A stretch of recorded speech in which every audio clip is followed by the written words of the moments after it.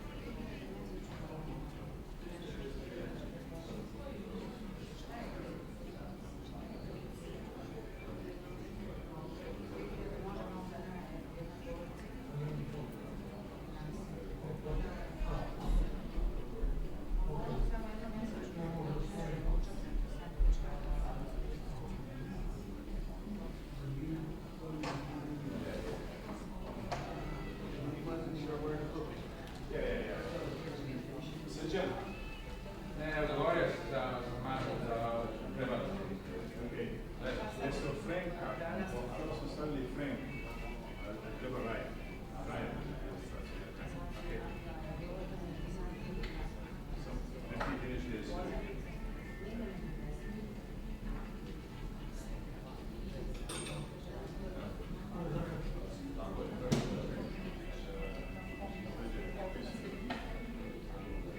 You are on, sure. Let the surgeon come. The only thing that's on there is the transference. Okay, so ideš se sređenom koji je Ryan, mislim Frank. Ja, ideš samo Skio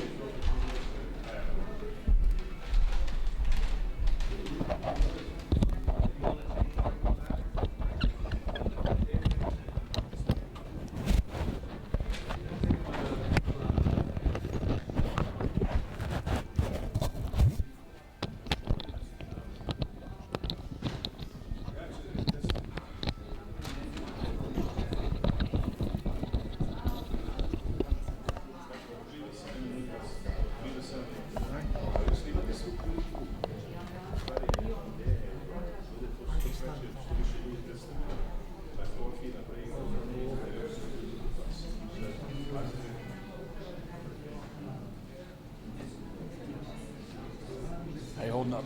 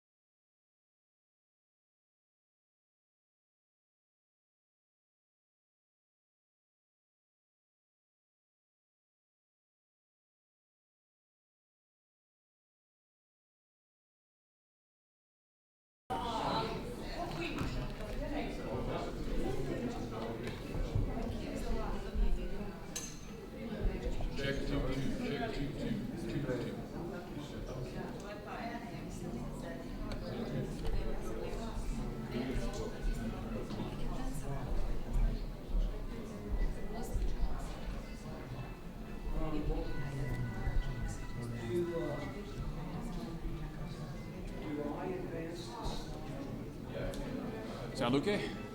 I, Yeah, no worries. I'm going to need you to go back up and do that for me again. Sure thing. Yep. And I'm very appreciative of your. You don't have to keep saying that. I'm here for you. Right now, the general public can hear us. Hi, everybody. Here, just take a photo op. I'll run up there Texas Science Foundation so you can. live stream. I'm going to control test.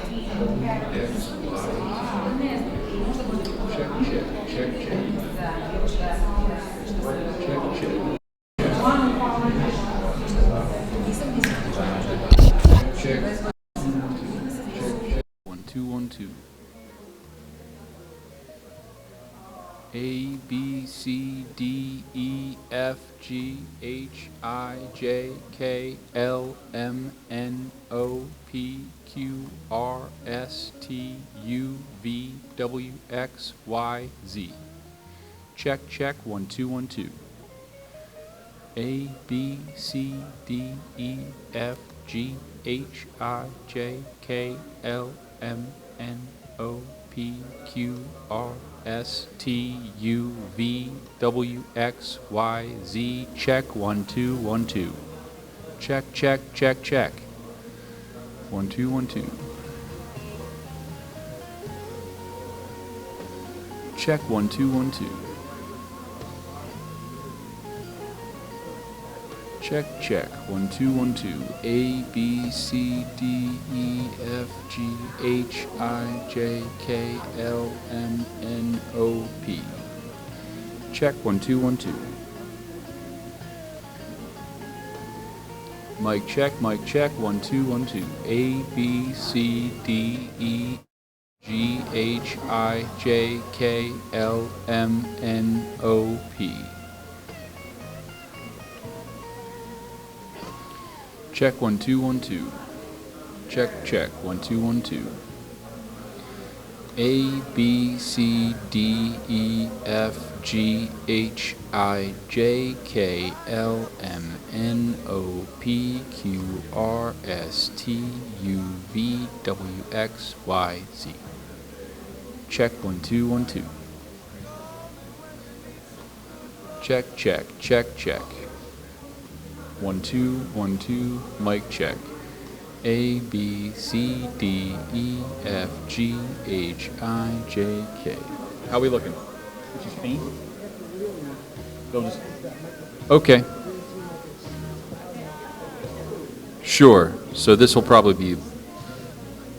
They'll have to get in there. Okay. I'm just going to raise the mic up to get it closer.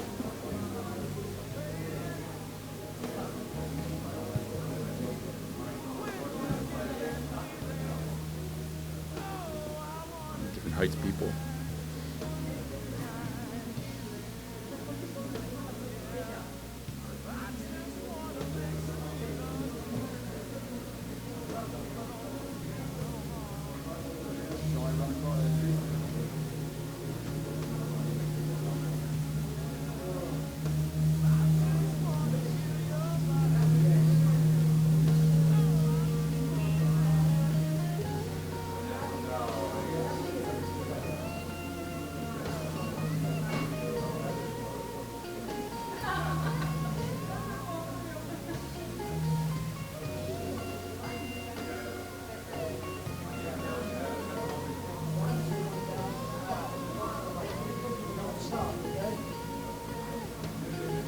One, two, three, 4, 5, 6, 7, 8, 9, 10, 11, 12, 13, 14, 15, 16, 17, 18, 19, 20. 1, 2, 3, 4, 5, 6, 7, 8. A, B, C, D, E, F, G. 7, 8, 9, 10, 11, 12, 13, 14, 15, 17, 15, 16, 17, 18, 19, 20. 1, 2, 3, 4, 5, 6, 7, 8, 9, 10, 11, 12, 13, 14, 15, 16, 17, 18, 19, 20. 21, 22, 23, 24, 25, 26, 27, 28, 29, 30, 31, 32, 33, 34, 35, 36, 37, 38, 39, 40, 41, 42, 43, 44, 45, 46, 47, 48, 49, 50. 51, 52, 53, 54, 55, 56, 57, 58, 59, 60, 61, 62, 63, 64, 65, 66, 67, 68, 69, 70, 71, 72, 73, 74, 75, 76, 77, 78, 79, 80, 81, 82, 83, 84, 85, 86, 87, 88, 89, 90, 91, 92, 93, 94, 95, 96, 97, 98, 99, 100. So it's good. 1, 2, 3, 4, 5, 6, 7, 8, 9, 10. 1, 2, 3, 4, 5, 6, 7, 8, 9, 10. 1, 2, 3, 4, 5, 6, 7, 8, 9, 10. 11, 12, 13, 14, 15, 16, 17, 18, 19, 20. 21, 22, 23, 24, 25, 26, 27, 28, 29, 30, 31, 32, 33, 34, 35, 36, 37, 38, 39, 40, 41, 42, 43, 44, 45, 46, 47, 48, 49, 50, 51, 52, 53, 54, 55, 56, 57, 58, 59, 60. Can you hear me? Is it good? Okay. Pull back, yeah?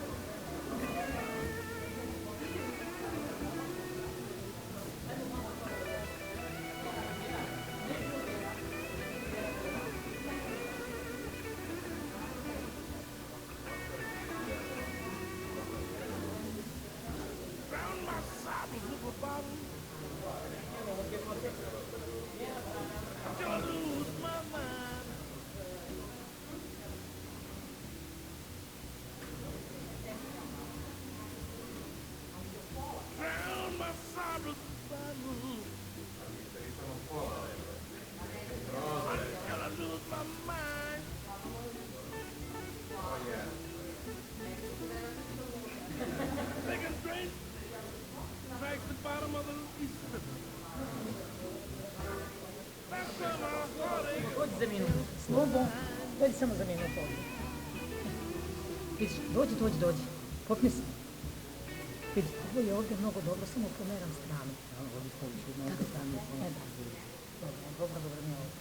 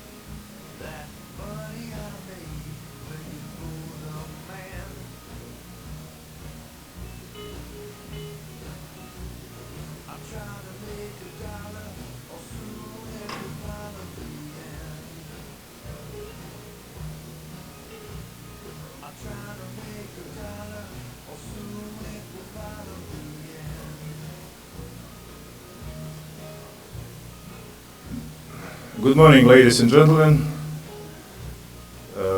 Dobro jutro, braće i sestre. Hristos se rodi. Welcome everyone to come here. I think everybody had a lot of fun last night in New York. Room supposed need to be full because hotel is packed with all our people.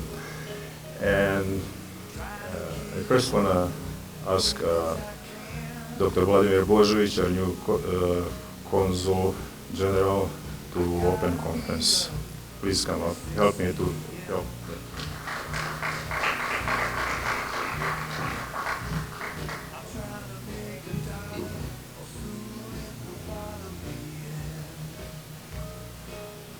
Ladies and gentlemen, dear friends, it is my great honor to speak in front of you today on behalf of Republic of Serbia and welcome you to the 12th annual Tesla Spirit Award Conference taking place in the historic New Yorker Hotel. I stand today before you not only as a Consul General of Republic of Serbia in New York, but also as a great admirer of Nikola Tesla, one of the greatest human minds in the history. I say this with full confidence, as Tesla was by all means a true visionary, genius whose legacy extended past the countries, centuries, reaching beyond what was at his time considered possible or doable. Tesla passed away 81 years ago at this hotel. If he was alive today, I'm sure that he would still find today's world lagging behind his vision. In Serbia, he is a national hero and inspiration for young generations, a man who used his genius mind to give back to the world can never be forgotten. In Serbia, we take a great pride in knowing that Nikola Tesla was one of us. However, for most of his life, he lived and worked right here in the United States. From the day he landed in New York City in 1884 until the day he died here in 1943, a U.S. citizen, it was in the U.S. that he achieved his greatest professional success. And it was in the New York State, in Buffalo, that Tesla spark that light that world start its journey. So by all standards, the U.S. has even more reason to be proud of Nikola Tesla than Serbia does, because he was also a true American hero, a man who brought progress and ushered the world and this country into the 20th century.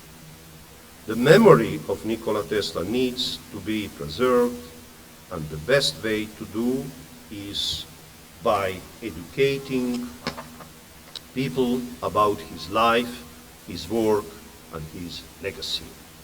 For all that he was and all that he achieved as a scientist and an inventor, Nikola Tesla deserves his rightful place in the history as a modern-day Prometheus who harnessed the power of nature for the benefit of humankind. I would like to extend my sincere gratitude to our host, the Tesla Science Foundation, for their tireless work and commitment in preserving and promoting the legacy of the great Serbian-American scientist Nikola Tesla in the United States and abroad. Early on, the Republic of Serbia recognized the importance of their work, and it has been supporting it ever since. Our gratitude also goes to two exceptional U.S. organizations, each in its own way dedicated to preserving Tesla legacy and popularization Tesla work, Buffalo Niagara Nikola Tesla Council and Tesla Science Center in Wardenclyffe. Their work inspired me that I, too, in my activities as a Consul General of Republic of Serbia in New York, do my very best to that Tesla, as the most famous New Yorker ever, finally gets his monument in the New York City, as well as his day both in New York City and the national level, and that Tesla International Award in Science is established similarity to the Nobel Prize. Today, I want to express a big thank you to Nikola Tesla for everything he did for the science and humanity, but also for both Serbia and America. As the son of the Serbian Orthodox priest from Smiljan, he dreamed the American dream and turned into reality, making people around the world happy. As a diplomat representative of Serbia, I want to express a big thank you to the United States for everything this country has done to help him achieve his big dream. Therefore, let Tesla be a guide, an inspiration, and motivation for us to establish a strong strategic partnership between Serbia and United States after 142 years of diplomatic relations. To conclude, I would like to thank everyone who joined us today as we honor the life and legacy of the great Serb-American scientist Nikola Tesla, a man who in his work was driven not by desire of personal gain, but by the unselfish strive to exchange the human experience of his fellow man. With that, I declare today's conference open. Thank you so much.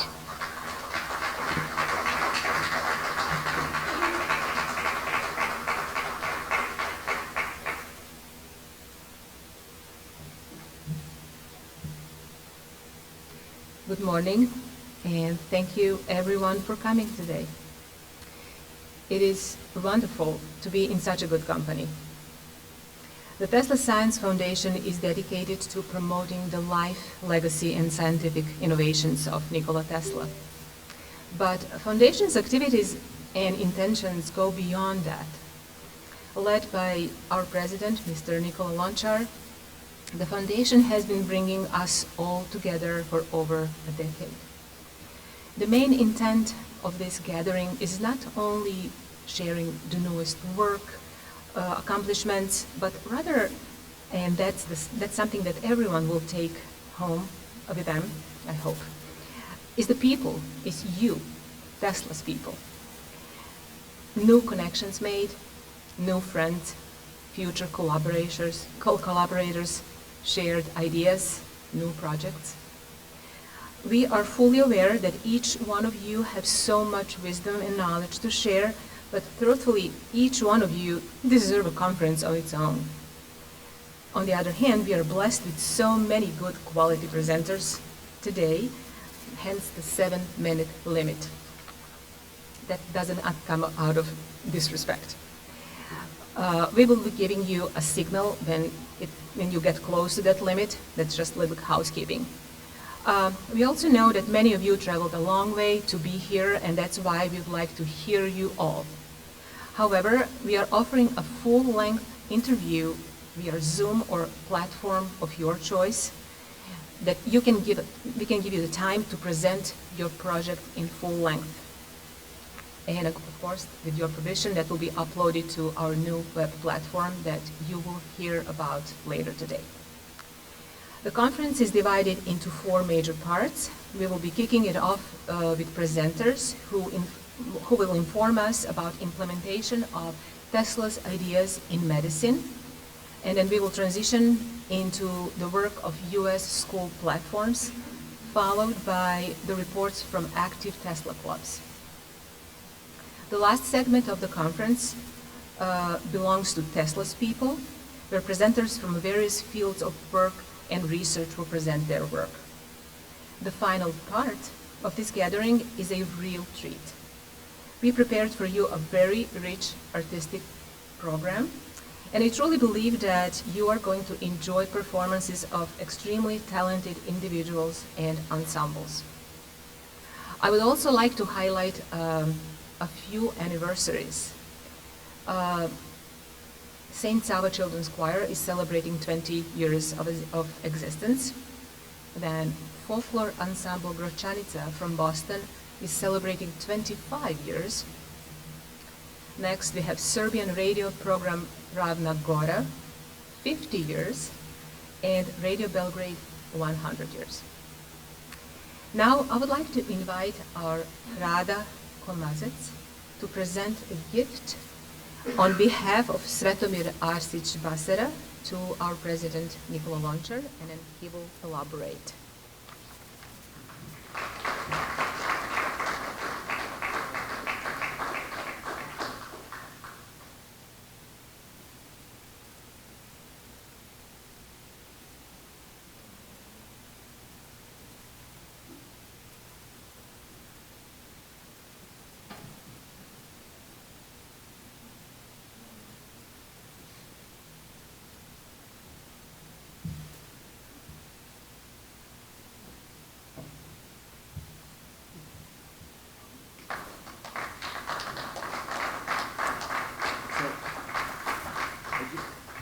want to say a few things.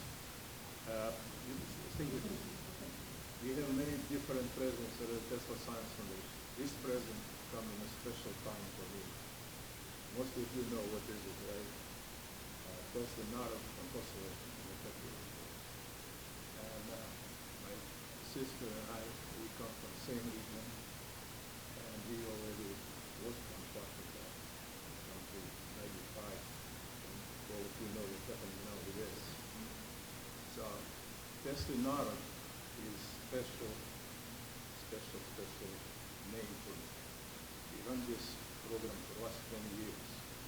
And our program is protected in the institution, and they can't be used without our approval. So when we use this, we can legally be obligated. Second thing, we have people here from Tesla ambassadors. Nikola Tesla started Tesla ambassadors and have over 100,000 followers. Nobody can use somebody else's name and say this is mine. Third thing is Tesla Energy for Peace. This is Alexander Protich. 12 years ago, we have everything on a video. Alexander Protich made this presentation here. But again, this is special for me. So stay here. Sam, can you bring this here? Stay here. Stay there, brother. Stay.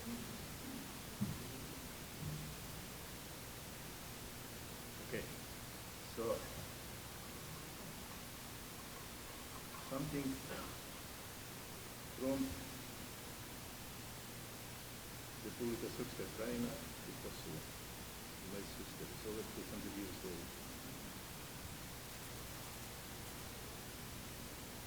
Protect our people any place we can.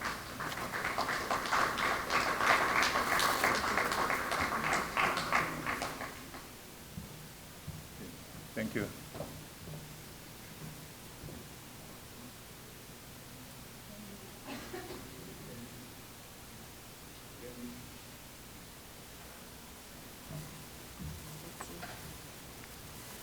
Well, now we invite Dr. Kenneth Mikic, founder of the Nikola Tesla Innovation Institute, to introduce his colleagues and his work.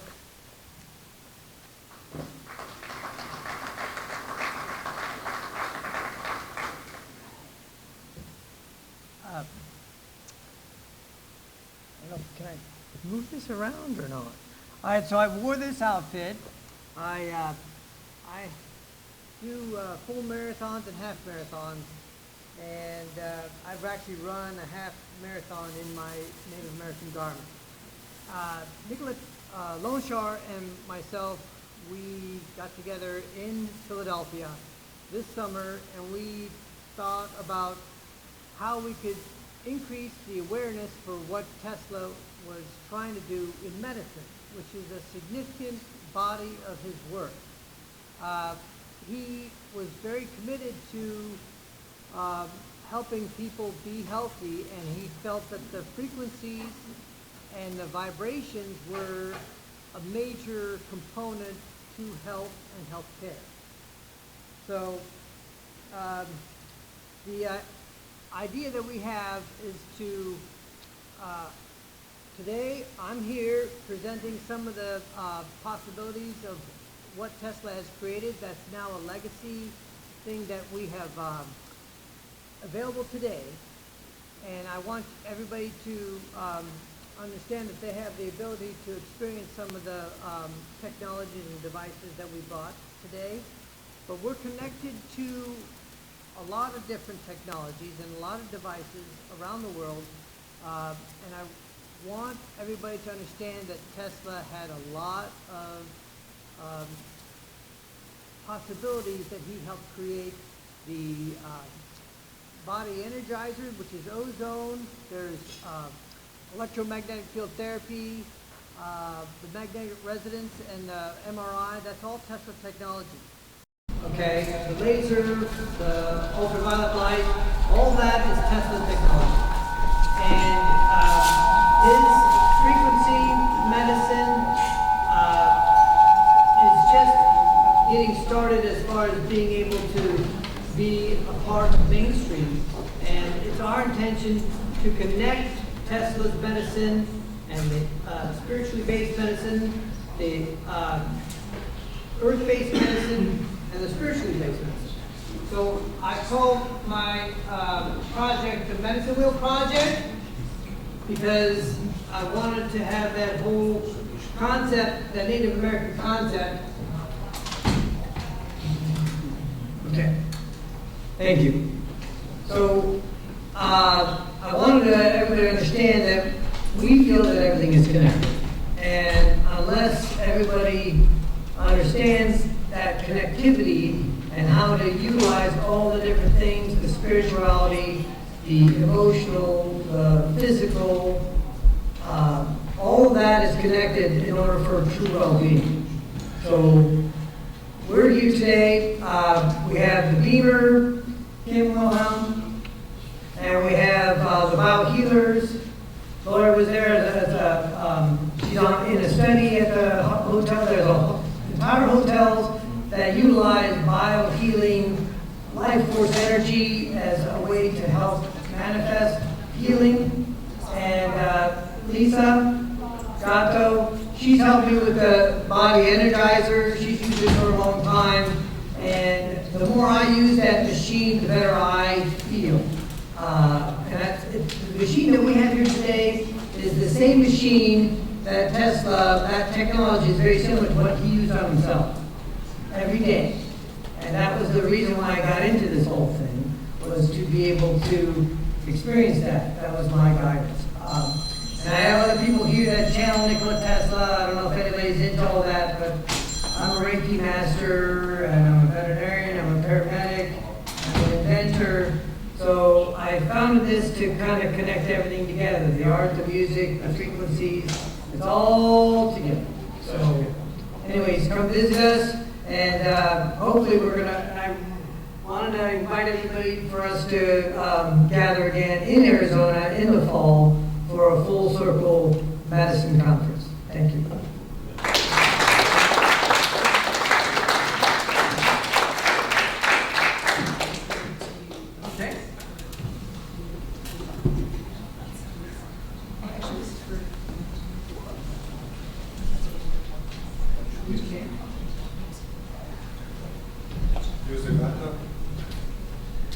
Good morning, everyone. My name is Kimberly Wilhelm, and I am here as an independent Beamer distributor. As Ken had noted, I am only one spoke of his vision of connecting all of this wonderful technology, and it is exciting to be a part of it in this day and age where people are more apt to experience or explore this new technology.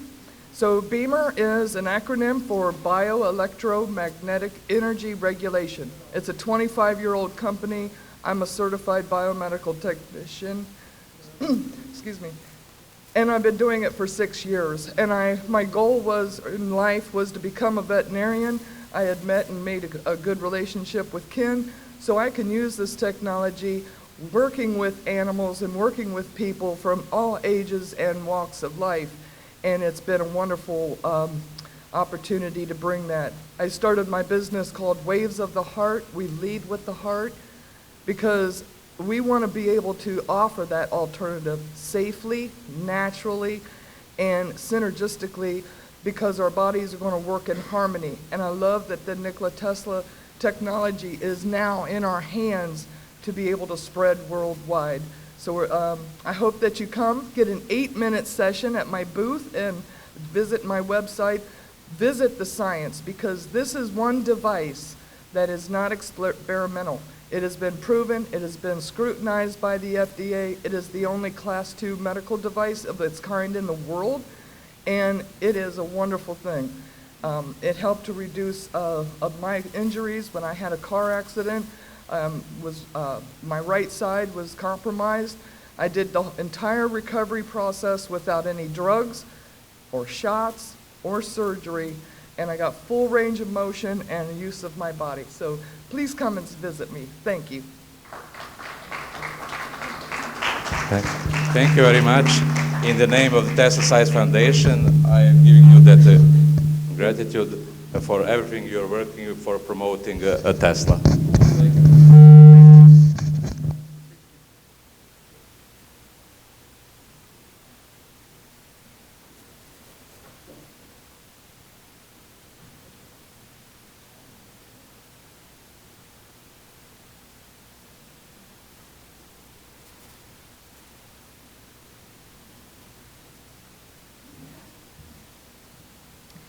Our next presenter is Doctor of Biology, Miroslava Jonlija. She's the owner and CEO of the Chronobiology Nutrition and Wellness Consulting Company in Ontario, Canada. As a biologist, she's aware of effects of electromagnetic radiation on humans, and that is why she's a member of the Serbian REN team dealing with protection from harmful radiation. Chronobiology Nutrition and Wellness Consulting provides online consulting services for health and wellness. As North American representative and distributor of the REN electromagnetic radiation protector, Dr. Jonlija will present a revolutionary product that can protect us from the dangerous effects of electromagnetic fields, so we can all enjoy the benefits of technology without compromising our health. And her presentation is actually a video presentation.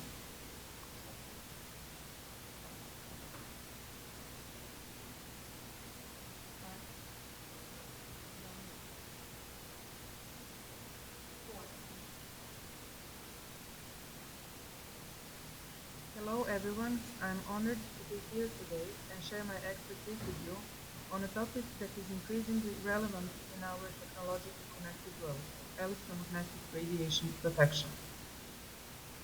In today's digital age, with mass use of electronics, mobile devices and wireless technologies, exposure to electromagnetic radiation is becoming more common. Studies have shown that prolonged exposure to electromagnetic radiation can have adverse effects on human health, including increased stress, sleep disturbances, and even effects on genetic material. It is incredible that harmful electromagnetic radiation is more than 1 million times higher than it was only a century ago, since 99% of today's modern technological electrical devices did not exist at all. Because of the research linking long-term exposure to non-ionizing wireless radiation to brain cancer and other adverse health effects, the International Agency for Research on Cancer and the World Health Organization classified radiofrequency electromagnetic fields as potentially carcinogenic to humans in 2011. Adverse health effects of electromagnetic fields are many and include disturbances of body's normal physiological, biochemical, endocrine, behavioral, and other biological processes. I am excited to present REN, the ultimate solution for electromagnetic radiation protection and the ultimate health protector in today's digital age. Re-equilibrizer and neutralizer of harmful electromagnetic radiation, or REN for short, is a technical invention used in medicine, electrotherapy, and protection from Earth and atmospheric radiation. As an energy balancer, harmonizer, and bioregenerator, REN immediately establishes natural field frequencies or Schumann's resonance, creates energy shield around our body, instantly balances our energy, and optimizes all biological processes. Its protection ranges from 2.5 to 36 plus meters in diameter, depending on REN size. It is basically all-in-one super combo because it has features of several devices and is portable, durable, and lightweight at the same time. REN is universal personal and spatial electromagnetic radiation protector that provides protection of all living beings as well as equipment anytime, anywhere. It has many health benefits such as increased productivity and mental focus, reduction of symptoms of certain diseases to complete disappearance of symptoms, reduction of stress, anxiety, and fatigue, and many others. It has no side effects, needs no maintenance and external power source. It is not limited to a single person use, has indefinite lifetime. It is 100% safe to use, 100% efficient, and is designed to provide your peace of mind and a healthier living environment. REN is USA, Canada, and internationally patented device, FDA certified and trademark protected. It has been tested at many clinics, institutes, and laboratories in Germany, France, Netherlands, Serbia, Bulgaria, and ex-Yugoslavia, as well as on locations known for strong electromagnetic radiation.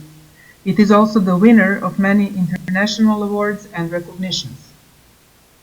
As an illustration of REN's beneficial influence on health, take a look at 3 independent tests on human aura or biofield without and with use of RAN recorded by Kirlian photography. The results show general improvement of the energy status starting from 3 minutes of using RAN and after only 30 minutes of using RAN and cell phone at the same time during the assessment. Beneficial influence on RAN on plants is demonstrated by more than double the growth of a plant whose declared maximum height is 15 centimeters. And finally, as a result of several decades of research in the fields of physics, mathematics, and dowsing, RAN builds on and is in agreement with Tesla's research on frequencies and electromagnetism.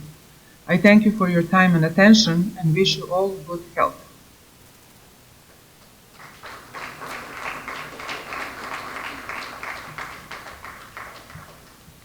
Since Dr. Yonlia is not present here with us, she is going to receive Tesla Medal for contribution to the preservation of the image, work, and legacy of Nikola Tesla, and also certificate, and that will be delivered to her. Now, on behalf of our next presenter, Chedomir Mraz, I'm inviting Srđan Sotirov to present his report.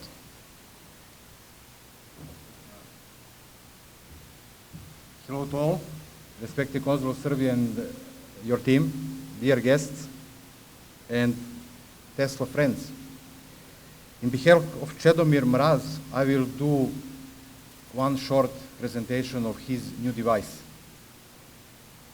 He didn't come, and due to that, I take his role.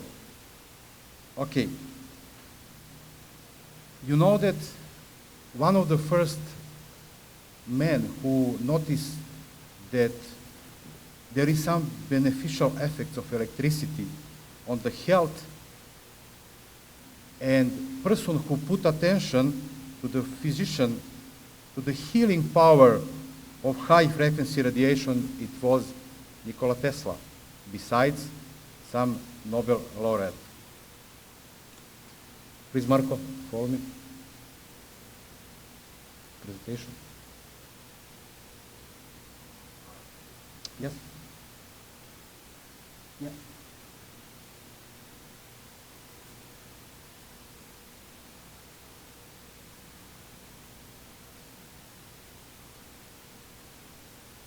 Go. Next slide. And next slide. Okay.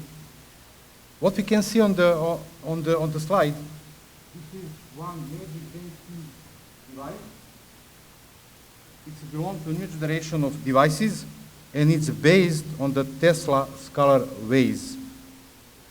It is used for health issue as also preventive purpose. There is three main usage of device. First, alleviation of severe and chronic pain caused by different rheumatism, scientific, artics, and neuralgia, sorry for that. After that, biofrequency, and the last one, the poor circulation also could be stimulated by this kind of device. This device is generator then directly regenerate painful and in damaged area based on the frequencies used on the biogenetics for gene repair and regenerations. The device consists on the main part, and there is one additional tooling and sonde. This device gets several patents, and today Mr. Chedomir Mraz tried to find some strategic partner for some industrial production. And again, in behalf of him, thank you for your attention. If you have some additional question, there is possibility to see some more details in the lobby of hotel. Thank you.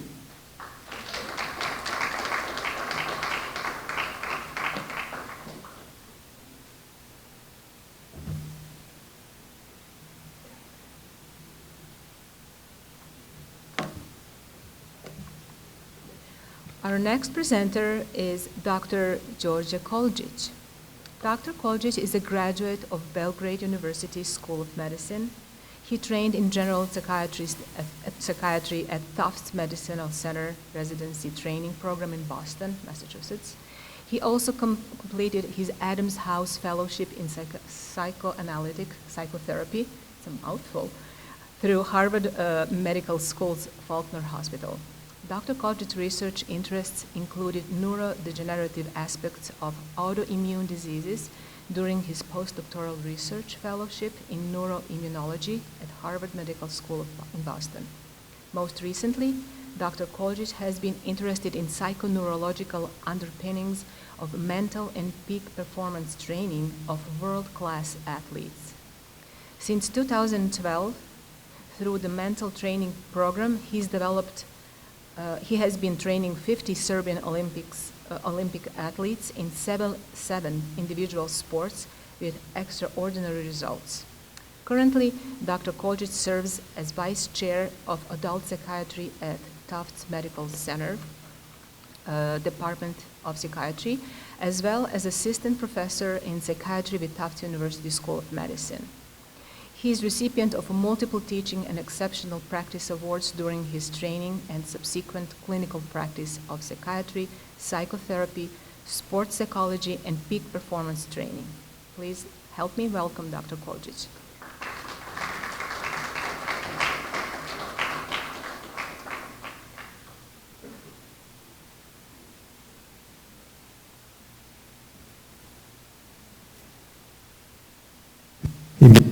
It may be easier to just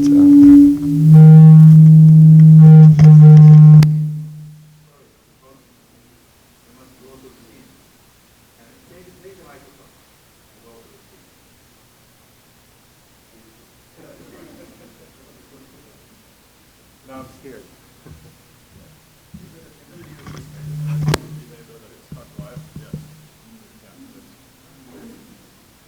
Hi, everyone.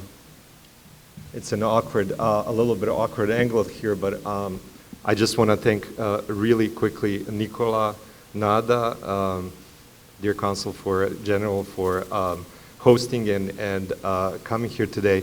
Biljana for wonderful, for beautifying with her artwork this conference. So what I'm going to talk about a little bit is what I don't have opportunity to talk about a lot, but I worked a lot, and it's really a work of passion for me. This is how I'm going to, just let me figure out this device real quick. At Tesla conference, it's going to be challenging to use any waves.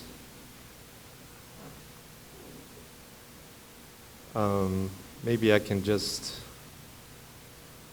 all right, and how do I progress this? Because it's not working. Maybe you can, Marco, you can help me go to the next. But, so how did this come about for me? So if you can go to the next slide, Marco, that would be great. Or maybe that's why.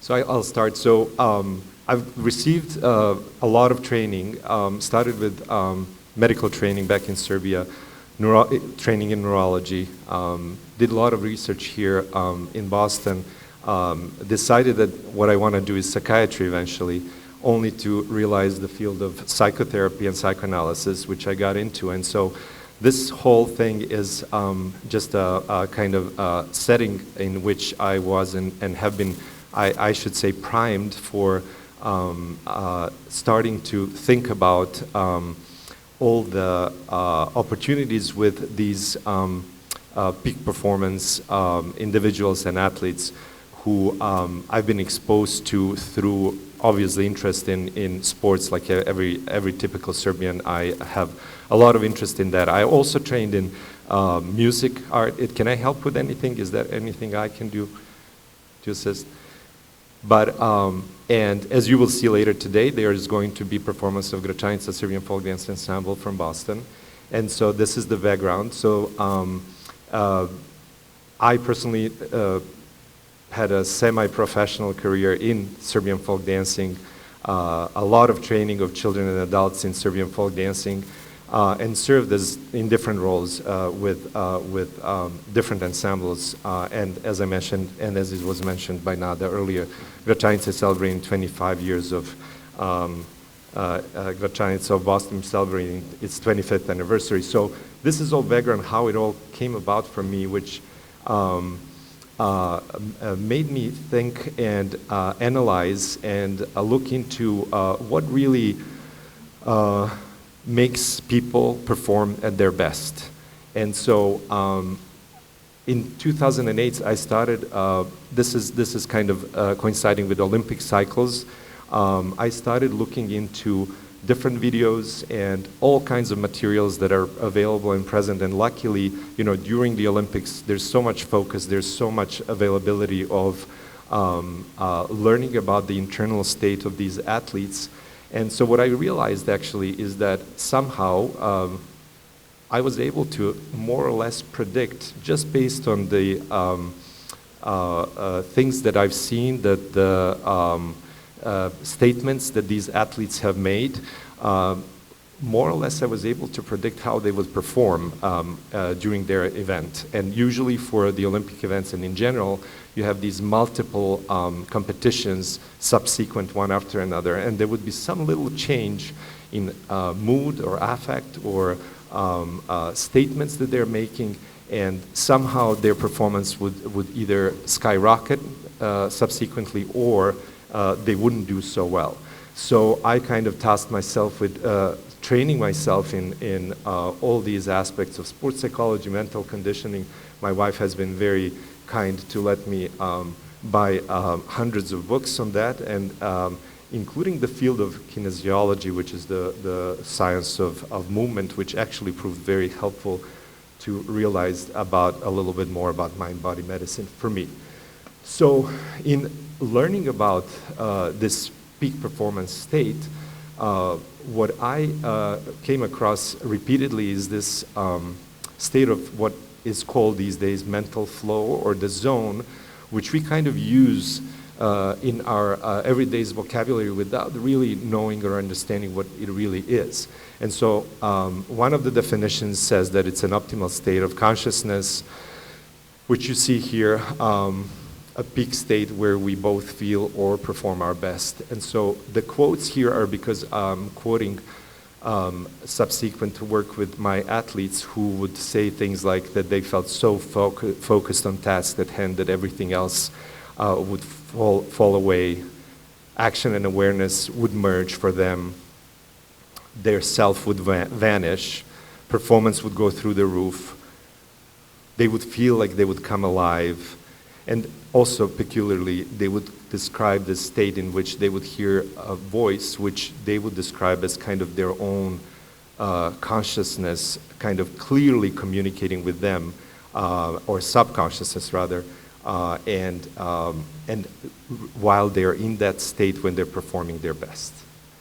And so in scratching the surface and looking at it a little bit more, so it was very obvious that every single competitive performance that was resulted in an Olympic medal or a very, very extraordinary performance would be associated with this state.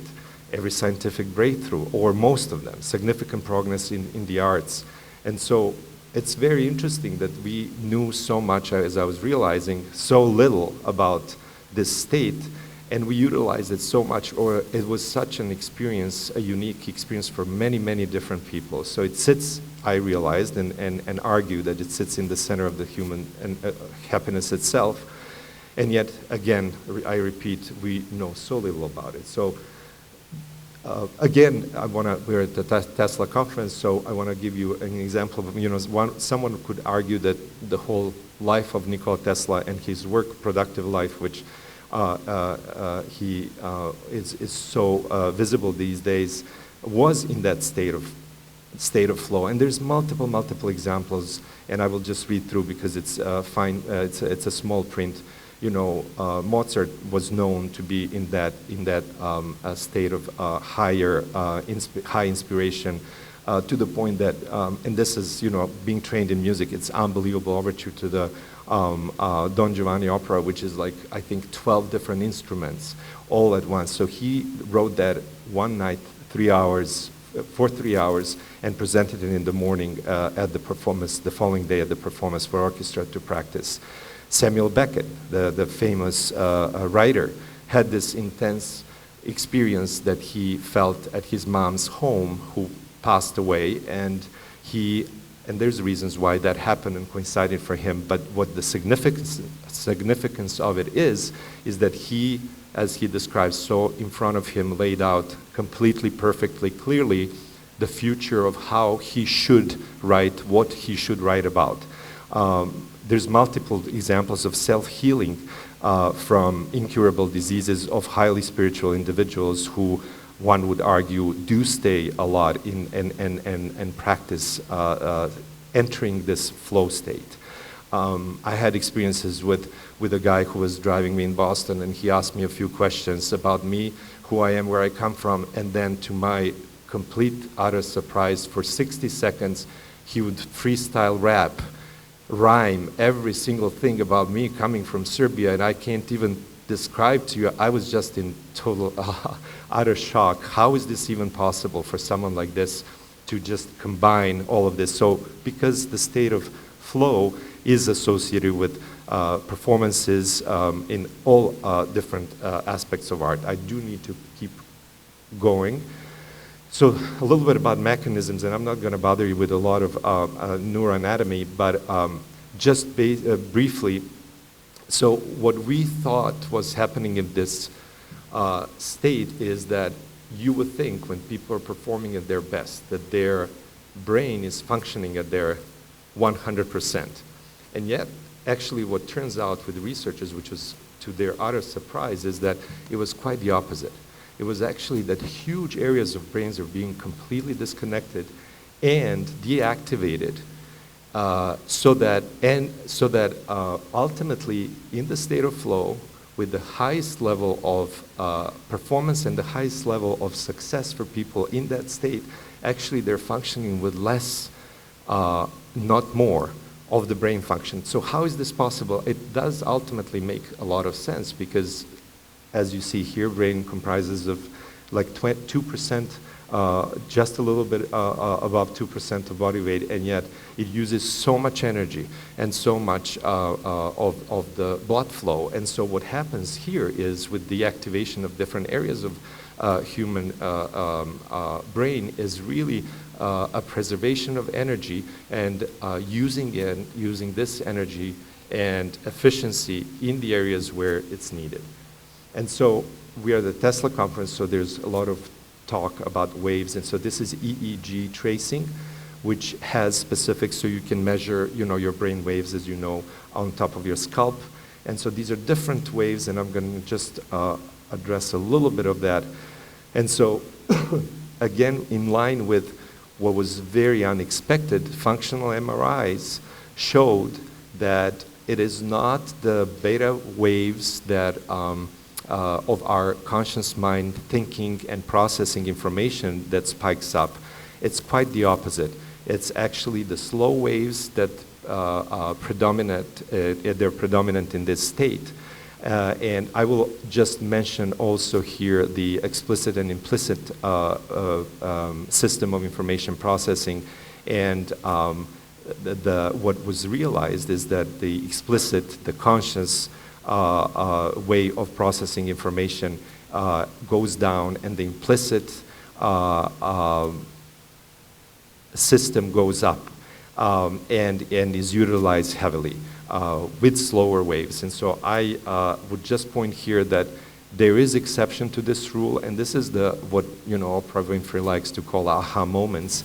And so there's this high spike of these gamma waves, which are so high in frequency, above 30 hertz, that ride on top of another type of waves that connects and binds all the information and gives us this aha moment. So what happens with gamma waves really is, in that moment, inevitably, all areas of brain function together, unified. And so this is all the background a little bit about, again, about the state of flow and trying to understand how I can understand it, number one, and then use it for the benefit of my athletes that I was planning to work with. So, long story short, I tasked myself with developing a mental training program in preparation for the Rio Olympics in 2016. So the goal is to medal and hear the anthem as many times. I plan to work with 50 of the Olympian candidates and to help them and work individually in group workshops, and also be present and work with them during European and World Championships in preparation for the Olympics. Serbian Olympic Committee was welcoming to the idea.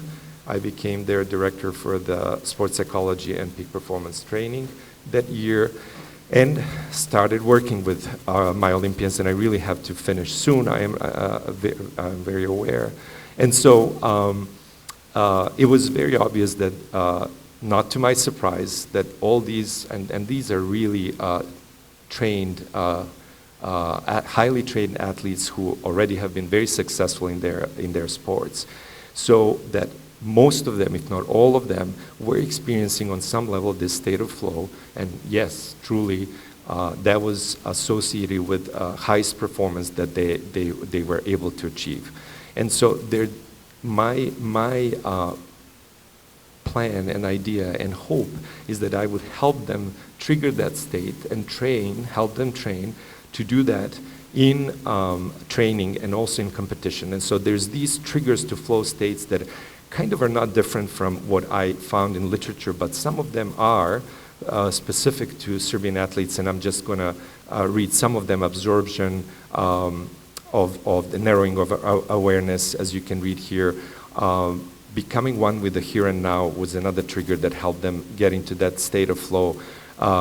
Ramping up, this passionate motivation,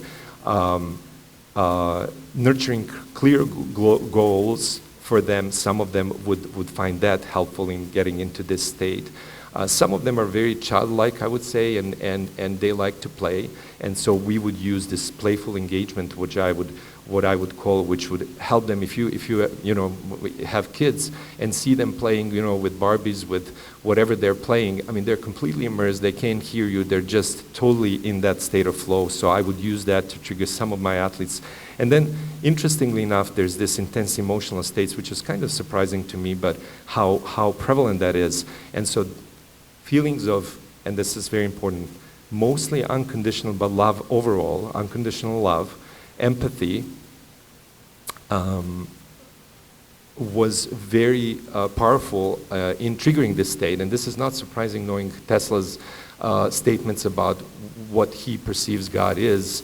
Physically God is light, and emotionally it's it's the love that he associated with that. And so also very interesting emotional state, and very strong in some of my athletes, is this spite, or you don't even have the translation for it, but it's inat. I lost the word, inat. And so, which is very complex for a lot of them, but it's associated with a lot of positive feelings. Inat in Serbian means some of the negative things, but really was very helpful to get them into that state of flow that I needed them to be in order to win their competitions. And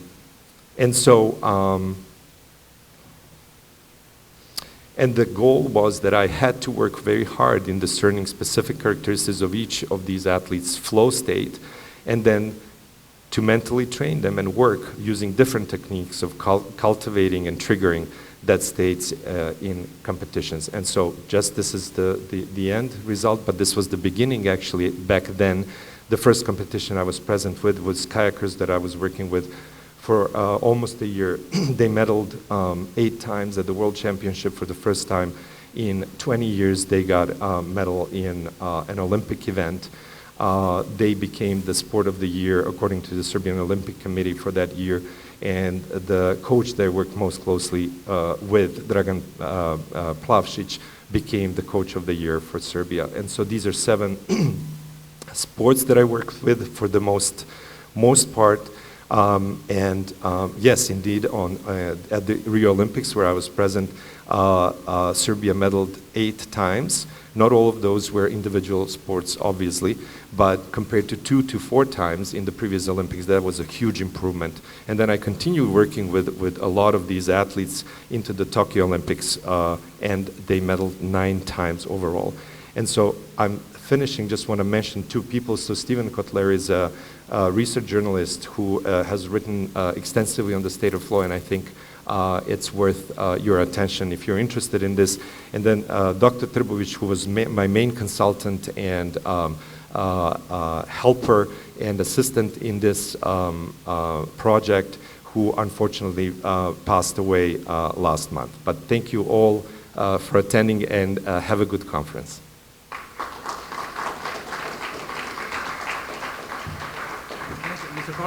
Mr. Kojic, please came back. So thank you very much for your beautiful presentation. And now we will give you our highest award. The award will be given by Ashley Radford, Tesla Science Foundation Executive Director. Thank you so much for your contributions, and we know the athletes will thrive under your care. Thank you so much. Thank you so much. Totally undeserving, but thank you. Appreciate it.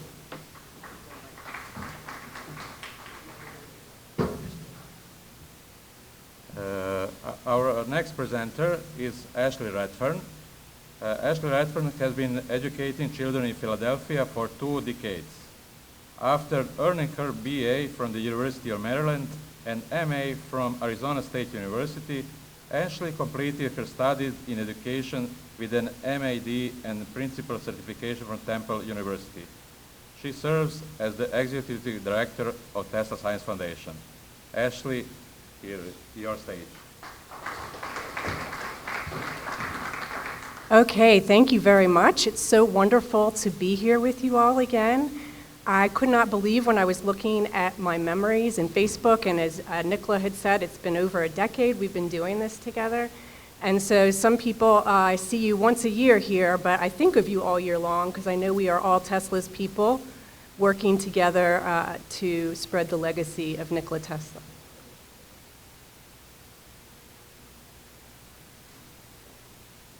How do I start it?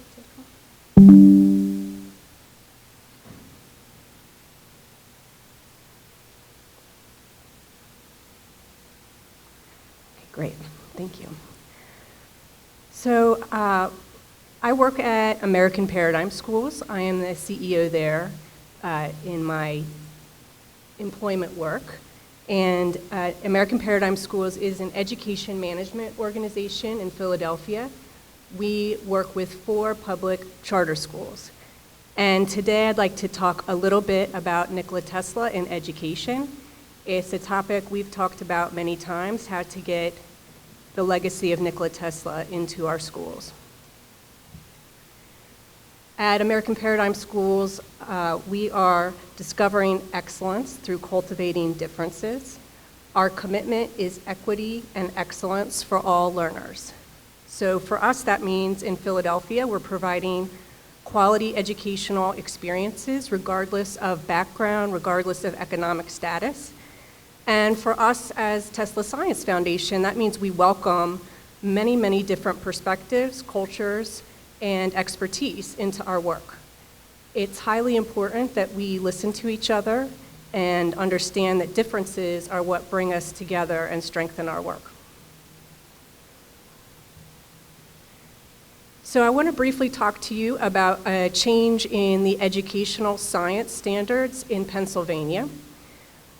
A few years ago, I spoke to you all about bringing the next generation science standards and connecting the standards that must be taught in science education with the legacy of Nikola Tesla. Pennsylvania has taken the next generation science standards and evolved to have what they call STEEL standards: science, technology, engineering, environmental literacy, and sustainability standards. So we'll call it STEELs because that's a mouthful. And so at Tacony Academy, this is our pilot school that we've been working with the Tesla Science Foundation for over 10 years. Tacony Academy is also implementing the STEEL standards. And as an example of how that looks in the day-to-day, the students were able to design and build hovercrafts. and come up with different designs that would use air power to levitate their hovercrafts.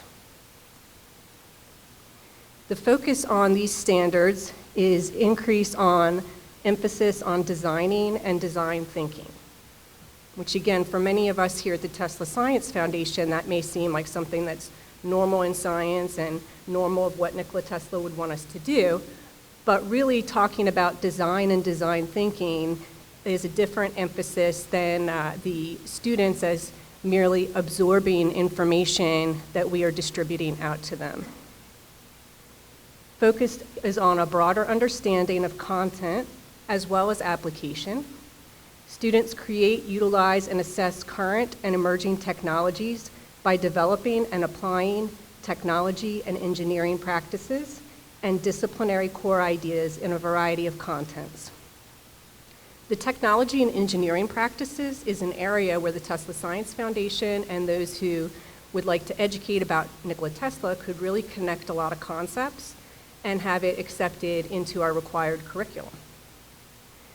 Students practice inquiry, critical thinking, hands-on making and doing, and a focus on learning skills that can be applied throughout their lives regardless of context. And so this is a very complicated slide that shows you somewhat what it looks like in the lesson plans when it's divided out. And you have science and engineering practices, for example, learning to ask questions and give inquiry. You have disciplinary core ideas, for example, human impact on Earth systems. And then you have these cross-cutting principles that come together of how do humans and technology interact and have an impact on Earth. And in the legacy of Nikola Tesla, this is really where these standards can connect to Nikola Tesla, is in the attention to ethics and social justice in science as a way to engage students and motivate our future inventors. Students are really, some people are complaining about children. I think a lot of times they will say that whatever generation is the current generation of kids, as adults we always say, this generation is the worst. They have the worst behavior, they do the worst things we've ever seen. Can you believe what's happening? But studies show that every generation feels that about the next generation. And so I'm here to help us shift our perspective on what students and children of today can offer, because they have a passion, the same way we may look at the younger generation and say, wow, what's wrong with them? They look at the older generation and say, how could they have messed this up so badly for us? And so a lot of our young scientists are driven by this idea of social justice. How can we look in our own communities and see where some people have resources and some people don't? Very similar to energy access, one of our hopes for Nikola Tesla's technology. And so here to give you just a few visuals of what our students are doing. How does this look when you try to bring a culture with these standards into a group of students? How do we come back together after we've been evolving from being so much online and computers, our artificial intelligence that we're using, our own isolated silos, and how do we come back together so that we're not losing our humanity? And so we have our students here in an assembly, and they have conclusion, observation, question, hypothesis, and they had to arrange themselves to talk about the scientific method. We are at museums. This is at the Franklin Institute exploring. We are coming together to create artwork, learning about electricity. This is the design of the hovercraft project. You can see all of these children together collaborating because they had a common phenomena that they were trying to analyze and a problem they were trying to solve together. And that's a key in these standards as well, is to have a phenomenon, something we're looking at and trying to explain, understand, and see how it impacts our world. These are more pictures of the students coming together. We brought in games because children do need to learn to interact together through play. And I know there's a lot of people here talking about music, art, literature, books. All of these things are ways to bring us together. And then we brought in some other things that give the kids experiences they may not have had in the city, wild animals, other types of things just to engage their minds and inspire them. And that's really what the work we're doing here at the Tesla Science Foundation is. It's not one thing I'm doing that you do, or one thing you do that I'm going to follow. It's being inspired by each other to come up with original ideas. And as I mentioned, we've been working in Philadelphia, the Tesla Science Foundation, in these pilot programs in schools. And we're so happy that our international colleagues have been expanding the work of Tesla clubs. In particular, our Tesla clubs in Serbia are extremely active and really moving very fast to get a lot of children exposure to Nikola Tesla. We have a Latin American Tesla club. We have a Tesla Club of Africa, which is represented as a stronghold in Uganda. And so we welcome everyone's diverse ideas. And as mentioned, one way to come together is through artwork. And so there'll be more about this, and has been some of this on our social media, but really to come together, study Nikola Tesla, look at our website, Tesla Science Foundation, and you can even just have students look at a list of inventions by Tesla, maybe pick one, and learn a little bit about it. Students can then create a scientific sketch, so to be able to recreate and explain their thinking through artwork, and then submit either a video of themselves explaining an invention and doing the sketch, or possibly animate their sketch. And so anyone is welcome to participate. We could all come together. You don't have to be a student. You could be an adult if you want to participate. And there will be a QR code for your submissions. So we're hoping to come together more in this new year. Coming together has always been our theme, but it's great to revisit it every year and make sure we're doing that. So thank you all for your attention. And we'll be welcoming up some other great educational speakers.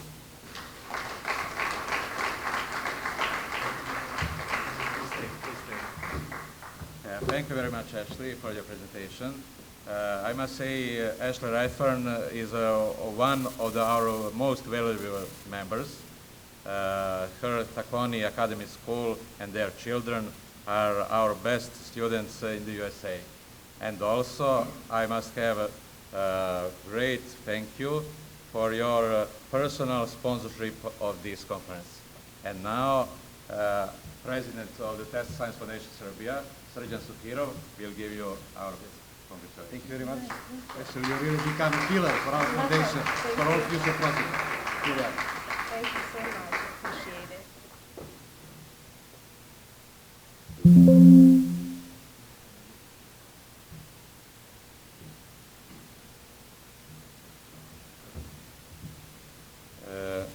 Our next presenter is Mr. Aleksandar Ignjatović Pertini, expert for innovative programs in children's education. He is also Innovative Educational Project Coordinator for the Tesla Science Foundation. Please, Mr. Ignjatović.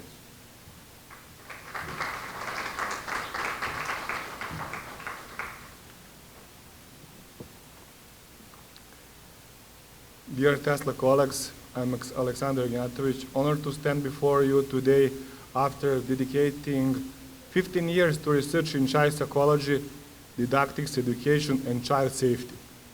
My journey led me to a doctorate in management and innovation education, and today I'm happy to introduce a visionary project, Children as a Cultural Ambassadors.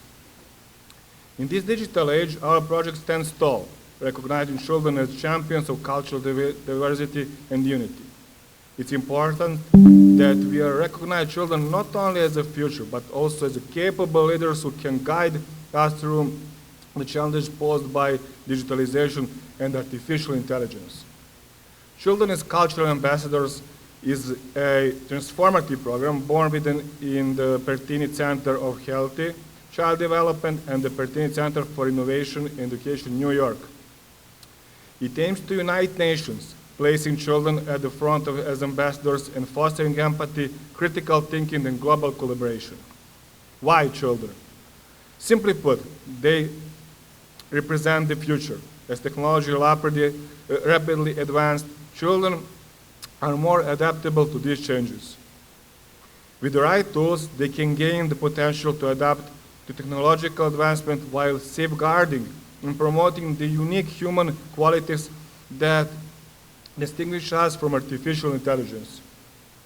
What I consider the most important response to simulation is stimulation. There is incredible importance in prioritizing real human experience and emotion, especially in the face of artificial intelligence programs and simulating these traits artificially. It's very important.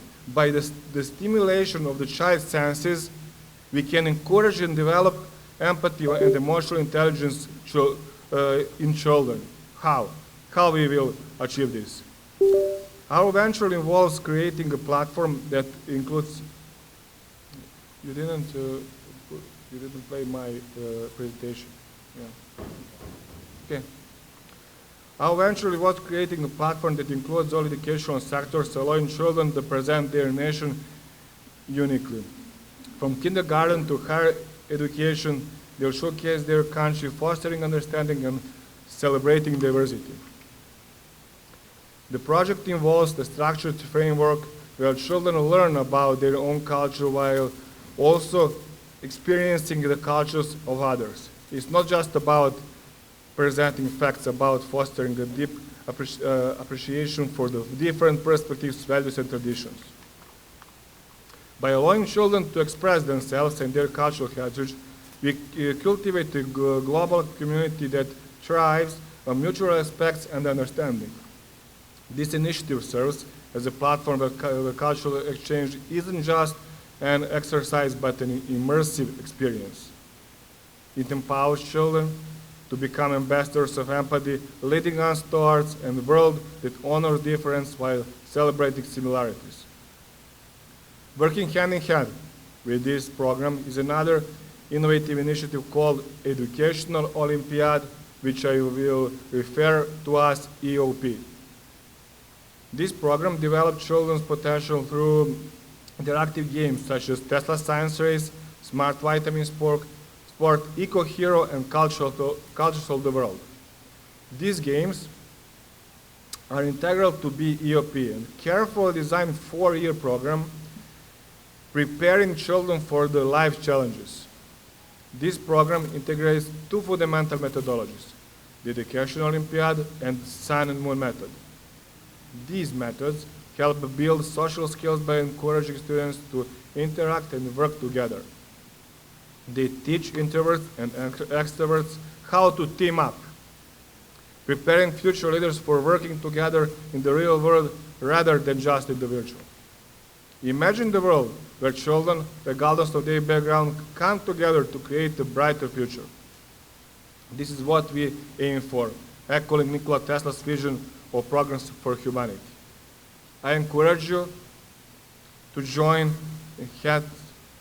in supporting our children's future. Let's build a world where every child thrives, just as Nikola Tesla envisioned.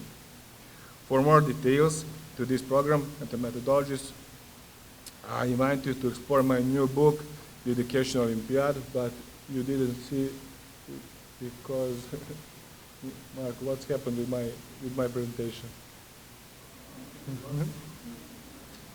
Yeah. Yeah.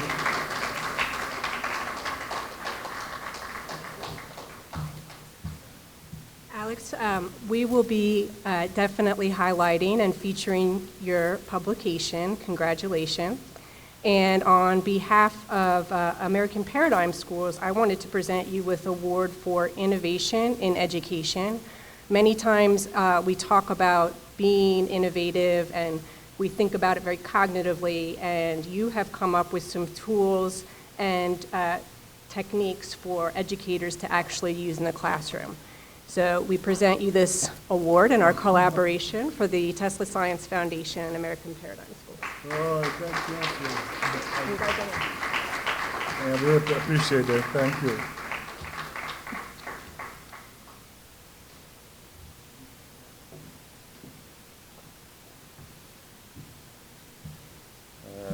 I want to say special thanks to our next guest, They are the youngest, but they are the dearest to our organization.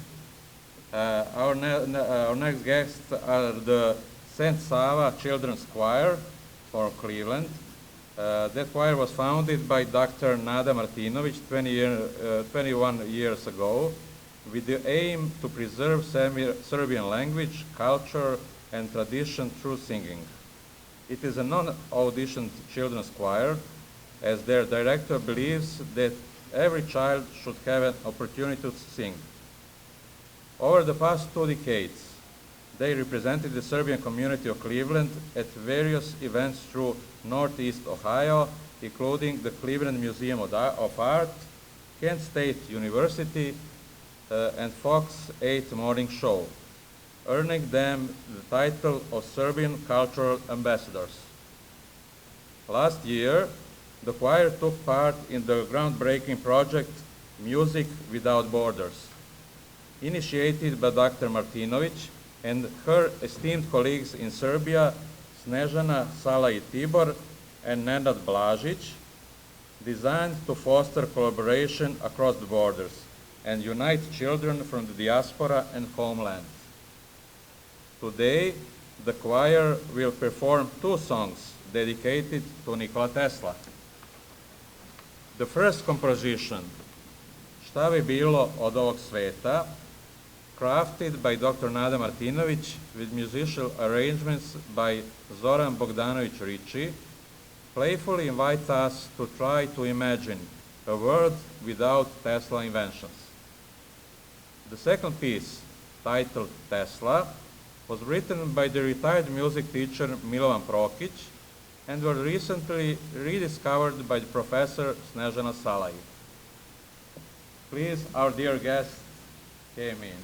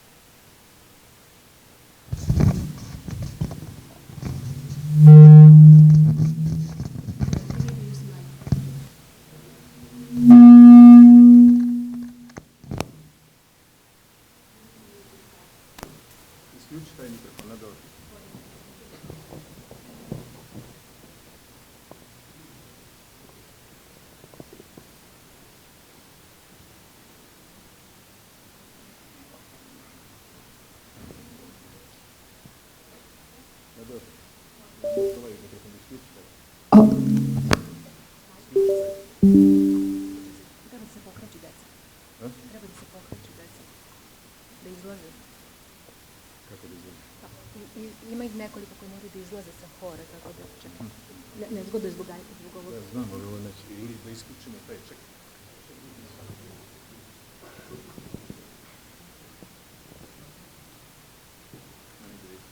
Da, ovaj treba da se isključi, da.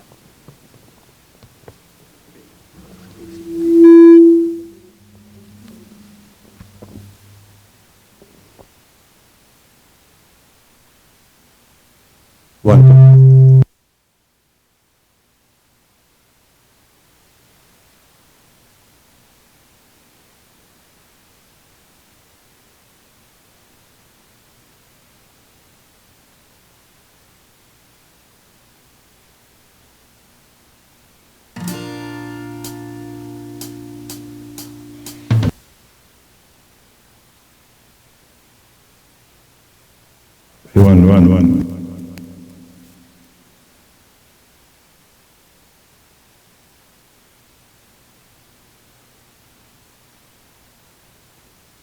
Oops. It's good that I started it. Can we just lower the volume? Check. More. Još. Dole. Malo tiše. Check. Da. I'm sorry. Well, with all these setbacks, and we had several setbacks with our choir, it's a long journey. I'm so grateful to these kiddos and their parents. They are my heroes. Unfortunately, some kids got sick, as you may imagine. It was a storm, winter storm last night, so not everyone made it here. So they are the bravest.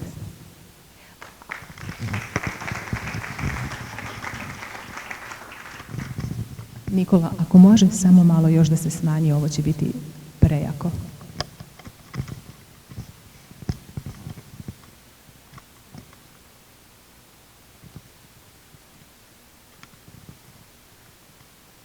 Ček, sad je bolje.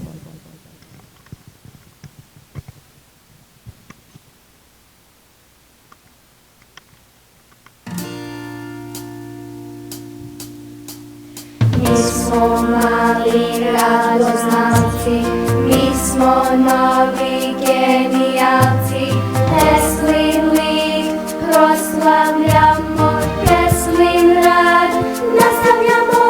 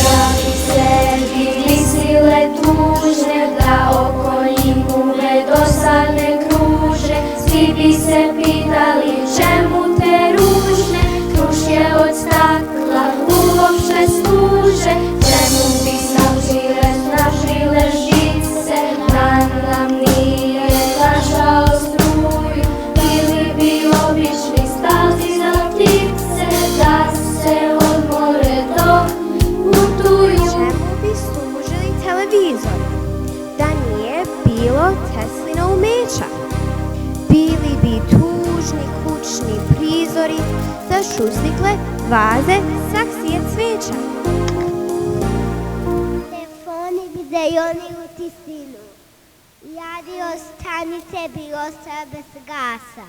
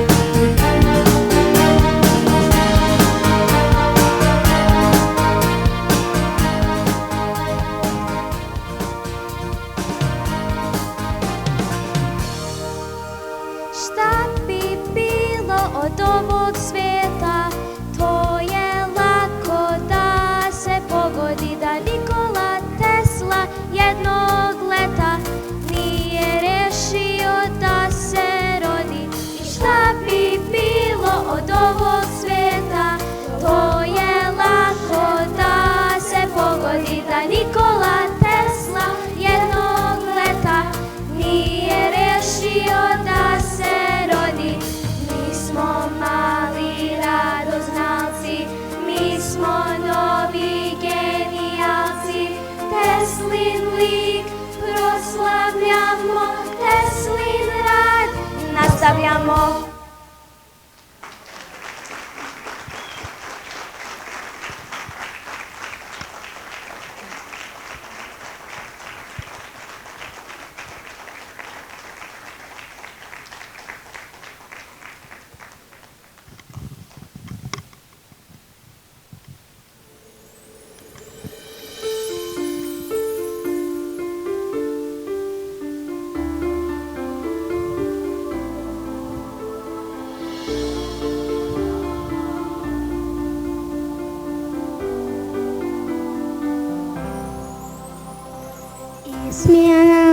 malog sela.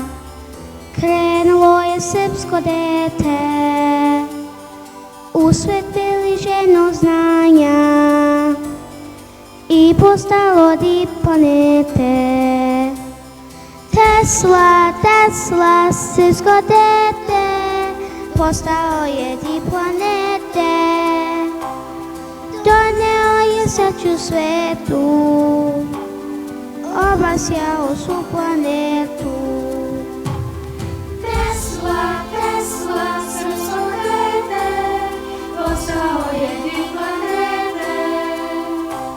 Doneo je sreću svetu, obasjao svu planetu.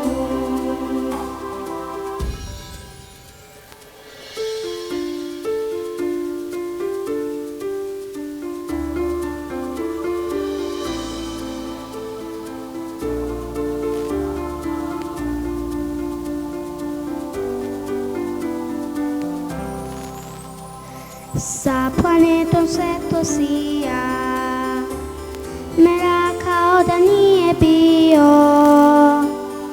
otera ga moćna struja, što je Tesla izmislio. Tesla, Tesla, srpsko dete, postao je diplomete. Doneo je sreću svetu, obasjao svu planetu. Tesla, Tesla, srpsko dete, postao je diplomete. Doneo je sreću svetu, obasjao svu planetu.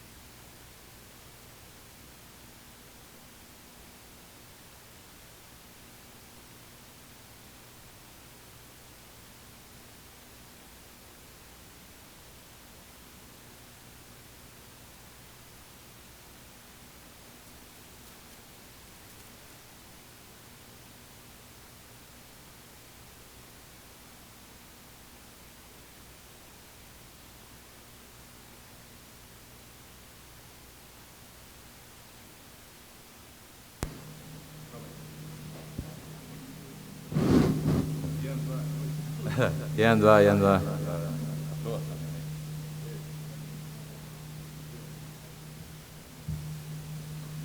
Many thanks to Miss Nada Martinovic and the Children Choir St. Sal from Cleveland.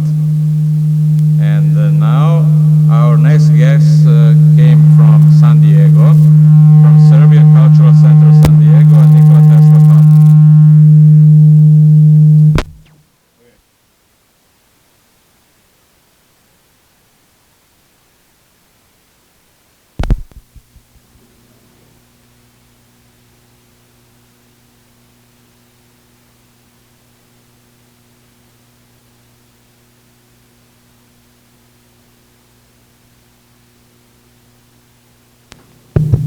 Jedan, dva, jedan. Jedan, dva, jedan, dva.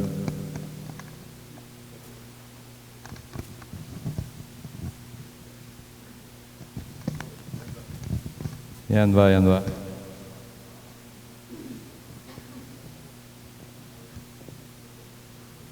Jedan, dva, jedan, dva. So, once again, our dear guests and friends from San Diego, from the Serbian Cultural Center and Nikola Tesla Club, San Diego. Vesna Jovanović, president and founder of the Serbian Cultural Center, San Diego. Her vision was to create an organization with predominantly a school of Serbian language. Organization that functions as one large family with the goal to preserve and promote Serbian heritage and culture through different activities. Ms. Dijana Perić, academic director and teacher at the School of Serbian Language and Culture. All workshops at Nikola Tesla Club are created and instructed by Dijana on a volunteer basis for the second year now. Please, your stage.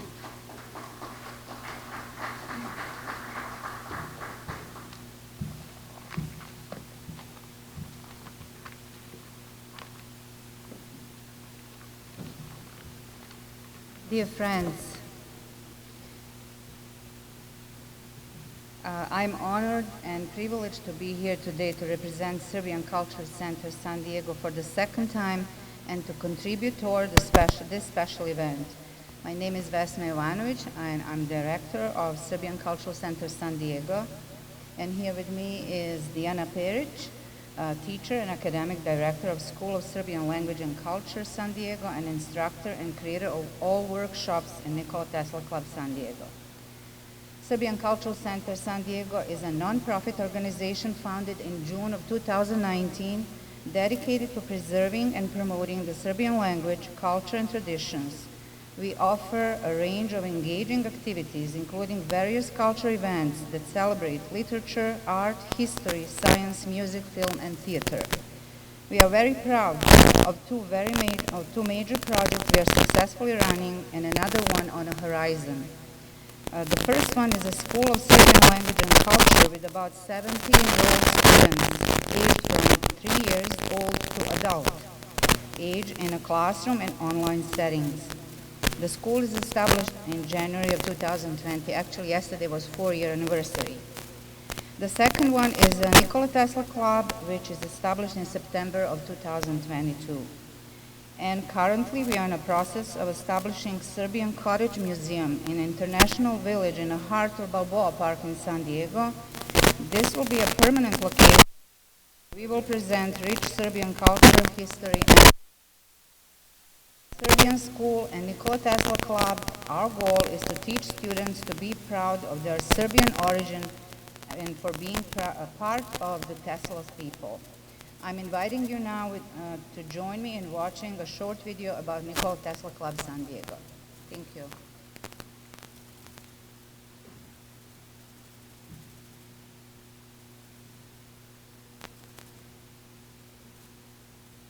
We need sound, please. Thank you.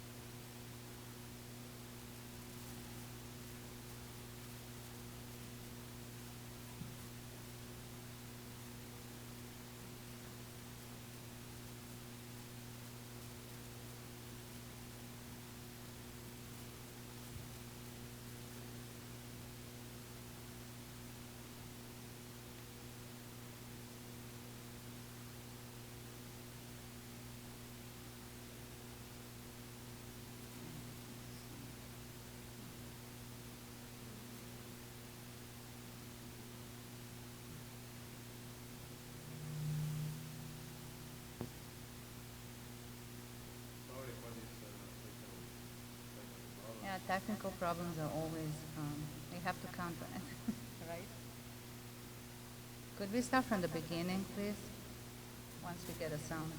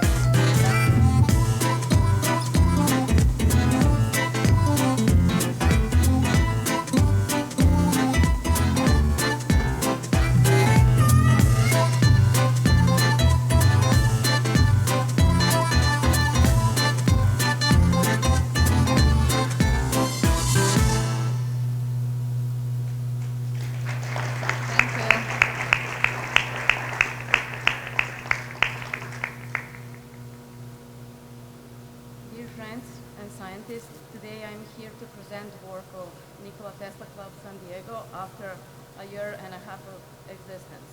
During this time, we gather 50 children, both Serbian and American, and proudly I can say that we become a special place for these kids. What makes us special? At our workshops, we speak two languages, Serbian and English. Kids don't just learn, they create, think, and share their knowledge with others. Our club is a community where children build connections, friendships, and feel a sense of belonging to a group, and of course, explore the world of science. We are thankful for our sponsors and partners. Our general sponsor is Wealth Partners, and our friends, the Tesla Science Foundation and Christini Toys. Next video you are about to see presents the results of our children's work over the past year. Thank you.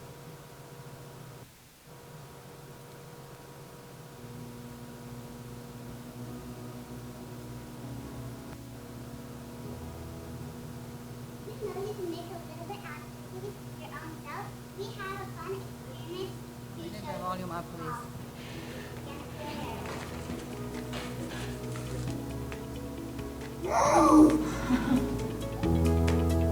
So my hypothesis was that things that contain iron, such as metal, are going to get attracted to these magnets. This iron dust, if you put this, because it has iron inside of it, so you can see that it connects.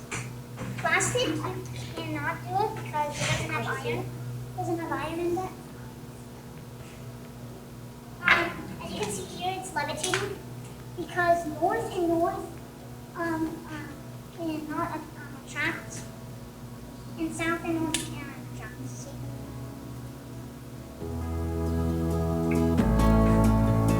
Hello everyone, my name's Lachlan, and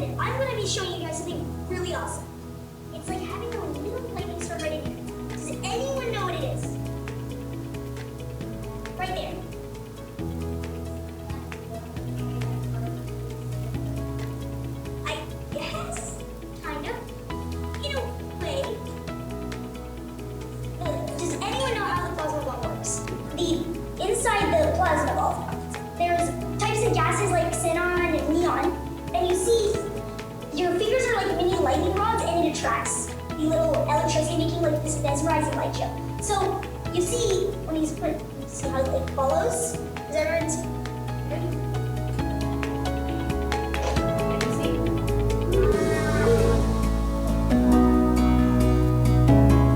There are many ways. Some ways are in oceans and lakes. There are also ways when we listen to music, listen to radio, watch TV, send text messages, and heat food in the microwave. Those are all waves. Waterways. Example, when the drop of water hits the underwater surface, it will create a wave that transmits the energy to surface.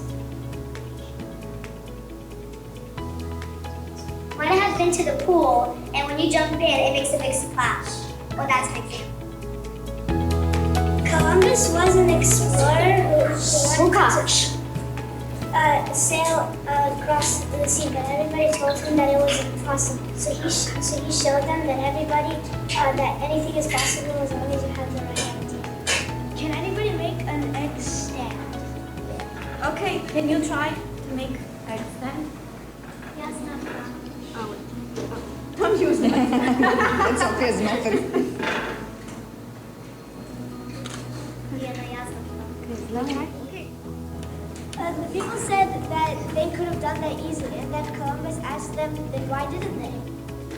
Hi, I'm Julia. Today we'll be talking about Columbus's test line for magnetic fields.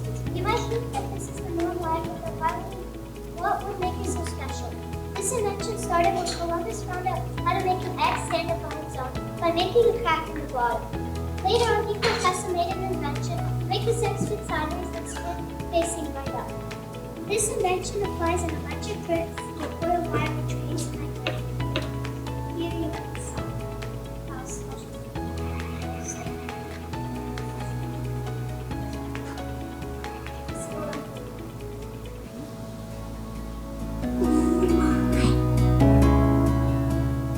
Hello, my name is Sophia, and I wanted to share with you this game, which I fell in love with playing it for a week.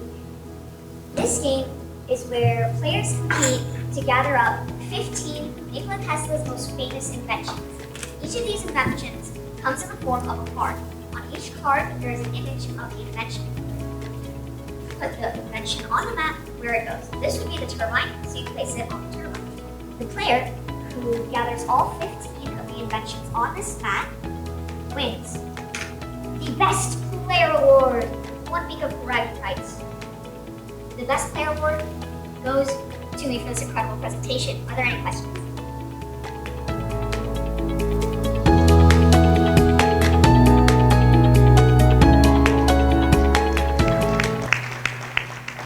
Thank you, thank you.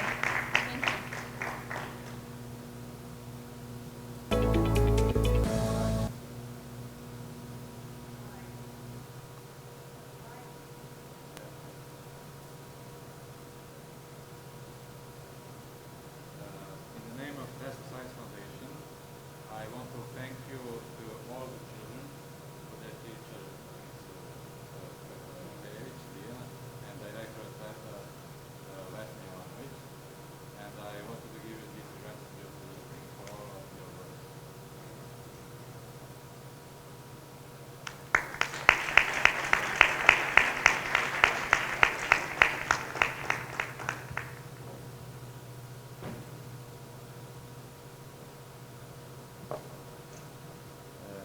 Our next dear guests are the representatives of Nikola Tesla Club from Detroit with the founder Snježana Adamović.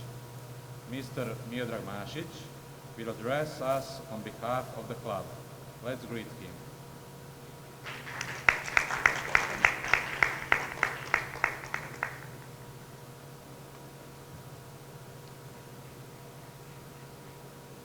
Good morning, ladies and gentlemen.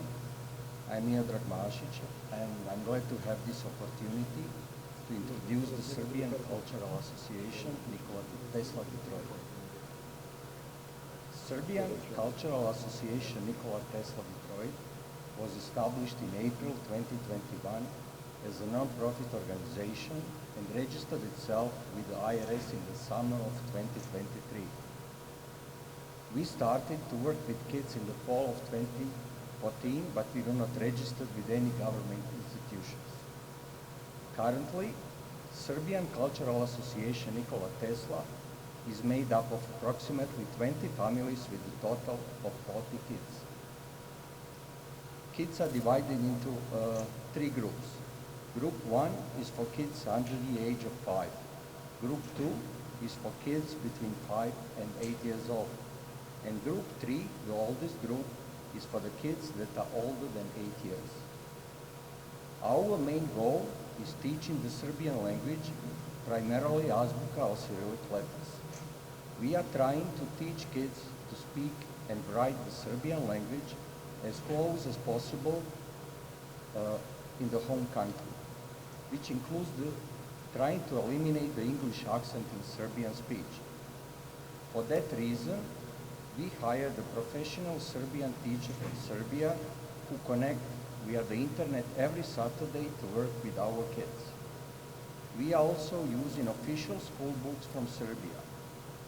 Every Wednesday evening, we are also doing remote Serbian school with all this group over the Zoom. This kind of work, we realized, drastically improves the speaking and writing capabilities of our kids. Our oldest group of kids are able to write essays in Serbian Cyrillic, and they know basic grammar of Serbian language. Mom and all the kids work with our youngest group. Our second goal is to educate kids about Serbian history and heritage. History classes are held by Tesla family members. We follow history books prepared by the Serbian Ministry of Education for Diaspora. We have presentations made and presented by our kids each week about different Serbian cities and significant events in Serbian history. Most of our Tesla families are university educated and have ability to teach kids and aides what they do.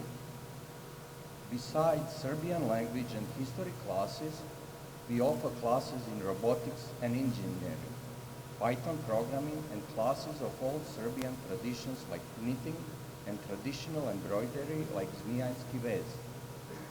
Every year, we finish the school year with a competition in Cyrillic, writing, and Serbian history. Within the facility we are renting, there is a gym where kids can enjoy playing soccer, basketball, and gymnastics. Traditionally, we do 1 or 2 parties per year for parents and kids, St. Sava Academy and St. Nicholas. Serbian Ski Day and Art Colony are done in nature. We host different speakers like Serbian poets, actors, and other speakers. Serbian Cultural Association Nikola Tesla also does fundraisers to help families in need in our home country, Serbia. Our biggest achievement up to now was building a house for a family near Banja Luka. You can follow us and our work on the Serbian Cultural Association Nikola Tesla Detroit profile on Facebook. Thanks for listening.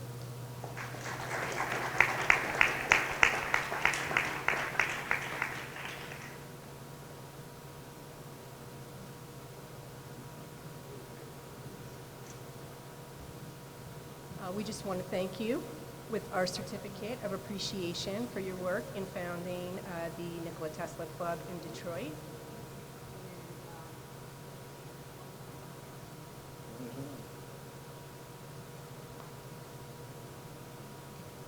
Thank you on behalf of the Tesla Science Foundation.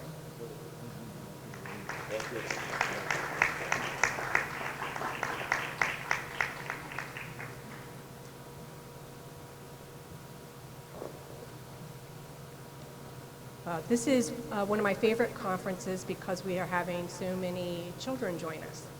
And that is great to see the next generation coming together with us. It is a delight to present our next participant, a 12-year-old talented violin player, Novak Mashik.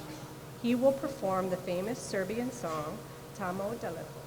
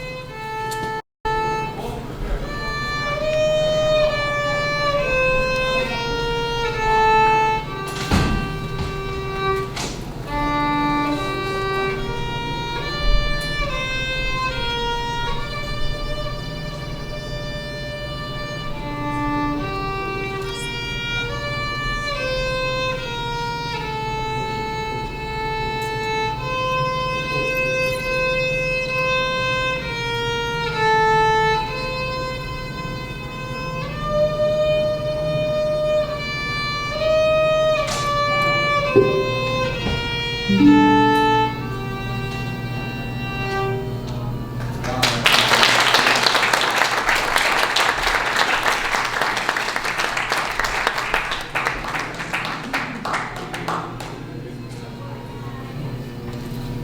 behalf of the Tesla Science Foundation, thank you for your artistic contribution.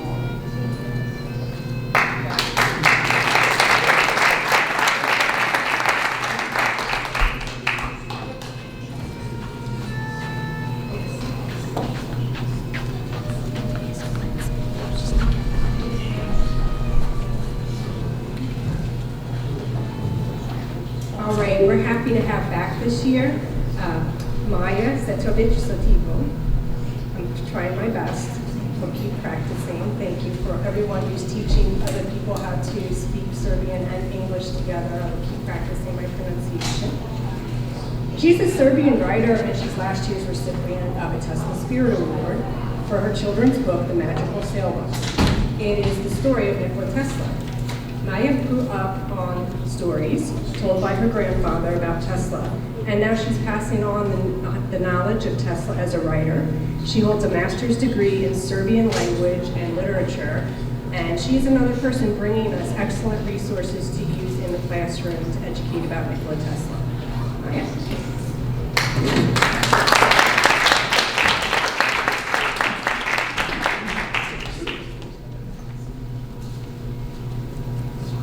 If only Tesla I were.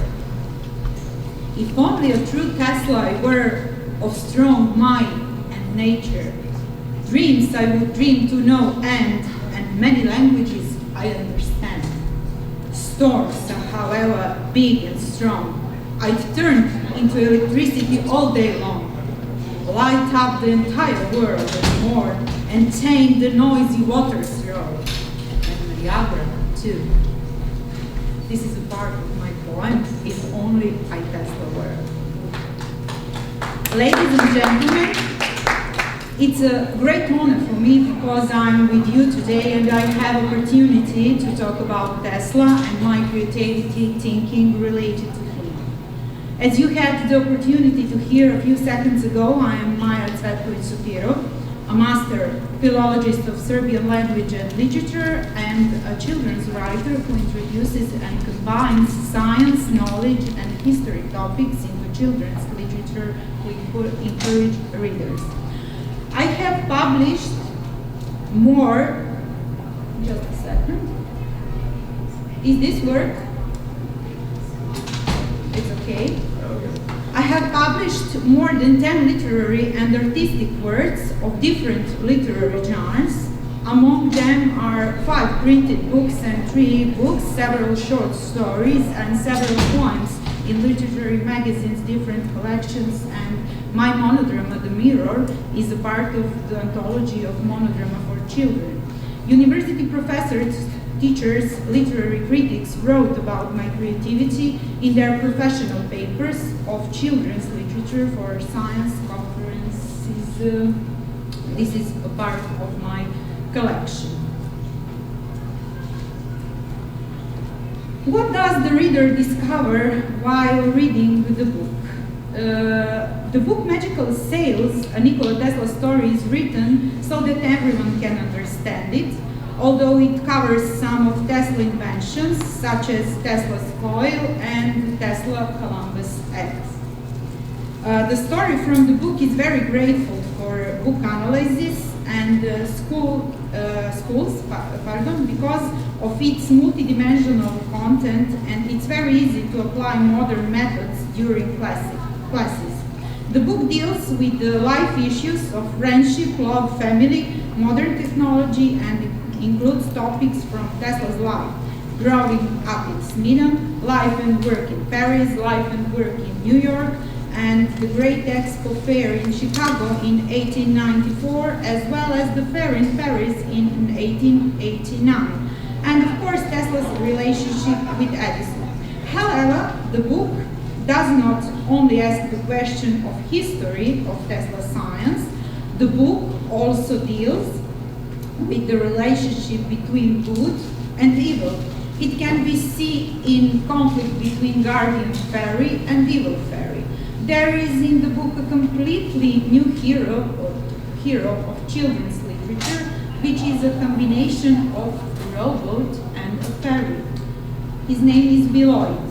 The scientifically perfect and precise Beloit is treated to replace the world of fairies. In the same time, it is the question of relationship between artificial intelligence and humans too. It can be seen that the teacher has unlimited possibilities when working on the book with students. Also, there is the possibility for teachers of different subjects to work together on book analysis, literature, language, history, science, physics, culture, geography, etc. I will tell you something about my poetry. My poetry has been published in magazines for children's literature, on websites, etc. And my poetry also provides great motivation for teachers to analyze different topics with students. The relationship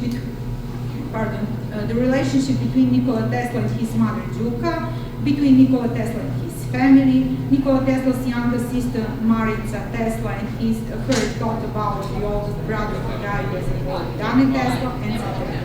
And my latest story about Tesla the night before Christmas with Tesla is also inspired by a story from my childhood when my grandpa once tried to explain to me why the whole world doesn't celebrate Christmas on the same day as we are.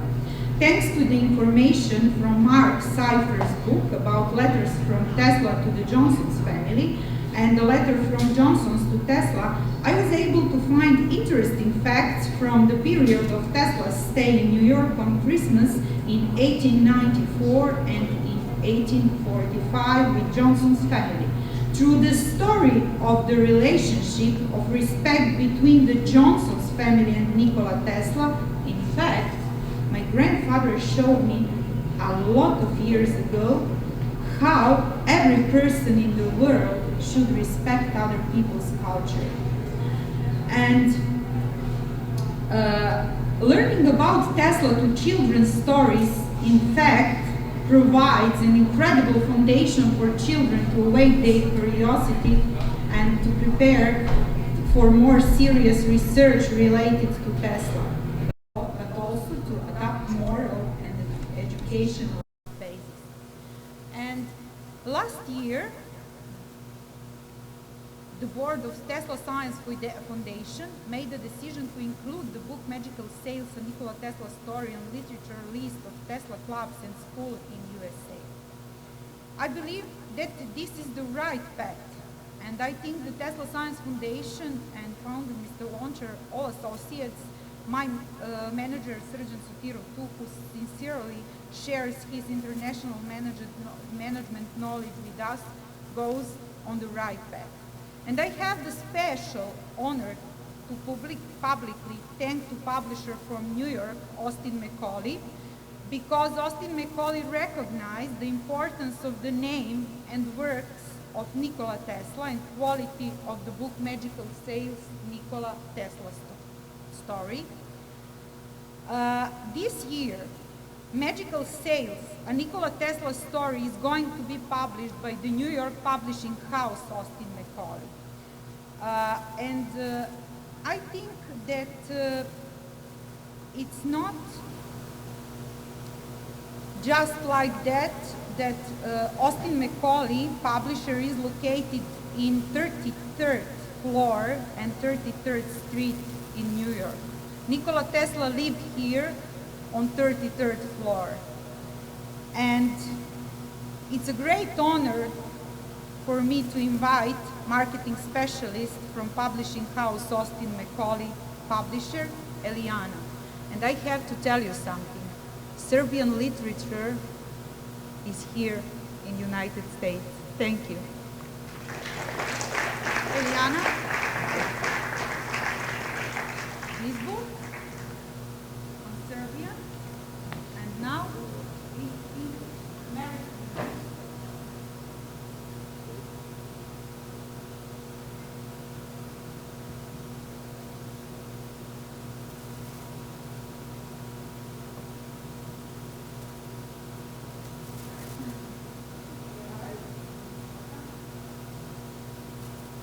Good morning. I am part of Austin Macaulay Publishers. It's founded in 2006. Austin Macaulay is an innovative and independent publishing with headquarters in New York, London, and Sharjah. We have a hybrid model, and we work with all genres from fiction to non-fiction, children's book to mystery books. Our mission is to bring the world together one book at a time. Our goals are giving talented authors a chance. While you don't have to be a bestseller author,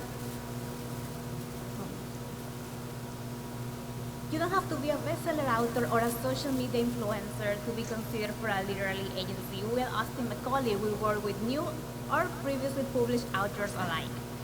We have high quality product. We assist the authors in all the production process from editorial, production, and marketing.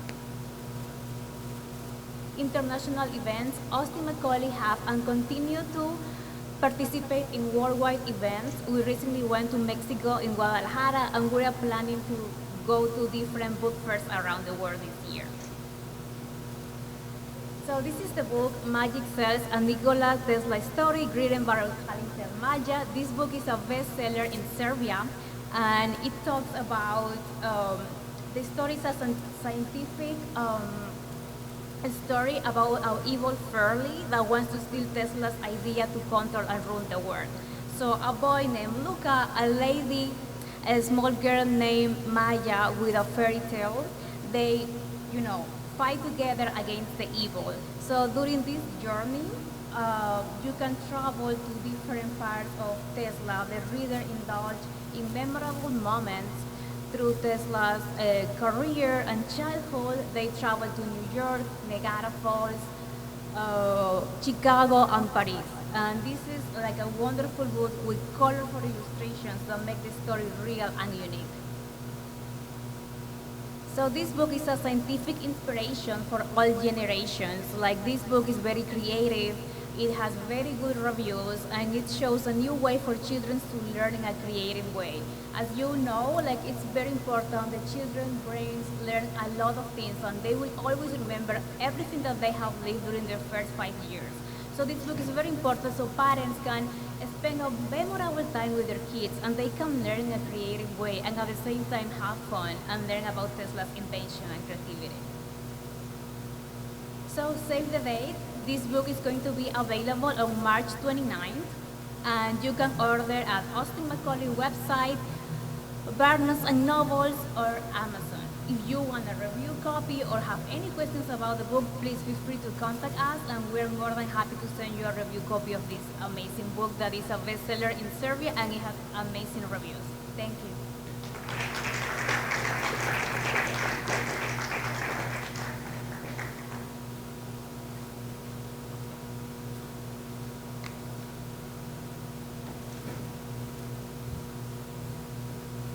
On behalf of the Tesla Science Foundation for contributing to the legacy of Nikola Tesla, we'd like to present you all with tokens of our appreciation, both for your artistic and creative work, and for those who stand behind our artists and support them.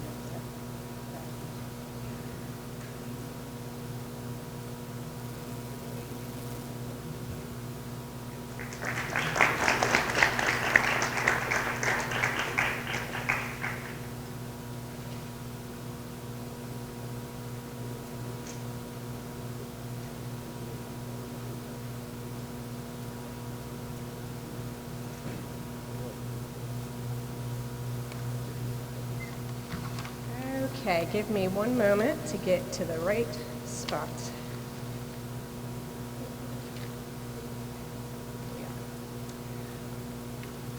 Next up, we have Jadranko Danilovic. Jadranko?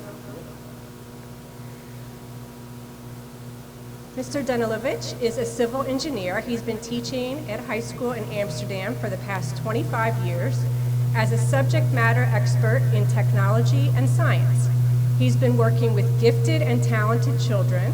For gifted and talented children, he's initiated 2 clubs, Rocket Club Tesla and Innovation Club Tesla. He's the winner of 5 science Olympiads in the Netherlands, 1 world championship, and many more. He is an honorary editor in the Science magazine of the Netherlands. Welcome.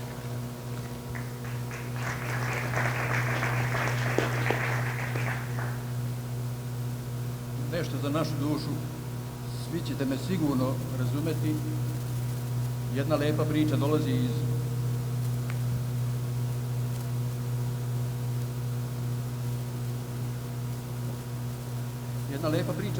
iz Holandije, iz Amsterdama. U originalu priča traje 13-14 godina, a ja od amsterdamskog potpalublja, godina od risanja, nerazumevanja, nepoverenja do prve iskorištene šanse, do prve medalje i vrata se polako otvaraju. Svaki novi uspeh za nas je nova motivacija, svaka nova medalja, novo samopouzdanje. Prepoznatljiv je naš Tesla logo od Londona do Houstona, od Kopenhagena do Pekinga, od Milana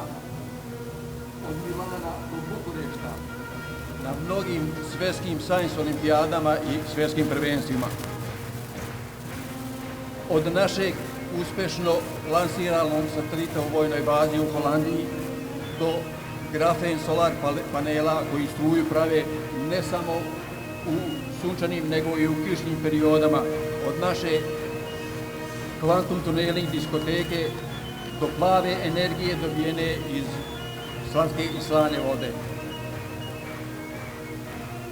Verujući u Teslino pravilo kompenzacije da se prave nagrade, da su proporcionalne radu i odricanju, stigo smo mi i do prvenstva sveta i tamo kroz trnje do zvezda đaci našeg kluba Tesla napraviše najbolju konstrukciju padobrana na svetu i to u društvu najjačih, najboljih i verovatno najbogatijih. A čitava ta priča krenula je od moje osnovne škole Nikola Tesla u Derventi, Republika Srpska, da se razumemo, i mog prvog projekta iz opšte tehničkog obrazovanja. Nešto što je trebalo da liči na Teslin brodić, ne vrlo loše napravljeno od šperploče, ali zato vrlo brzo se transformisao u Titanik. A danas đaci inovativnog kluba Tesla napraviše taj famozni Teslin brodić koji treba u bliskoj budućnosti da po amsterdamskim kanalima čisti plastični otpad.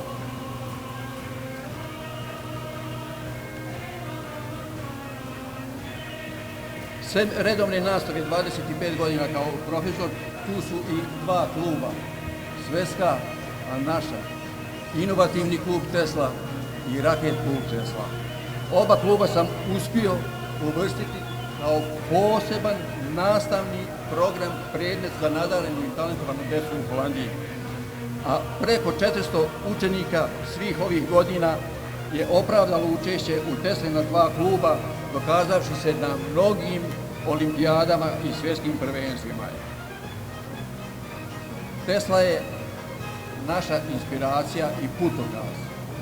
On nas motiviše da budemo bolji od drugih, da u najboljem svetlu predstavljamo naš narod, da promenimo pomalo negativnu sliku o nama, da mi budemo pravi ambasadori, jer to i jesmo, da zainteresujemo, da motivišemo decu da uđu u Teslino kolo. Hvala Nikoli, Peđi, Srđanu, Nahadi na gostoprimstvu, hvala Nikoli Tesli na transfuziji genijalnih ideja i hvala svima vama, nama ovde koji znamo šta hoćemo i šta možemo. Ko sme, taj može. Ko ne zna za strah, taj ide napred. Hvala vam.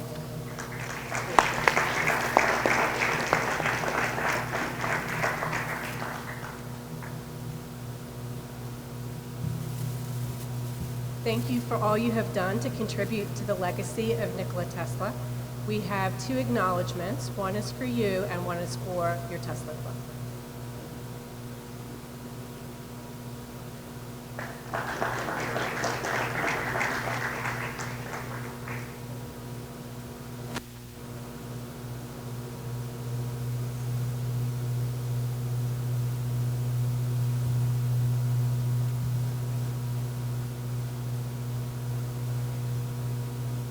next up we have Slobodan Jovic. He received his bachelor's degree at the University of Linguistics in Belgrade. He teaches Serbian language and literature at the elementary school, Sveti Sava. He established the Tesla Club in his school with the goal to continue promoting the legacy of Tesla. He also founded the First Board Theater in 2014. He's written and directed several theater plays as well as short and documentary films for children and adults.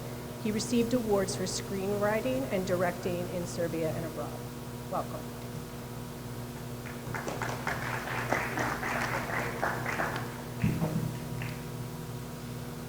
Ladies and gentlemen, dear guests and participants in this conference, my name is Slobodan Jotic and I work as a teacher at the elementary school Sveti Sava in Požarevac. Basic orientation of my school is to respect tradition, of course, and cultural heritage, and to draw strength from them for new, innovative, and modern trends in education. In addition to the many projects in which the school participated this school year, at the suggestion of Mr. Nikola Lončar, we founded Tesla Club. We immediately defined the main goals. Next slide, please. Okay, our mission is to ignite curiosity, foster innovation, and inspire a passion for science, technology, and engineering. Next slide. Our vision is to create a dynamic educational community where students are dedicated to an innovative environment that celebrates the legacy and spirit of Nikola Tesla. We immediately want to create a visual identity for the club. Next slide. And this is how this logo was born. The idea of the logo is to symbolize the spirit of Tesla's heritage. Next slide, please. We have defined the activities that the club will implement. That would be those workshops and respectable classes, visits to museum and science parks, theater performances, of course, and movies, mentoring lectures and projects.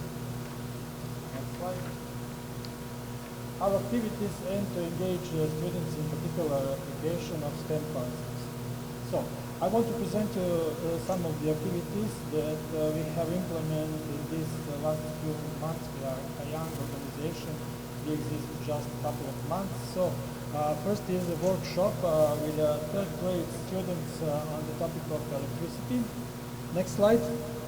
That is the visit to the Nikola Tesla Museum in Belgrade with students of older classes. Next slide. Next is respectable Serbian language lesson. That is the class of Serbian language and literature on the topic on the autobiography, My Inventions of Nikola Tesla. Next. That is the class of Technique and Technology. Class based on the topic on turbines and hydropower plants.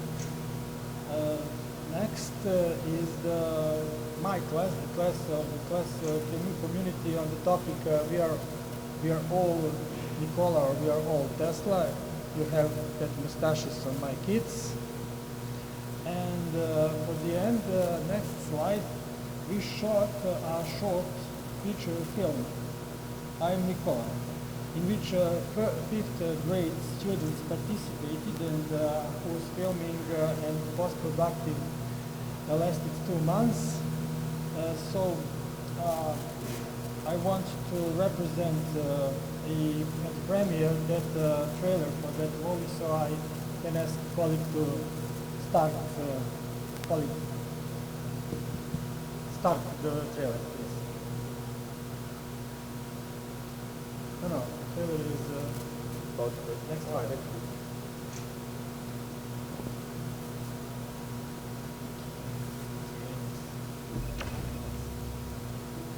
With the music, with tone.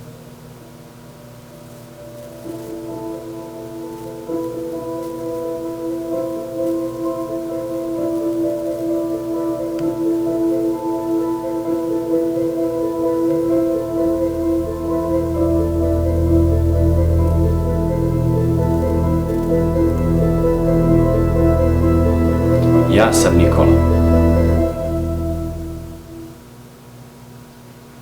So I proudly can say that we finished film 2 days ago, and if you want to watch the whole movie, that's approximately 70 minutes short movie, you can do it on website web presentation of elementary school Sveti Sava in Požega. So thank you for your attention. Thank you very much.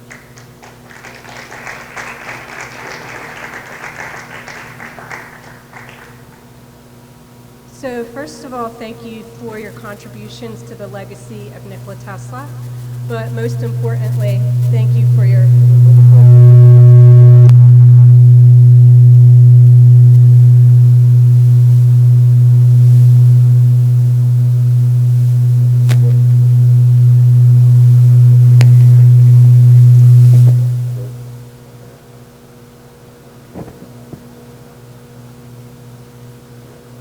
Okay, but most importantly, in a world where science educators are getting harder and harder to find, thank you for your dedication to our students. We have 2 appreciations for you today. One is for yourself and one is for your school.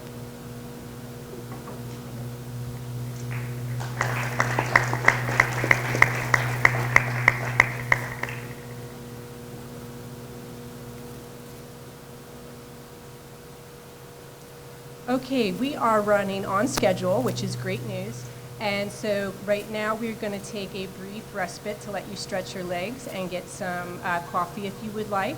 And we'll be back in about 10 minutes.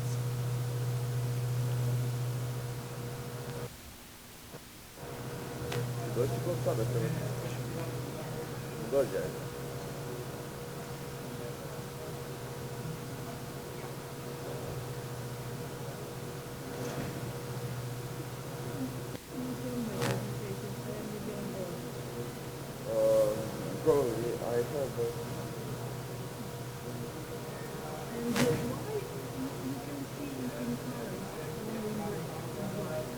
here. Yes. Oh, yes, that's all.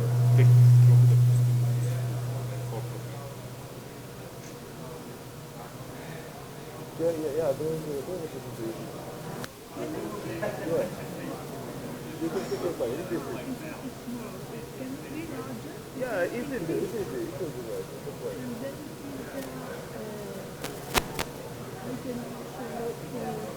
Pointer. Yeah, you will get it. This is there. Okay. No, it will be okay. Don't worry. In colors. No. We will try it best that we can.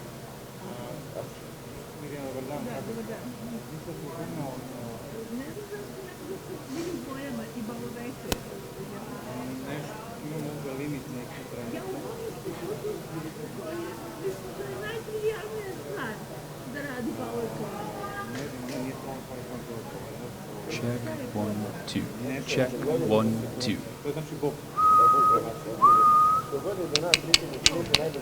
Check 1, 2.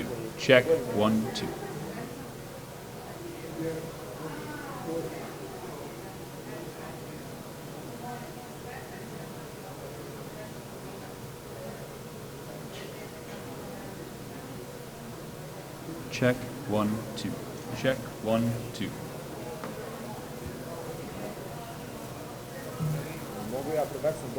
Check 1, 2.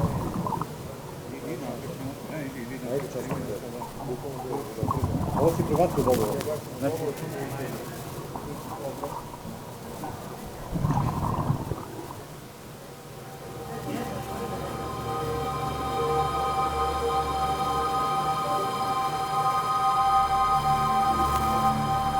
od onoga dana kada čovečanstvo bude gledalo na prirodu iz drugačijeg ugla, napredovaće za 10 godina kao što su napredovali do tada. Check, 1, 2, check, 1, 2, check, 1, 2, check, 1, 2.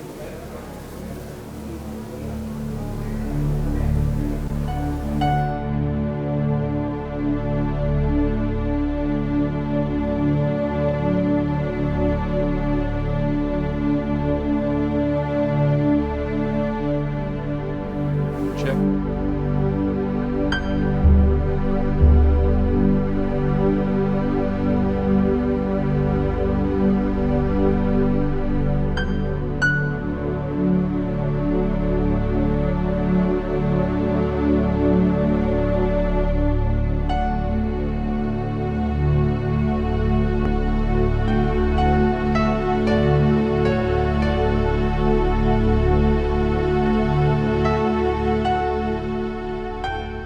Nikola Tesla prophesied, from the day when humanity will look at nature from a different angle, they will progress in 10 years as they have progressed up to that time.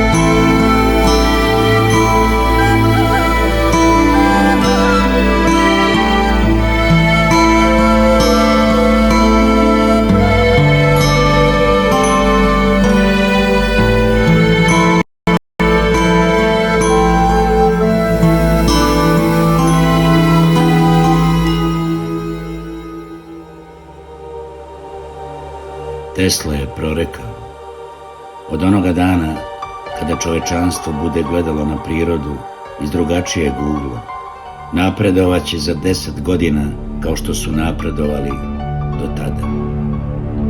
Tesla je prorekao, od onoga dana kada čovečanstvo bude gledalo na prirodu iz drugačijeg ugla, napredovaće za 10 godina kao što su napredovali do tada.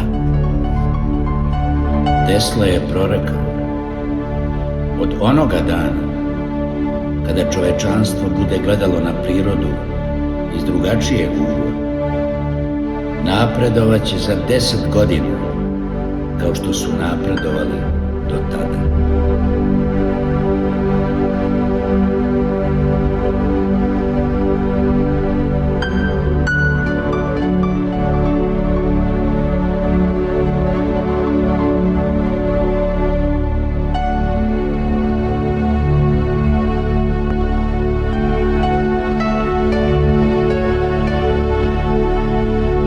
Nikola Tesla prophesied, from the day when humanity will look at nature from a different angle. They will progress in 10 years as they have progressed up to that time.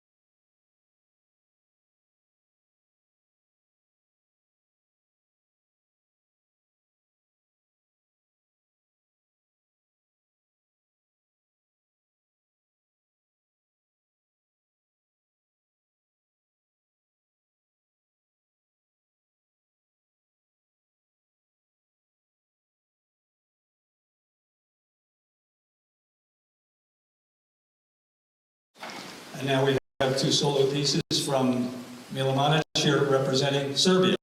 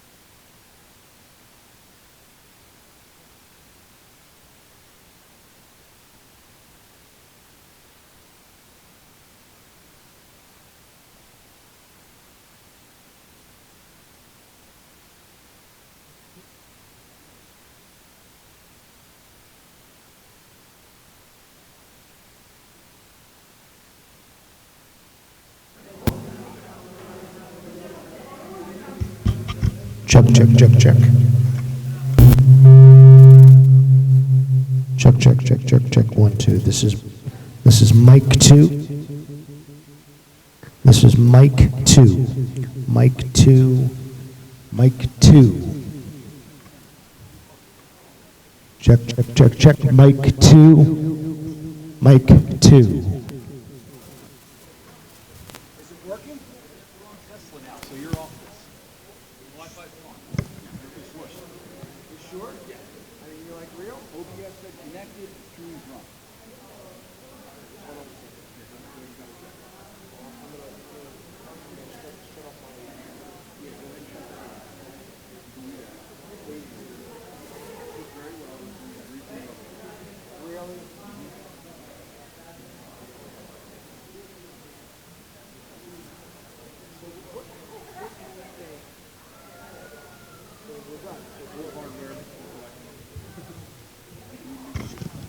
Check, check, check, check. Check, check, check, check. I just have to figure out why I'm not getting sound here. Check, check, check, check. Check, 1, 2. Check, 1, 2.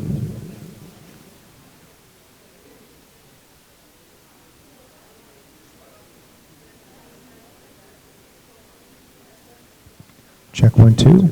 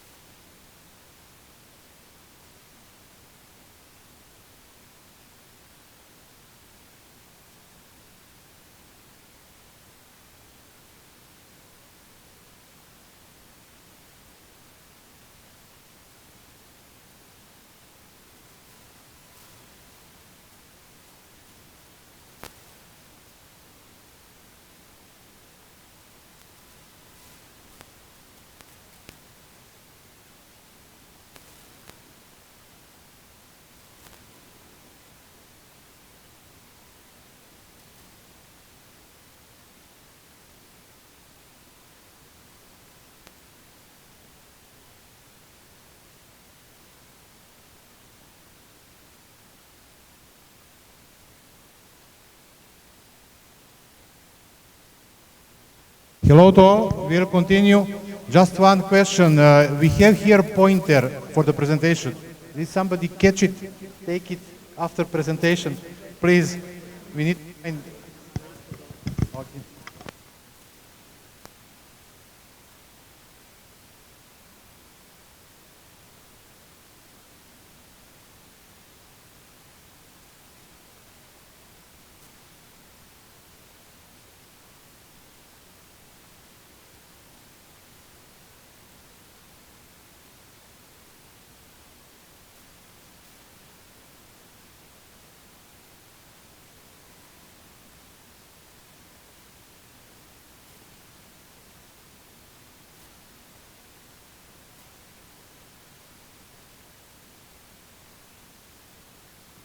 Check 1, 2.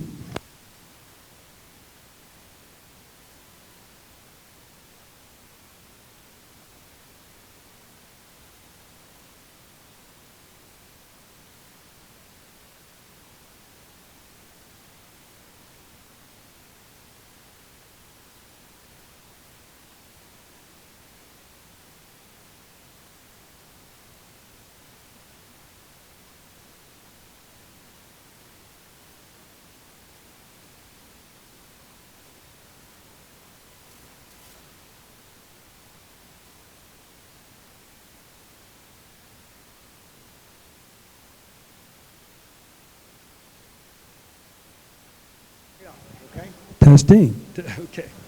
This is the mic. Right up. Oh, give me a moment.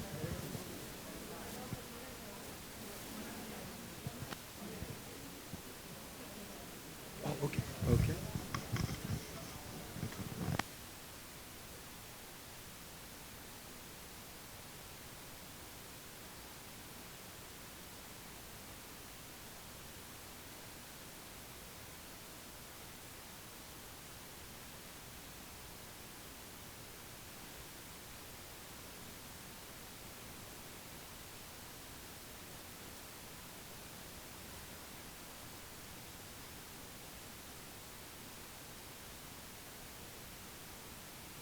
Thank you, Ashley, and good afternoon to everybody.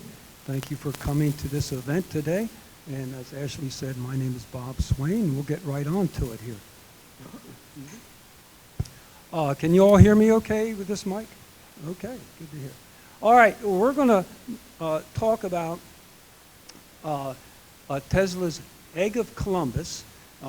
2 years ago, I made a presentation on this, so I won't go into why it's called the Egg of Columbus and everything, but it was used he used it in the 1893 Chicago World's Fair to demonstrate the rotating magnetic field. And what is that? Well, that was a way to turn a shaft on a motor. You didn't need a water wheel or water to turn a water wheel. You could turn a shaft with electricity for industry or whatever else you wanted to do to do a big grinding wheel, etc. But first motors were basically started by Thomas Edison using what? DC, right? Well, DC motors, if you're familiar with them, if you have a drill at home, you'll look inside the older drills. If you look inside the vent window on a hand drill, you'll see sparks flying. Well, that's a commutator and brushes.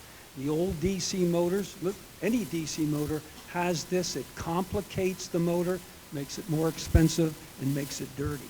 The idea was to come up with a simple motor that didn't have all that stuff and make a shaft turn and use that for anything. Fan motors, and these days, electric cars, of course. So, again, 1893 World's Fair. If we can advance the slide, please. Thank you. All right. Egg of Columbus, designed and demonstrated at the 1893, oh, thank you, 1893 World's Fair. And this is an actual picture of the table, portion of the table that Tesla had at the World's Fair under George Westinghouse's name. And this is the Egg of Columbus right here. And that's the egg. It's a copper egg. And this is pretty large. This is probably 18 to 24 inches in diameter on a concave base. This is the overall table right here on the right that Tesla was demonstrating. Next one. Next, please. Okay, this is a Tesla's Egg of Columbus that was built in Serbia for the Tesla Science Foundation, and we have it in Narberth, Pennsylvania. I brought it up 2 years ago, but I was really reluctant to again because it's a very quality Tesla Egg of Columbus. And again, there's the egg in the middle, which I placed. This is a still picture, and that's the power supply up above. And real quickly, the egg works, or it rotates here because it comes in with a sine wave, AC sine wave from your receptacle in the wall and splits it. So we're going to see this in actual operation, and there we go. I think my battery's going dead already, so it just goes to show you how important wall electricity is. Next slide, please. And this one should go right into the motion. I'm not sure we're going to see it work. Can you click it again? There we go. Oh, no. Okay. Can you go back?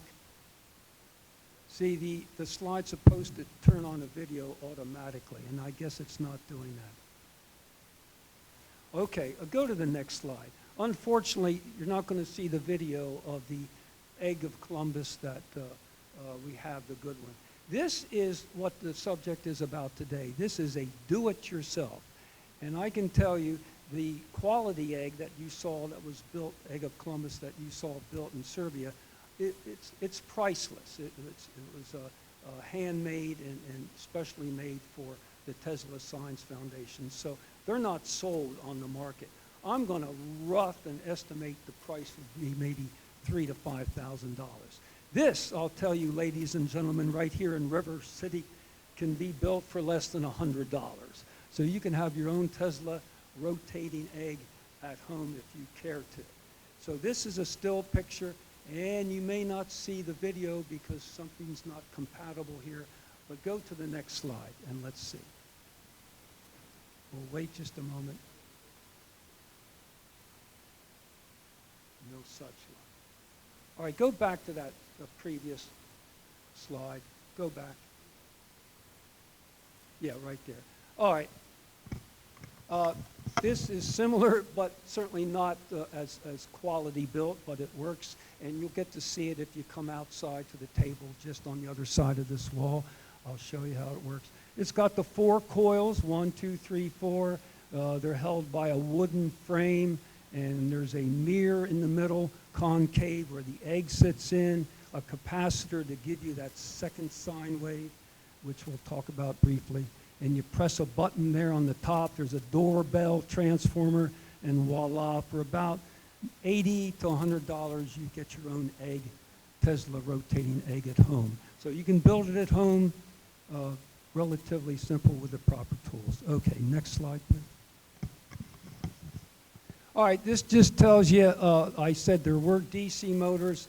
You can see the commutator on the bottom end right there. That's a commutator, and that had brushes, and that's where that complication comes in. Next slide. This is an outline of an AC motor. There's no commutator. There's just a shaft with a metallic rotor here inside a frame. As you see, there's no commutator, no brushes, only bearings. So that's the goal, to get a simple motor, an induction motor. Next slide. This is a picture of a larger AC motor. Again, the shaft, the rotor, the bearings, and that's all you need, the frame with the coils in it. Next slide. This is the diagram to build your own. It's roughly 7.5 inches there on the inside diameter, 7.5 inches each way, so it's pretty small. The coils are just steel bolts. Don't get aluminum, get steel for the magnetism, and there's a certain length, about 3.5 inches long. Capacitor, you wind these coils with wire to give yourself an electromagnet. Next slide. This is the wiring diagram for it. You buy a plug-in adapter like you use to charge your cell phone. This is a little larger, 24 volts, AC. Don't get the DC one, get the AC one, a push-button doorbell, and then you wind your bolts. Okay, these are the bolts. This is a lot more than what's showing. You put a lot more windings on than just 3. And if you do build this, be absolutely careful you wind it the right way. If you wind it clockwise, depending on which end you look from, and it's not this, one coil wound wrong, your motor, your shaft won't turn. So just follow the way it looks here.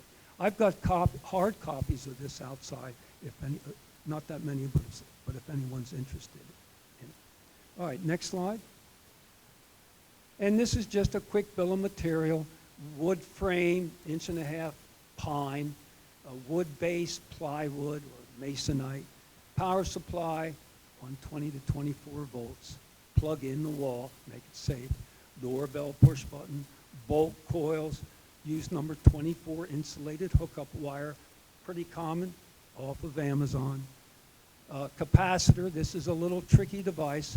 This is what you get that second sine wave from that makes that rotating field. And the bolts, hardware for coils, see the drawing. And a phi top. This is the egg in the mirror. It's a concave mirror, and they sell that from Amazon. You can get that also. So with those items and a little bit of luck and some time, you'll get it. Next slide, please. This is just a neat way to wind the coil. That's the bolt, one of the 4 bolts. Just a little jig made out of wood. There's the wire on the spool. It's better to do it with 2 people, one person holding the drill, a variable speed drill. Keep the speed down low. Somebody just sort of holds the base here and slowly turn the drill and wind 6 layers of this wire. 1, 2, 3, 4, 5, 6. Okay. Be sure and know what direction that wire is wrapped on that bolt. Next slide. Okay, real quick, this is what I was saying. You come in with the first slide, alternating current, AC sine wave.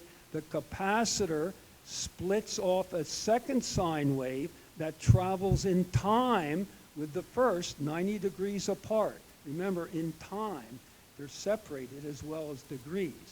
And you'll see up on the top right-hand corner, actually the motion as the rotor turns and gives you AC. Next slide. But you have to put in that capacitor. This is just a diagram. Again, you see the 4 coils? They're just shaped a little different. But those arrows are what they call vectors. It's the magnetic vector of each coil as the wave goes by, and the summation of those vectors on the left is the magnetic vector on the right, and that shows the magnetic force itself rotating. So mathematically, you'll see, you can't see a magnetic field rotate, but you can imagine the vector rotating, and that's the magnetic field. Next slide. And this is a prototype, if you will, or a replica of Tesla's AC motor that he showed in his patent, and a copy of his patent is on the right. So there you can see the 4 coils separated there on his motor, the pulley, and on the right is the generator. It's not in this picture. So this is what Tesla used as his patent in May 1st, 1888. To get that. And then George Westinghouse bought his patents and helped Westinghouse Electric get off to a start. Next slide, please. And just want to say thanks to Nikola Tesla, we have generators up at Niagara Falls. We have transmission lines that crisscross the country that provide us the comforts we have. AC motors are used to drive industry and everything else now, cars, etc. Next slide. And for those of you who have or have not been to Niagara Falls, of course, Tesla is honored up there with these statues on the Canadian side, on the American side on the left, because he was instrumental in the design and concepts for George Westinghouse to build the generators that powered Niagara Falls and supplied power to Buffalo, New York. And that was the start. Next slide. Thank you very much for listening, and come out right outside when you get a chance. Thank you. Thank you so much. Okay, Bob, on behalf of the Tesla Science Foundation, thank you for your work and contributions in the legacy of Nikola Tesla. Thank you very much.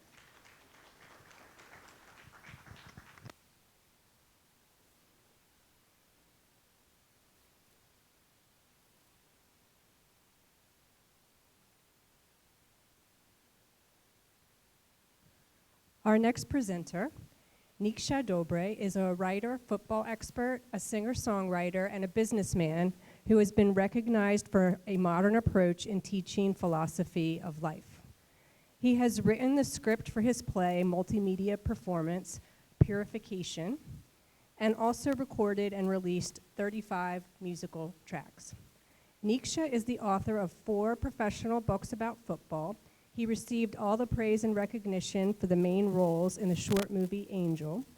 He's the author of 3 novels, Rift Between Two Worlds, Purification, and Sophia's Bliss.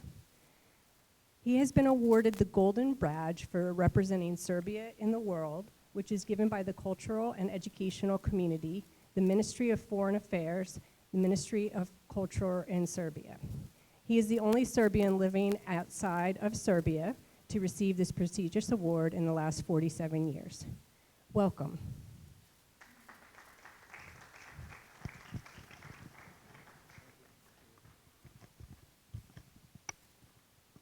Good morning, everybody. Good morning, Tesla people. How beautiful is this amazing morning and hear all these beautiful speeches and to be connected with such a great man as Nikola Tesla. I would like to talk about Nikola from different perspective, if you allowed me, because we heard so many nice achievements that Mr. Tesla left to humanity.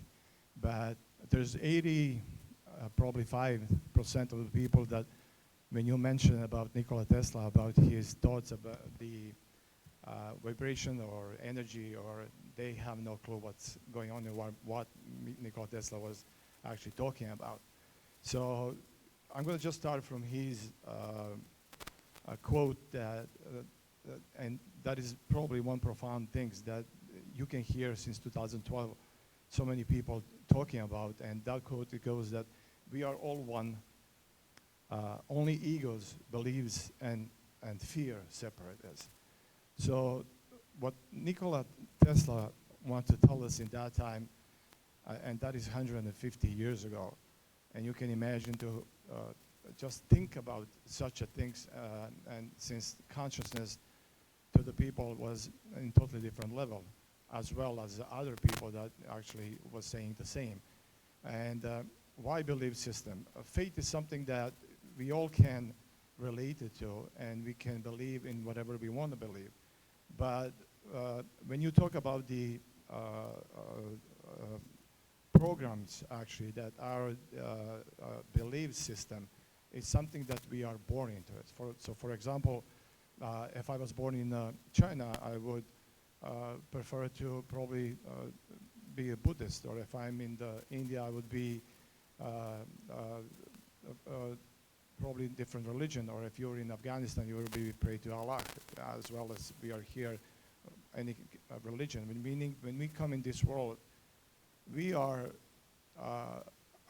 bombarding with so many layers of the programs that comes with that, meaning also religiously, spiritually, politically, not only that, but as well also the program that we inherited from our genes, from the mom and dad, and other social things. So ego is melting us actually, and ego is making this avatar that we are creating and that we going through the world, that helping us to survive. And those programs are molding us on a totally different level that our subconsciousness can't come on the surface if we don't reach for it. So what Nikola Tesla is also saying, that realizing and raising the vibration on the level that is are able to recognize that, since we are here as a mind, spirit, and the body, mind, spirit, and the body. So mind and the body is the realm of the physical activities in the physical realm of the three-dimensional world that we live in. But when you discover, when you high and raise your vibration, that Nikola Tesla says many times, not only him, that others people too. So when you raise your vibration and find the sense of the consciousness on the higher level, then you really truly find who you are, actually what you are, as I would say. So Nikola Tesla, when we said what we are, actually who we are is your name and the title, it's your social security number, your banking account, but what you are is the amount of the light that you're carrying in yourself.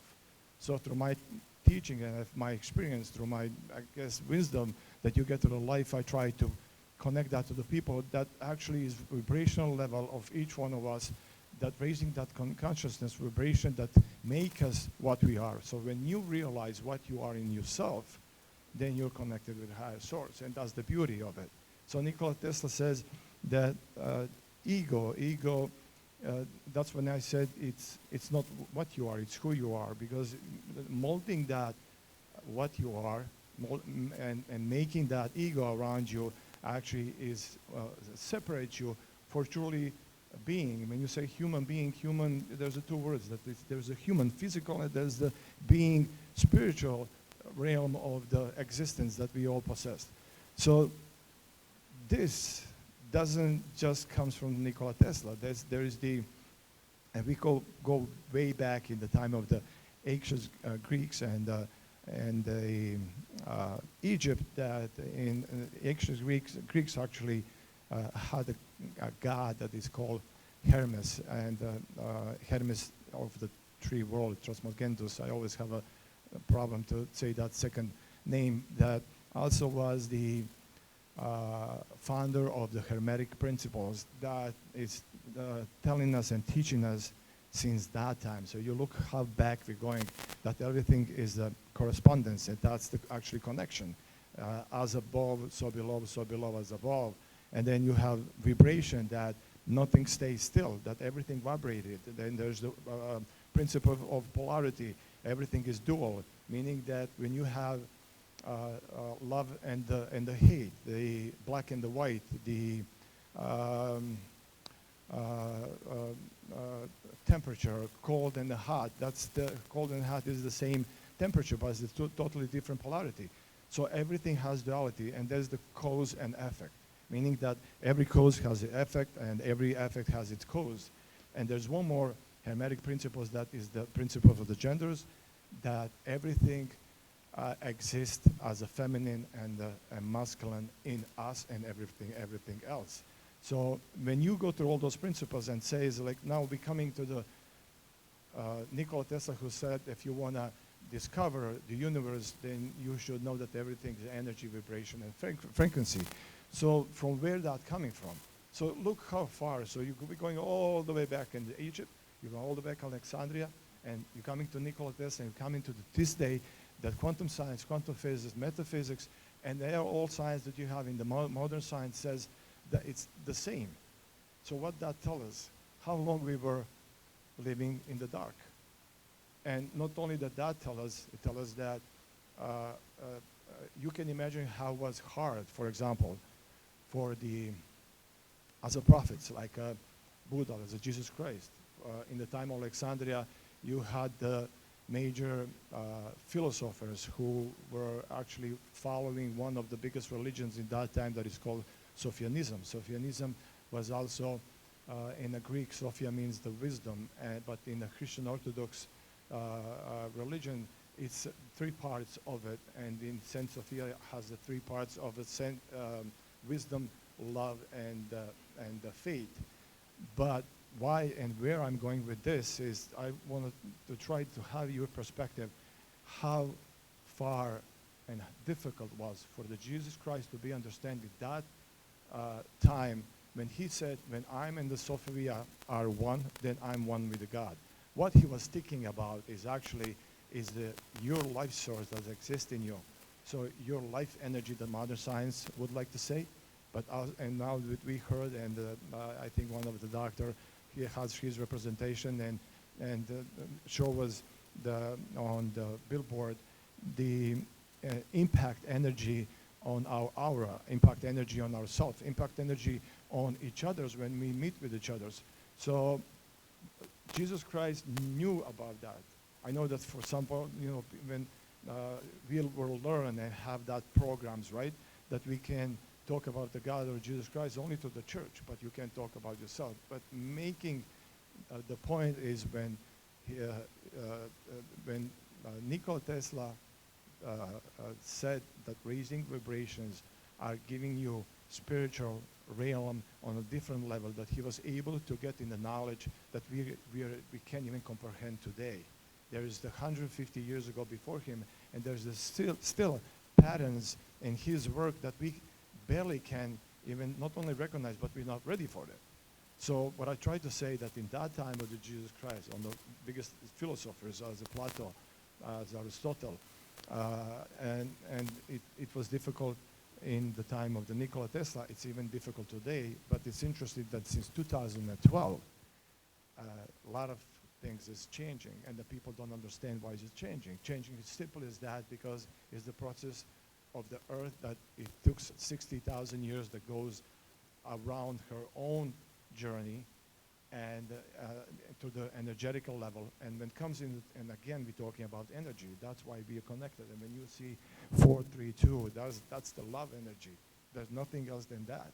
So after 2012, so after 60,000 years, Earth has impact on all of us, and ability that we raise our consciously on the level that we can recognize what is good, what is bad, but we couldn't do it. That before we went always like to the different density, we went to the life. When I said different density, meaning not that if just that you can understand, there's the first density that everything is the matter, right? This is the matter. My microphone is the matter that becomes energy when there's a release it. There's the second density that is bringing the life on this earth, and that's the plants and the animals. And plants has their own pattern of the behaviors and the life in them in their own world, the same as animals. And we were in the third density, but after 60,000 years, we had opportunity finally to change that density and bring it on the fourth and the fifth level. That's the 5D that you and everybody else, you realize that we have now the cell phones that we're talking about is the different realm of the consciousness. It's not even the density, it's the consciousness of the race and vibration that energetically just has an impact in humanity.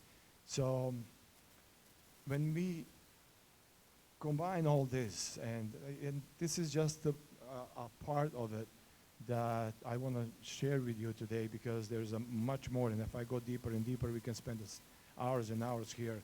But the point is all one. So when you have, and I'm going to, I mean, we have such an amazing soul, if I can say, who came here and gave everything to the humanity as a Nikola Tesla, the guy who, and people like to say or just mention, died poor in this hotel here. And I always said, is it really true that he died poor? Maybe it was poor for us, because we're looking for a perspective of the physicality. But I'm sure that he transitioned in other realm of the existence in a happy and beautiful way, because he left so much to humanity, but he didn't ask for anything. He could be the most richest guy. So what that tells you, that actually this guy, this soul, lived and left everything that he could for us, that we can live here in the better world, like many scientists and many other people, many other prophets or philosophers. So when somebody say peace can come only as a natural consequences of a universe alignment, as Nikola Tesla says, meaning that peace is depending not on the collectivity that say, okay, now we're going to get in union and we're going to become all one, that I just start this. So it's not, okay, let's get together like a horde of the animals and we can become, no, there is a individual consciousness level opportunity for each one of us to work on our traumas, on our consciousness level to understand that we are in the matrix and that we are in that programs that gives people and put people in totally different position, not understanding real life, when I said, not understanding their own existence. And I'm going to continue with one other things, what he said, and I'm sure that you're going to understand. And because it's not only that we're talking about the physical things, what he left to us, but the messages that he learned through his journey also are profound, and people really don't understand on the right way. And what is a person without the peace in the soul, separate from divine grace? He futile tries to find comfort in material things. There's no comfort there. It is bottomless pit. More, give more, and in the end, emptiness again. When the soul becomes a calm sea, then healing begins. Remember that. It is a golden rule that the source of the most disease in the spirit, so the spirit can overcome most diseases. So this is again what physically our friends and the colleagues that they were here to give you the speech shows you how energy has an impact. We have the people like, Reiki teachers and others and masters that energetically they impact in other person and healing that person. But not only healing them, you healed yourself. And I believe in 30 or 50 years you're going to have universities that's going to be more and more and more, and the modern science will be, put it on the way. Because I'm going in totally different, it's so much that it's amazing how beautiful it is. So basically, Nikola Tesla shared just a part of his existence as a scientist, but other part is our pure love. And the love that he shared for some people was hard to believe in that time, even today, that he was able to talk with a pigeon. It's like, probably that he didn't have so much behind him, he would be a crazy guy. But that's not the truth. He was able to talk with the thunders. And somebody asked, how come? It's all about. When you raise your vibration on the level that you can give to humanity and yourself and recognize everything around you, that's the most beautiful things. So thank you one more time, and thank you very much, all of you, for listening.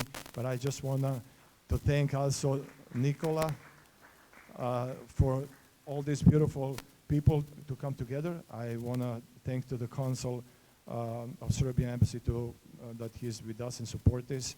And also I want to thanks to my friend Dragan Kovacevic, who did so much for the Serbian people in East Coast, and for his work and his team in the embassy. That it's really admirable, and I would like to acknowledge that.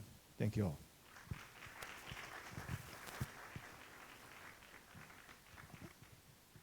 And we want to thank you from the Tesla Science Foundation, hold on one moment, for your contributions to the legacy of Nikola Tesla. Thank you very much.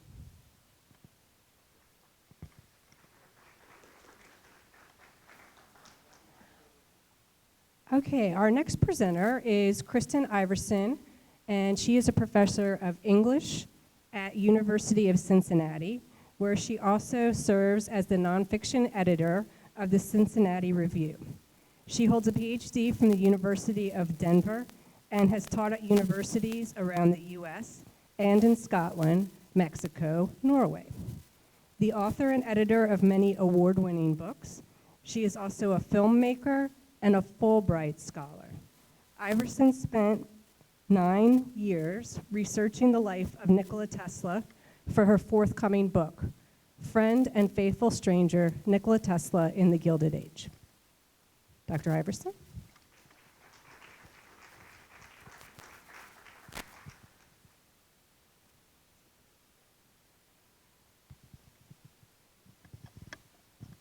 Okay, thank you so much for being here, and I am honored and delighted to be here with you today. And, okay.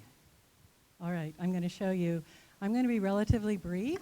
I have been researching the life and work of Nikola Tesla for almost 10 years. I have traveled to every place on the planet where Nikola Tesla has ever lived or worked or studied.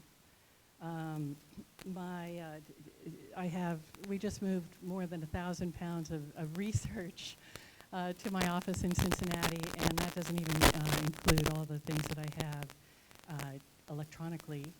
I've tried to look at every single piece of Nikola Tesla's life and work.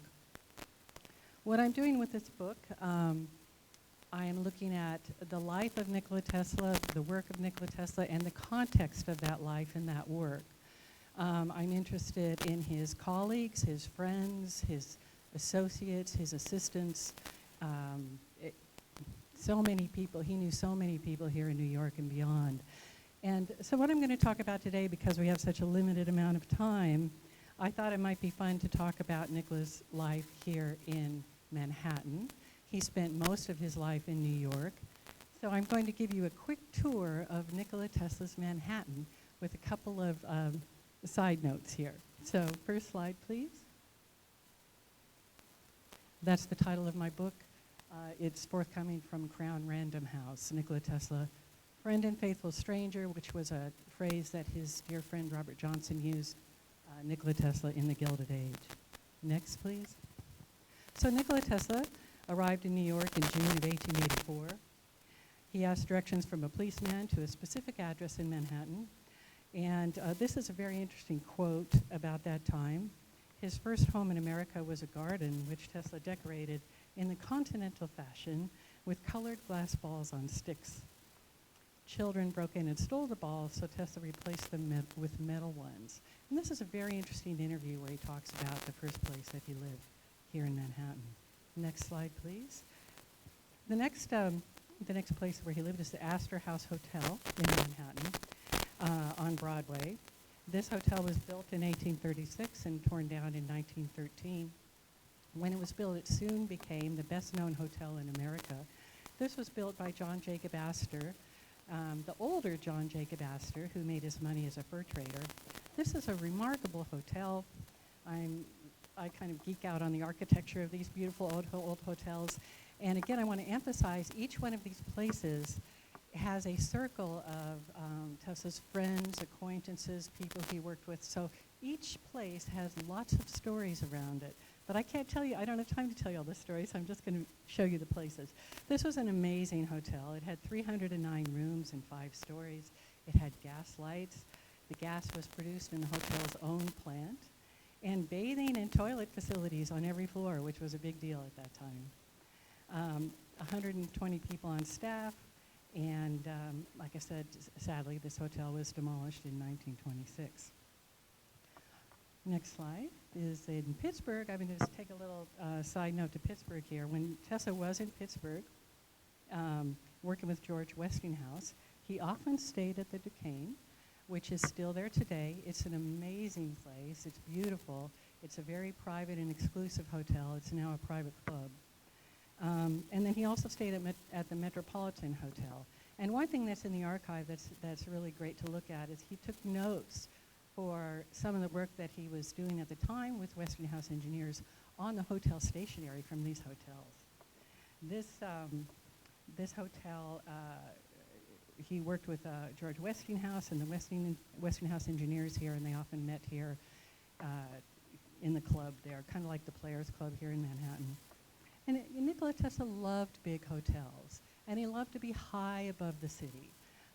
And I think that's just so fascinating. He loved to be able to look out and see the city, and he loved to be high above all the activity. He loved the idea that there was a lot of activity on the street and things going on in the street and also in the lobby, but he was high above it where it was quiet, and he felt that the air was fresher and cleaner up there. Of course, all of these hotels had really great support facilities, just very practically speaking. They had great restaurants, they had barbershops, all sorts of things that were helpful to him at the time. So that's the Duquesne. Oh. Could you go back? Oh, okay, here we go. Stay there for a second. Thank you. Here is the Gerlach Hotel, the Hotel Gerlach. He lived here for 6 years. This is on 27th Street on the north side between Broadway and 6th Avenue in Manhattan. Another important point with all of these hotels is that he could walk everywhere. All the places that he wanted and needed to go, his laboratory. He spent a lot of time at the New York Public Library, a lot of time in the parks, at Bryant Park, for example, and it was all very walkable. The Gerlach was a beautiful hotel with elevators, electric lights, beautiful dining room, and I've got a fun quote from this in 1894. a reporter from the Wichita Eagle noted that although Nikola Tesla has, quote, bachelor quarters at the Gerlach on West 27th Street, he almost always can be found at Delmonico's for breakfast and supper. So this hotel is still standing. You can go see it today, and it's now called the Radio Wave Building in honor of Nikola Tesla. Next, I have, just for fun, a couple of photos of Delmonico's and Sherry's, which were Tesla's favorite places to dine. Delmonico's in particular, and you can go to Delmonico's today, or a version of Delmonico's. And when he was sort of at the height of his social life here in Manhattan, and he was a very social man, he would have dinners at Delmonico's and then take people to his laboratory either before or after. And there are just so many great accounts of this time. He knew the chefs personally. And Nikola Tesla also had several recipes of his own that he really liked that he brought from Serbia. And he would ask the chefs to make those Serbian recipes for him and for his guests. So, and we have some of those recipes today. Arthur Brisbane, who was a reporter from the New York World, described Tesla when they did an interview at Delmonico's as, quote, almost the tallest, certainly the thinnest, and certainly the most serious man who goes to Delmonico's regularly. So that's kind of a fun quote. Next, please. This is a photo of the players in Gramercy Park. You can also go here. I'm not going to go into great detail here except to say that this is a very important part of Tesla's life, a very important part of the story. This is a club for actors, musicians. It was started by Edwin Booth, the great Shakespearean actor Edwin Booth. And then they expanded it and they wanted to include scientists and inventors. And so Tesla was invited to become a member. He spent a lot of time there with Mark Twain, many other writers and artists, and it's a really, really great part of the story. And it's a beautiful building that is still there today. I want to mention the Alta Vista Hotel in Colorado Springs. As you all know, Nikola Tesla had a laboratory for a little less than a year in Colorado Springs, for about 8 months. And during that time, where he did some of his most important work, he stayed at the Alta Vista Hotel in Colorado Springs. At that point in time, Colorado Springs was a very important community. A lot of people came there from New York. It's a very famous tourist place. And it has just a wonderful history, and it's set against the backdrop of the Rocky Mountains. It's quite beautiful. The mountains are right there, and he did a lot of experimentation actually going up on the mountain. And we've got some great interviews from that particular period of time. This hotel was built in 1889, just a few blocks from the train station. He liked to be able to walk, but he would have to take a carriage up to some of his experimental sites. This hotel is 4 stories high. It was the best hotel in the city, and it was advertised as, quote, nature's great outside with every room. This hotel was demolished in 1962, and unfortunately it's no longer there, but there is a site where his laboratory was in Colorado Springs, and you can still go there, and there's a plaque there that recognizes that. Next slide, please. So next we have the Waldorf Astoria, probably the most famous part of the story. When Tesla returned to New York from Colorado, he moved to the Waldorf Astoria Hotel on Fifth Avenue. He lived in room 470, and he lived here for more than 20 years. The Waldorf Astoria, as you may know, originated as two hotels, one built by William Waldorf Astor, and then John Jacob Astor IV, who became a close friend and colleague and supporter of Nikola Tesla. And there's so much to say about his relationship with John Jacob Astor. I will just say briefly, one of the more interesting aspects of their friendship is not only were they both inventors, but they were both very interested in science fiction. And John Jacob Astor wrote a book of science fiction during the time that he knew Tesla, so that's kind of neat. This hotel was demolished in 1929 to make way for the construction of the Empire State Building. which, by the way, when Tesla was here living in this hotel, he could see that through his hotel window here.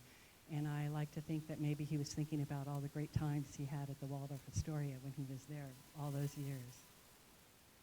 Next, I think, oh, there's another photo. Old Waldorf Astoria. There's some wonderful old postcards, too, about these hotels. Next slide, please. I want to just briefly touch on the Blackstone Hotel, which is where Tesla stayed when he was in Chicago. For part of 1917 and part of 1918, he stayed at this hotel at the corner, right on Michigan.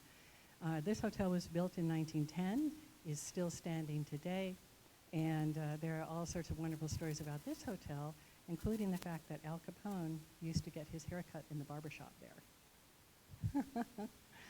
Okay, next please. This is the Hotel St. Regis, where Nikola Tesla lived from 1918 to 1923. When he left the Waldorf Astoria, and of course John Jacob Astor went down in the Titanic,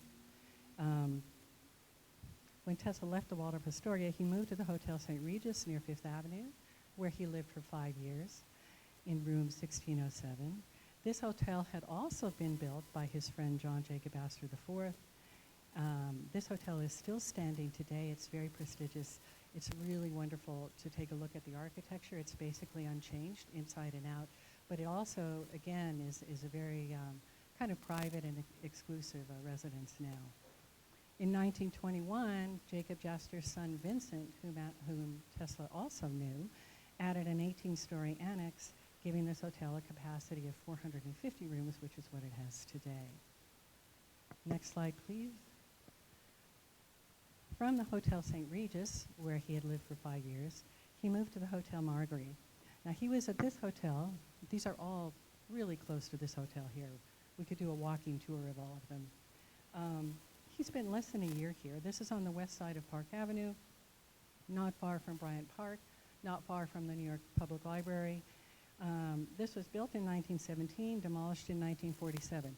Tesla did not stay here very long, and I think part of it was that it really was more like a very nice apartment building. It didn't have all the facilities that some of the other hotels had. It was a little bit harder to get to, and he was only there for a very, very short time. You may have heard a lot of stories about, I just have to add this, Nikola Tesla and pigeons and hotels. If you've read some of that or seen some of that, all I'm going to say at this point is take it with a little grain of salt. The story is much bigger than that, and I will emphasize that Nikola Tesla did love animals, and he was one of the people who started the Humane Society here in New York City. So it's a much bigger story than pigeons at his windowsill. Okay, next hotel, please. He then stayed at the Hotel Pennsylvania, 1925 to 1930. This is on the 7th Avenue. He lived on the 15th floor. This hotel had more than 2,000 rooms, shops, restaurants, and its own newspaper. It was once the largest hotel in the country. Opened in 1919, it had been designed by the architectural firm of McKim, Mead, and White. And you may know the story of Stanford White, the architect, who was also a close friend of Nikola Tesla, and he was murdered on the roof of Madison Square Gardens in 1907. Nikola Tesla served as a pallbearer at his funeral. It's quite an interesting story there. This hotel, the Hotel Pennsylvania, was a virtual city within a city with Turkish baths, swimming pools, a barbershop, and a library featuring 4,000 knot volumes, a telephone exchange with 60 operators. It really is remarkable, and it became famous as a jazz club. Tesla was very good friends with the manager, Robert Flandreau. This hotel, sadly, was closed in 2020 and demolished in 2023. And this is a part of Manhattan history, New York history, that I strongly feel should have been preserved. Next hotel. So from 1930 to 1933, Tesla lived at the Hotel Governor Clinton. This was named after George Clinton, the first governor of New York State. He had a room on the 20th floor, and this hotel was on 7th Avenue. And this hotel, built in 1929, is still standing today. And then finally, I'm going to bring us up to where we are right now, to the Hotel New Yorker, where, as you may know, Tesla lived in rooms 3327 and 3328. He lived in this hotel here for 9 years until his death in 1943. This hotel was built at the height of the Jazz Age. At the time, it was the largest hotel in New York City, the nation's largest private power plant. It had a hospital, an indoor skating rink, 20 desk clerks, 23 elevator operators, and a personal secretary for each floor, 10 private dining salons, 5 restaurants, 35 master cooks, and a barber shop with 42 chairs. And as I mentioned, America's largest power plant at the time in the sub-basement. So I'm going to end here. I just wanted to give you just a little taste of Nikola Tesla's life here in Manhattan, and what that life might have been like. He had different laboratories here, and in the book I get into all of that as well. And my intention with this book is to build a full picture of Nikola Tesla's life in so many ways, the context of his life historically and culturally, as well as celebrate his remarkable achievements and his truly unusual and fascinating personality. He had many, many close friends here in New York who were writers, artists, painters, male and female friends, and it's really just stunning. It's very exciting work. So thank you so much. I hope this gives you just a little bit of a picture of what I'm working on. Thank you.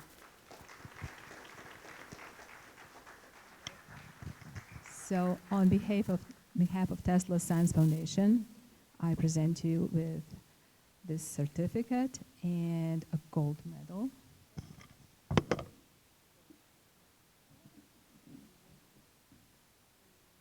For all your achievements.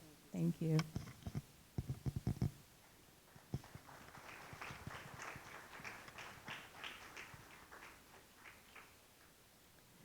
Our next presenter is Radmila Sataric, graduated from the Faculty of Philosophy, Department of Yugoslav Literature in Novi Sad. She worked as a professor of Serbian language and literature in Belgrade and Novi Sad. She is a member of the Writers Association of Serbia. In her pedagogical work, she was engaged in a number of cultural activities. She organized school forums wherein our world-class scientists Nikola Tesla, Mihailo Pupin, and Mileva Maric Einstein were discussed. Radmila Sataric is the author of 7 novels, radio drama, 2 collections of poetry, a calendar for children, and many, many more. Special features are 2 novels about Tesla and Mihailo Pupin. Her novels have been nominated for NIN Magazine Liturgy Awards. She is actively engaged in literary work, and she lives in Novi Sad with her family.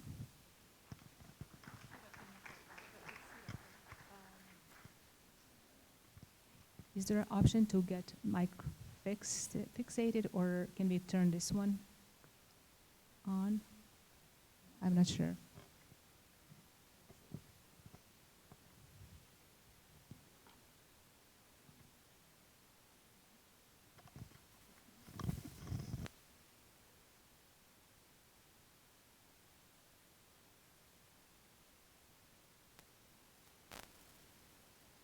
Good morning, everybody.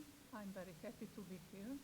Thanks very much for Mr. Nikola Lončar for his organizing this important conference. Novel, Nikola Tesla, Inspiration, Niagara. Even as a boy, Nikola Tesla dreamed of doing something particularly valuable and most importantly something to do with the Niagara River or Niagara Falls. He read about the river, got to know its waterfalls, fantasized about their power while working in the Gospic Library. He imagined that he could hear its noise, the mass of water with the power to set a miracle in motion. And he believed that this power, in addition to looking fantastic, must also hold a useful fascination for men. The power of the river, its sparkling waterfalls, reached Tesla's dreams and filled him with exhilaration. If the mountain streams can be so swift and set the mills to work, what other wonder can Niagara create? Niagara was a river close to Nicola's heart, but objectively too far from his hometown of Gospich to be able to do something with it. And then the conclusion revealed itself to him. All rivers are close, and each river has within itself something of the strength and beauty of the other rivers. So what makes Niagara special? It is the plateau from which it plunges into the crystal sparkling waterfalls that amaze the eyes and ears. How to explain the magic it holds, which challenges children's imagination and encompasses adult thoughts? River gives life, and they nourish people, and man is required to return something of this generosity, perhaps in the form of a song not unlike an ode. Songs have been dedicated to rivers meandering through regions and cities. Time and again, poets have weaved their lives into those of rivers, bestowing upon them the most beautiful of words. The very name of the Niagara River is special, melodious, harmonious, and challenging to think about in another slightly different way. Separated into syllables, the name of the river acts like its divine waterfalls, Na, Ya, Gra. The impression is that each syllable pours from the shape of an arch into the mass of water, accompanied by a lyrical color tone that eventually merges into a common roar of the intertwining water crystals in ecstasy. Is Niagara a monument to the transformation of music into power and energy? Who came first, the inspired or the inspirer, the energy or the music? Which impressions was the first to reach Nikola Tesla? It appears that auditory impressions with some special properties in the form of tonal records reached Tesla's and took over his entire being, permitting new ideas to form within him. The inventor's mind transformed the music produced by the waterfalls into a visual impressions, a mind which had already connected distant world with everything within his reach. How to bestow upon Niagara crown, a gift for all the magnificent artistry of a turbulent and noisy mass? What crown is adequate for a river that has selflessly extended its reach to two countries, to America and Canada? Nikola Tesla knew that this crown must have a sparkle even stronger than the brilliance of its waterfalls and a strength greater than its primary strength. A secondary reaction would be gratitude for its inspiration. This beautiful river will be spoken of as one of the greatest beauties of all time. Nikola turned Niagara into a mother brimming with strength, who will bring into the world an offspring with the tremendous potential to hold the world in connection and unity. The strength is the strength of the tiger. Just as Rhea nursed Romulus and Remus, so Niagara, that tigress mother, have given birth to a tiger who entered life tame and focused on the welfare of the world. She gave him her white frothy milk for eternity, to be strong and inexhaustible, to feed and warm, to be of service and help, to heal and save, to feed the human race into all the meridians of the world. Nikola Tesla knew that every concept in nature has a connection with some other concept, and that power has deeper roots than those that we initially perceive. The brilliance and energy born from the power of water was the strong in Nikola Tesla's heart. Had someone asked what he required for that song that he bestowed upon the people, what reward expected as a virtuoso, that constructor of a new world, he would have answered that it is both human happiness that he would feel pulsing through the world. And when happy human hearts unite, it is a force that is indestructible and energy that is unstoppable. If someone had asked him of the gratitude for his benevolence towards the human race, he would probably have said that the greatest gratitude is the use of energy for the benefit of the whole world. Nikola Tesla was a knight of mind and spirit. He approached the river with the colossal waterfalls, embracing them with the love of his mind. He saw their features, measured the dimensions, the strength of the water mass, combed the locks of this ravishing beauty, the Lady of Niagara, who would become a famous vocalist and narrator, an infamous inspirer and benefactor, who would tell the story of the knight who approached her to place a crown on her head without fear that she would reject it. Tesla's energy system is the crown of power plants which feed the subway and train grids on Earth. Westinghouse Electric built power plants at Niagara Falls and marked a complete victory of Tesla's alternating currents. Nikola Tesla combined seemingly incompatible concepts, but he showed that the merry-go-round of the mind is the sweetest carousel and that no one can stop it because it is so individual and so personally owned that there is no investigator who can fathom the secret. Tesla had multidimensional sketches and pictures in his mind. The film about Niagara was present in him as reality, and he played with dynamo generators and power plants to decorate the river with. Even today, Niagara does not seem far to us. Niagara seems to stretch out its hands to every person to touch it. We feel it, we experience the essence of its crystals, its greenish color, as did one man who became close to every person in the world due to his accomplishments, who brought it closer with its speech, songs, melody, story, its consent for being adorned by the crown of her benefactor and the benefactor of the entire world. How many royals of the world would not wish to be followed by such eternal glory as follows the Niagara River? It is only necessary for such a knight to be born again as was the knight Nikola Tesla. Thank you very much.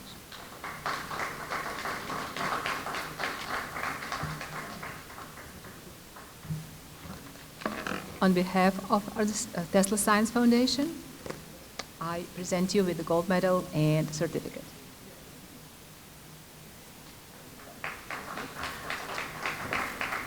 Now, we apologize for the delay. We are trying to keep track and stay on track, but some presentations took a little longer.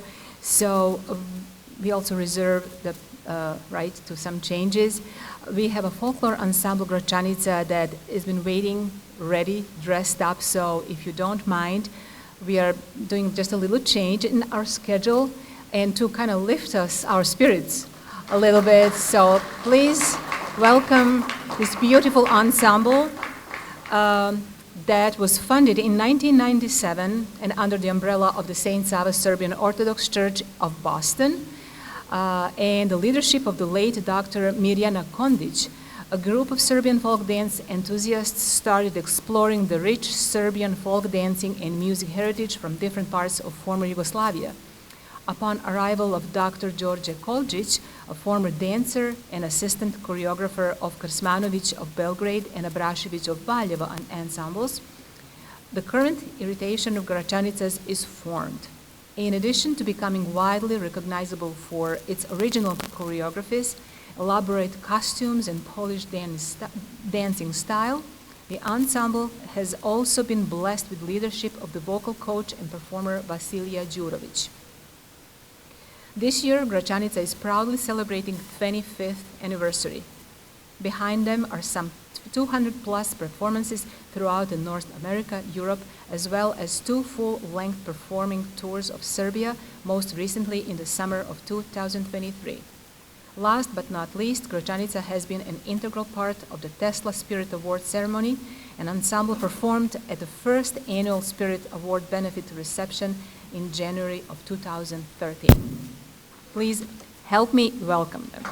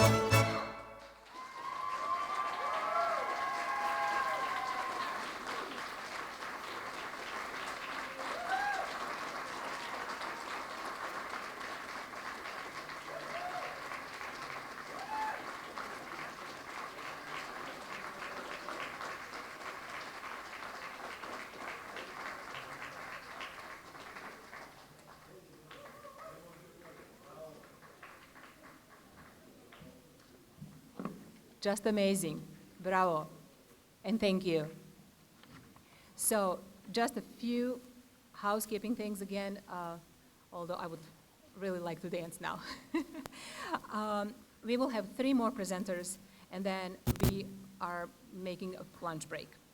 So just announcing that what to expect. So our next presenter is Rada Komazec. She was born 60 kilometers from the birthplace of Nikola Tesla on the other side of the Velebit. She is the director of the publishing house Jedinstvo in Kosovo and Metohija, where she also works as a journalist and publishing editor.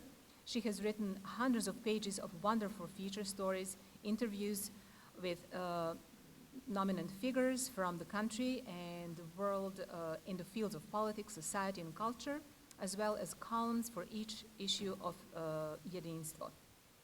Rada Komazec is the recipient of several domestic and international awards, including the Golden Charter of the Association of Journalists of Serbia. She has been honored 4 times at the International Festival of Reportage and Media and has been repeatedly declared Journalist of the Year in the media house where she works. Additionally, she has received numerous recognitions and letters of merit from institutions and citizens associations. She will be delivering her presentation today in Serbian language with English subtitles.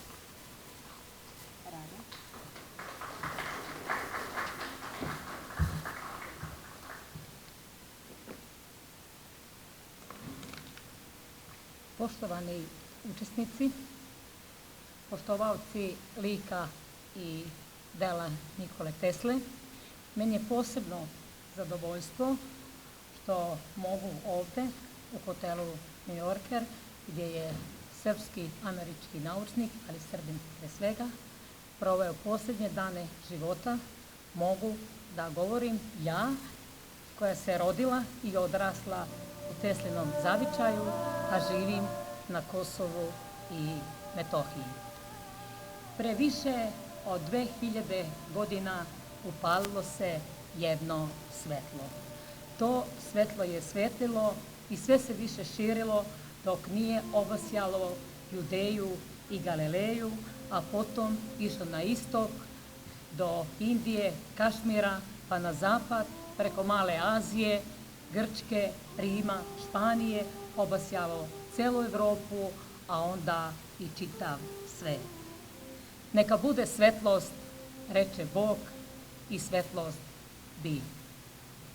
Bog je stvorio svetlost kao spoznaju, istinu, kao prostor dobra i ljubavi. Možemo raditi dok ima dnevne svetlosti. Kada dan okrača, a noć se nametne kao gospodarica vremena, nastaje boj između svetla i tame. I svetlo uvek biva pobednik. Onda je Bog dalje širio svetlost preko odabranog naroda, odredivši da se jedne julske noći u kući Božjeg izaslanika Paroha Milutina, sveštenika Srpske pravoslavne crkve, rodi dete koje će svojim umom i znanjem kao dar od Boga širiti dalje svetlost po svetu. Rodio se Nikola Tesla, Srbin iz Like, u krajiškom, plemenitom, junačkom, ali mučeničkom i proganjanom narodu. Iz kolevke je izišao zadojen pravoslavnom verom i nošen iskrom Božje svetlosti. Narod iz kojeg je ponikao Nikola Tesla, britkog je uma, vedrog duha, sa živom i bogatom maštovitošću, a dela koje čini inspirisani su pobudava moralne i duhovne vrednosti, dok je materijalno u drugom planu. Ideali Teslinog naroda su čast, pravda, sloboda i kosovski zavet. Ne veruju da ima prepreka koje ne mogu savladati, a srčanost kojom brane svoje ideale i vizije su snažne i prepoznatljive. Čast i ponos Teslinog naroda je smisao života. Zbog toga se umire i rađa. Zato je odabrani srpski sin sa iskrom božanske vizije širio energiju svetlosti, mira i ljubavi. U svojoj glavi ostao je uvek veran svom krajiškom, prečanskom, ali i svekolikom srpstvu. Teslin narod je čvrst kao kamen, bistar kao gorski otoci, plemenit, velikodušan, trpljiv kao kosovska zemlja, ponosan kao sokolovi iznad Tare, hrabar kao preci mu hajduci i uskoci koji su vekovima branili Evropu od prodora Osmanlija.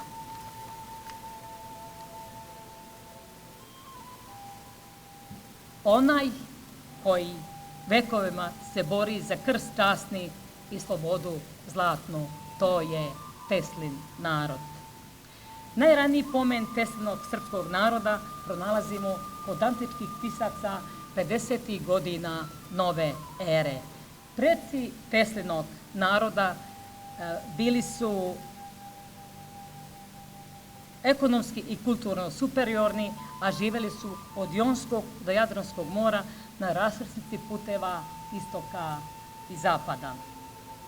Ako pođemo od Smiljana i Kršne Like, duhovna i kulturna svedočanstva Teslinog naroda, oaza u Goštaškom kamenjaru, manastiri Krupa i Krka iz 14. veka, preko kamenite Hercegovine, Tvrdoša, Moštanice, Podnokozare, Fruškogorskih manastira, Mileševe i Ravanice, dolazimo u središte zemlje Teslinog naroda, u kojoj se ugnezdila Gračanica, Pećka patrijaršija, Dečani i Bogorodica Ljeviška.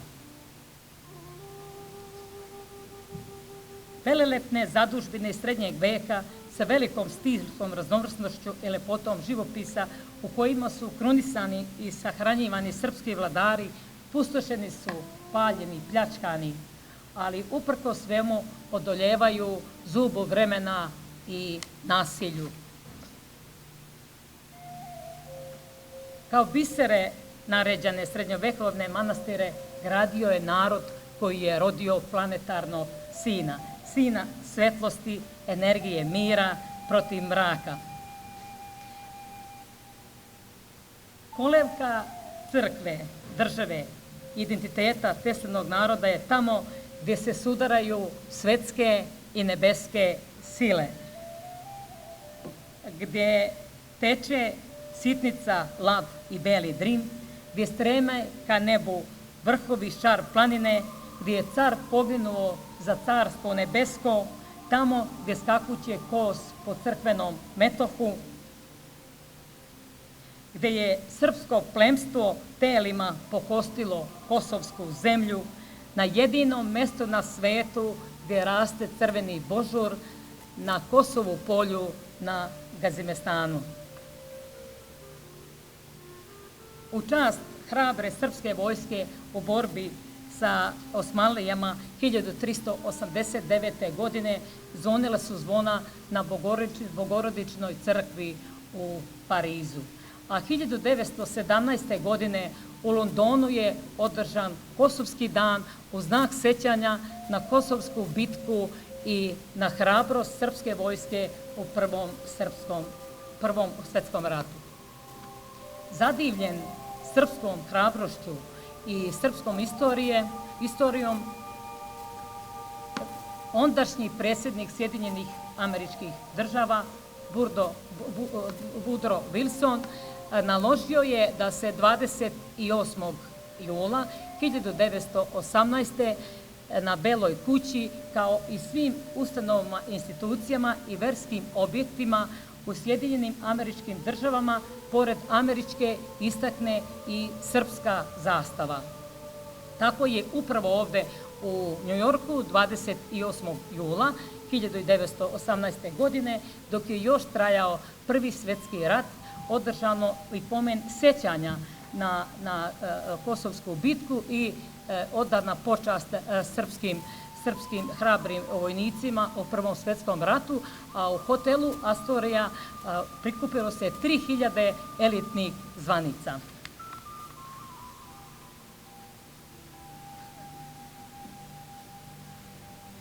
Dakle, gdje god se troje i poje Svetom Savi, gdje se gaji ljubav i tradicija proistekla iz Kosovskog zaveta, predanja i sećanja na svetorodnu dinastiju Nemanjića i praznovanje krsne slave, tu je srpski narod. Vreme govori, a ljudi pamte. Tamo gdje su prela i posela, legende, mistike, najlepše ispevane epske i lirske pesme kojima se je divio Gete i nazvao ih riznicom, biserima u riznici evropske književnosti. Viteški narod, pravdoljubivi, gostoprimljivi, slobodarski, spreman da pomogne, a bajkovite prirodne lepote ogledaju se na svakom komadiću zemlje Teslinog naroda. Od svetinja unedrenih u prirodnom okruženju šuma i zelenila očaravajućeg izgleda i ikonopisom koji nikoga ne ostavljaju ravnodušnom, do bistrih ponornice, brze drine, ovčarsko-kablarske klisure, dubokih uvala, preko Save, Dunava i Morave, do Pećke i Prizrenske Bistrice. Čiji god se bavili u ovozemaljskom životu, posle smrti duše je živa i u radosnijem i blaženijem stanju prelazi u drugi svet. Svesna i prepoznaje svet oko sebe. Naravno, pridružuje se svojim upokojenim rođacima. Teslina duša pridružila se svom mučeničkom srpskom rodu. Zahvalni smo Bogu što je odabrao srpskog sina, poklonivši mu toliko talenta i dara, da obasja svet i da ga ceo svet pominje po dobrim delima. Teslini pronalasci namenjeni su miru i opštem blagostanju svih ljudi na planeti. Tesla je svetski naučnik, ali samo su Srbi Teslin narod.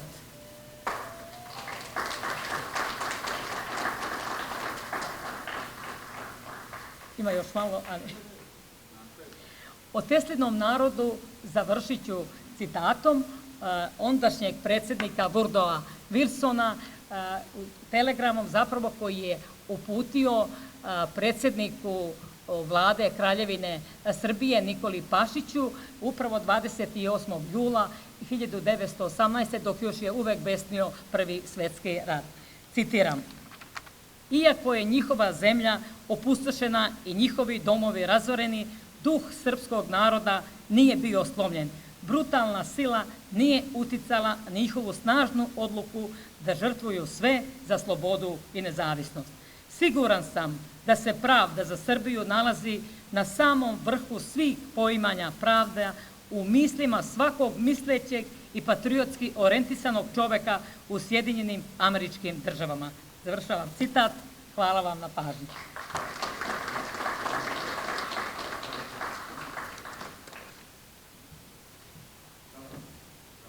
Bravo za film i bravo za sve ono što radi s njim dugo godina i na poslu i za predstavu Tesli narod. Vidjet ćemo se popodne. Ovo je jedna zahvalnica u to ime za tebe. Dobar.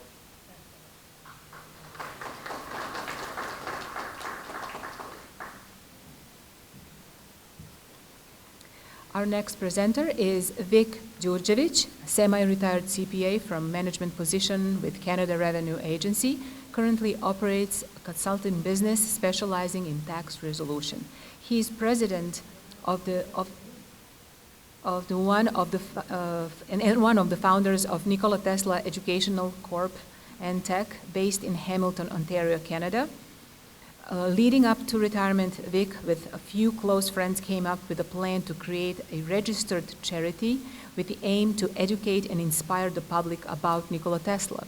Over the past 10 years, since the idea was envisioned, Nikola Tesla Educational has done exactly as it set out to do. Vic Djurdjevic is here to update us on the development of in Hamilton, Ontario, and beyond in Canada over the past few years.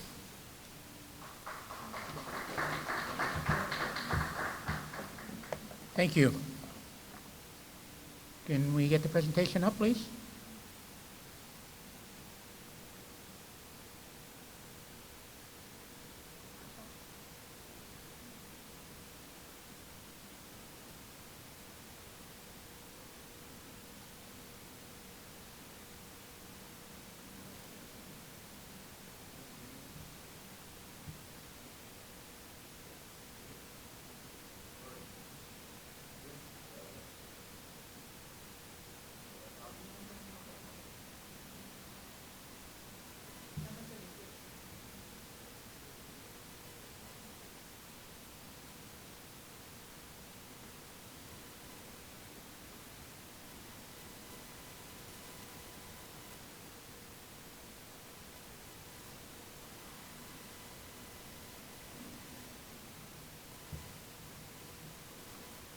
Thank you.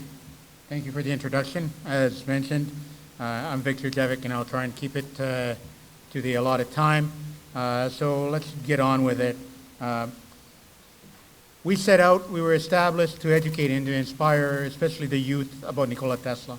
The idea was how to do it in Hamilton, but little did we know the history of Hamilton. The idea was really just to erect a statue of Tesla, but then we discovered that Hamilton was the first major city to have electricity. So we'll talk about what we've been able to accomplish over the last few years using that historical thing.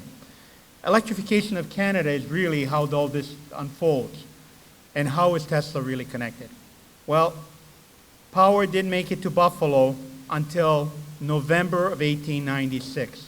But in August of 1896, this periodical talks about Tesla advising the Hamilton Group that they can deliver power over 35 miles, which is twice the distance going to Buffalo. And what he also says at the bottom, it can go 500 miles. So this is before any power is transmitted to Buffalo. The Hamilton Group is ready to proceed. If we, can we advance it or, wait a second, sorry. Thank you. One more, please. That's the one. Okay, thank you. So that's where you can see in that article the historical new information. On our next point, electrification in Canada started in a number of different places. It actually started in two places, in Quebec and in Victoria, BC. Actually, the year power started flowing 1897, but the most important one was this one. That's the station that Tesla consulted on and saw power going to Hamilton from St. Catharines, which is at 35 miles. This station still produces power to this very day. This station preceded the first stations in Canada and Niagara Falls, which were the three major stations, the Canadian Niagara Power Station, which is now open to the public as a tourist attraction, the Toronto Power Generating Station, and Ontario stations. So these were 1905, 1906, and yet Hamilton had power 1898. What happened is that we were so successful with this story that we ended up getting Nikola Tesla Boulevard on one of the busiest highways in all of Canada. This highway is the one that connects Niagara Falls, Fort Erie, Buffalo, all the way to Toronto. So what is happening now is these are all the signs that we have. It's not one sign. There are 20 signs in total. The smallest one is 2 feet by about 6 feet, and the largest one is the one that you see in the middle. You cannot miss it. Thousands of people see these signs now every day. Nikola Tesla is on the map. So if you want to Google Nikola Tesla Boulevard, you will find it. And it's not some little street hidden somewhere in the background, but rather a major roadway where people will see it. They cannot miss it. That's what the intent was. How do you bring Nikola Tesla forward? You will also see there's a X there, Empowered Monument. More about that shortly. So what have we done? We've given $10,000 scholarships, 5 of them have been awarded in the name of Nikola Tesla. We've given over 500 awards to Canadian general public schools. Every Hamilton-Wentworth District School Board now in Hamilton receives a Nikola Tesla award on graduation. Nikola Tesla is now focused into the schools through those awards. Now, something else happened. Gentleman who is a member of the provincial legislature, Tom Rakocevic, wanted to do something for the Serbs. And he decided what better way to do, maybe, Nikola Tesla Day. With our support, with my directors, and I'm very proud of the support that our directors provided him, Nikola Tesla Day Act got passed in the legislature.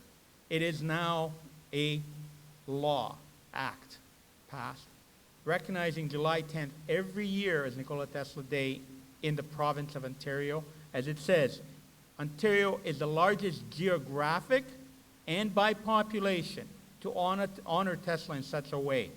And this is all comes on the heels of the development of what happened in Hamilton. Recently, the same year, 2021, oh, I should go back one step. If I go back to the passage of this legislation, I used to work for the government. I couldn't get out a letter in 2 hours. This law passed, second reading, third reading, debate, and everything in 2 hours. Unanimously supported by every member in the legislature. So Ontario provincial legislature is the equivalent of your state on the American side. So the latest thing that's happened, I mentioned William Birch Rankin. That was a power generating station. It is an exact replica of the Edward Dean Adams station. When it was decommissioned in 1906, it was left fully intact. Everything was there. Nothing was taken out. It was just like they took their latest manuals and they left, and they turned over the keys. In 2021, the station opened to the public. The whole station, the building in itself is a museum. Everything inside is there. They also have a tunnel where the water used to go back down to the river. You walk down this tunnel, and you get to see the lower level, river. This is a few of the pictures inside. There's lots of stuff to do and to see. They even have a night show. They're very, very supportive of everything that is Tesla. When I say that, the largest picture inside in this building is Nikola Tesla. There's an area dedicated to Tesla, and everybody, you ask people, who is the most important name in here, and everybody tells you it's Tesla. And that's the respect where thousands upon thousands of tourists go every year, and they get to discover who Nikola Tesla is. There are QR codes all over the place, and you can hear the whole stories, everything. They've done an incredible, incredible job, and they're not done. There's more to come. All right? November the 12th was the 125th anniversary of the opening of that power generating station that I talked about, still produces power. The city of Hamilton honored Nikola Tesla on that day with the dedication of this new monument, 14 feet high, and it's dedicated to the Electric City and Nikola Tesla. What I'm very proud about is that the city of Hamilton paid $200,000 for this, and NTEC, through our fundraising efforts, only paid $25,000. I think this is a first that a major municipality honors Nikola Tesla this way. So this is how what's important is the province and the cities are honoring Tesla, not just on a piece of paper. This is the monument, and these are the two plaques. One talks about the Electric City, the other one talks about Nikola Tesla, and at the top of it, it talks about this monument. As you move around this monument, you see different images.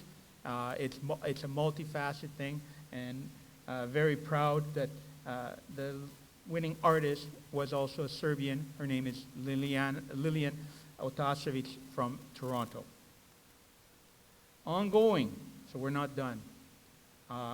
There is Nikola Tesla Day has been proclaimed in a number of cities. We all know that. Alberta as well, Edmonton, Alberta. We've got the Nikola Tesla Day celebration at Niagara Falls, and that has been organized since 2010. This is all before my work. Tesla Tales is a social media thing that a number of us are getting together to promote Nikola Tesla, including the CEO of Niagara Parks Commission, who records videos for us. Nikola Tesla Plaza around the statue in Niagara Falls been proclaimed there, as has the trails leading to the power generating station. There's a mural in Hamilton of Nikola Tesla, huge, and numerous Canadian television station programs have carried in the news developments about Nikola Tesla. And that's what's important, is to keep hearing his name. But what's coming? Last year, I visited the museum and opened the opportunity, and now Niagara Parks is in direct discussion to bring the Tesla exhibit from the museum in 2025 in Niagara Falls, Ontario, Canada. And the newest, a new documentary film. This is the film will be taped and recorded in Serbian. It will be later translated into English. The film is already in production. We've already done a 4-hour recording session already, and with other stuff happening. This is funded by the Canadian Media Fund. Again, no cost to us. So, Ontario, come and discover it. Come and discover Tesla. Come and discover places in Ontario that have Tesla and highlight it. Power generating station in St. Catharines still produces power. Hamilton, Tesla Boulevard, Niagara Falls. Come and see. Come and walk through history. Go visit that power generating station, and if you don't do it before, make a point to mark it on your calendar, 2025, to see the Tesla exhibit from the museum in Toronto. And of course, all of this happens because there are directors behind us. I'm not the only one. I'm one of the founding directors. As you can see, we do have directors, and some come and some go.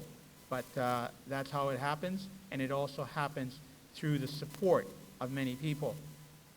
Funding for all of our efforts is from the general public, and we've received donations from far away as Australia, and we put Tesla on the map. Now let's continue and put Tesla into the hearts. The Tesla Monument that we just erected was to put Tesla into the heart of Hamilton's history, and that's what this is all about, connecting the two together. Thank you very much.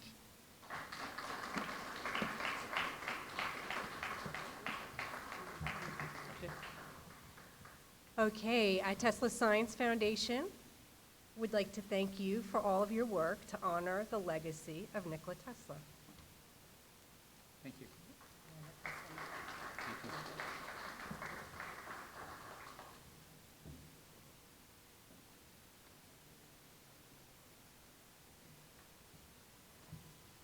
Our next presenters are Dr. Mirjana Popović-Božić and Dr. Dragoljub Martinović. Dr. Božić was born in Šabac, Serbia.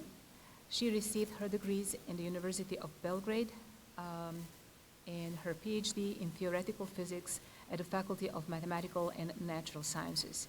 She was employed in the Institute of Physics and was teaching at the University of Belgrade since 1970 until 2014.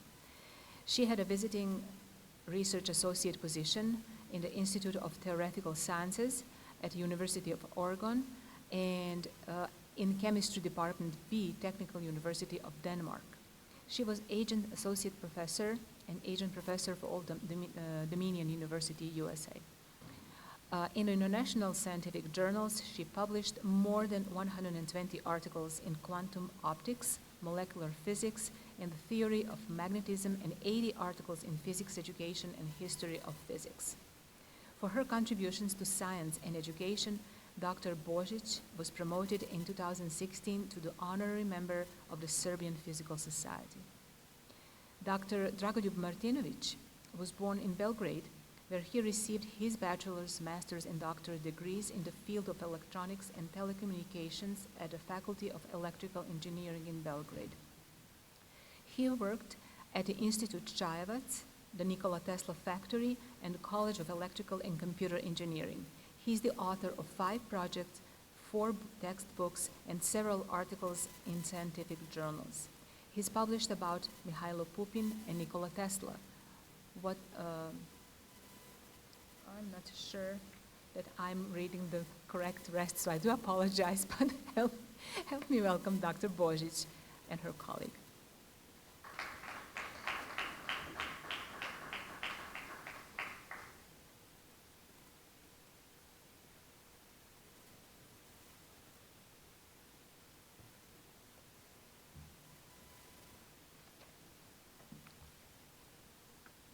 I'm happy to speak at this conference, which made a great progress since previous one. And I congratulate organizers, especially President Launcher, for all this.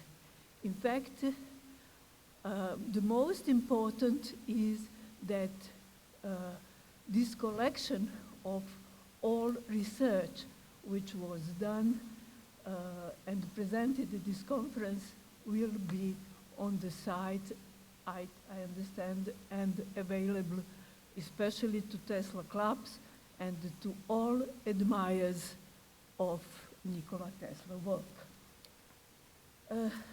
To presentation of Dr. Martinović, I will just say that Dr. Martinović and me studied electrical engineering at the Faculty of Electricity in Belgrade in the same year. We were in the same group, so after many years, we are happy to have a joint lecture. Dr. Martinović was a student. In fact, he's Aleksandar Marincic, who was director of the Tesla Museum, was a mentor of Dr. Martinović. So now, so my first slide, my lecture is Tesla gift to physicist Lord Rayleigh. You will see on one side Lord Rayleigh, and on the other side, I think the most famous photo of Nikola Tesla. And I shall speak also about how we learned, how Martinović and me learned that this Tesla devoted to Lord Rayleigh this photo. You see at the bottom, it is written to Lord Rayleigh with expression of esteem from Nikola Tesla, November 17, 1901. But few words about who is Lord Rayleigh. Lord Rayleigh is a famous physicist who was successor of Maxwell at Cambridge, and many physical notions bring his name, but the most important is Rayleigh scattering and Rayleigh-Jeans formula. Next slide.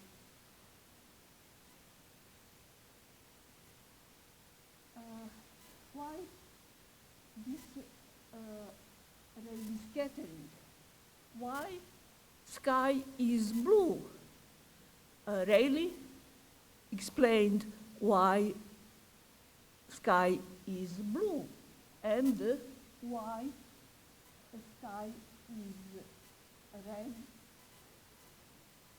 Why sky red just before sunset and in the morning when sunrise? That's due to scattering of light on molecules which are smaller than 1/10 of light wavelength. So so light become dispersive, it comes during the day from all sides, and there is a law that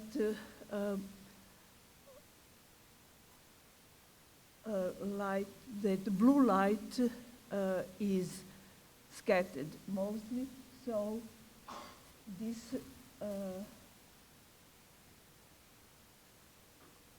this sky is blue, and during sunset this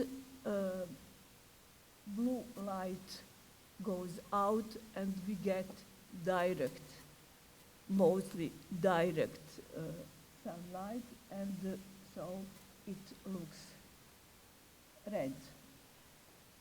Rayleigh-Jeans formula is the next notion in physics which brings the name of Rayleigh, and it's also very famous because it denotes, in fact, the beginning of quantum physics. In preparing this lecture, I understood that, in fact, Tesla should be presented, his development and his work should be presented parallel in time with development of quantum physics. So, is there anybody who would like to collaborate with me is welcome on this.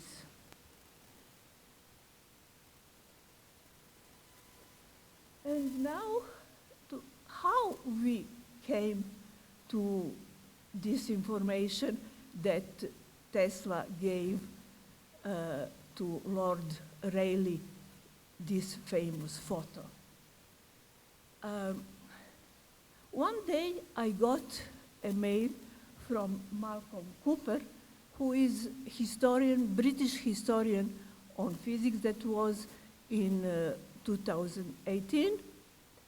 And he asked me that he wants to visit Pupin's house in Edinburgh. And can I help him?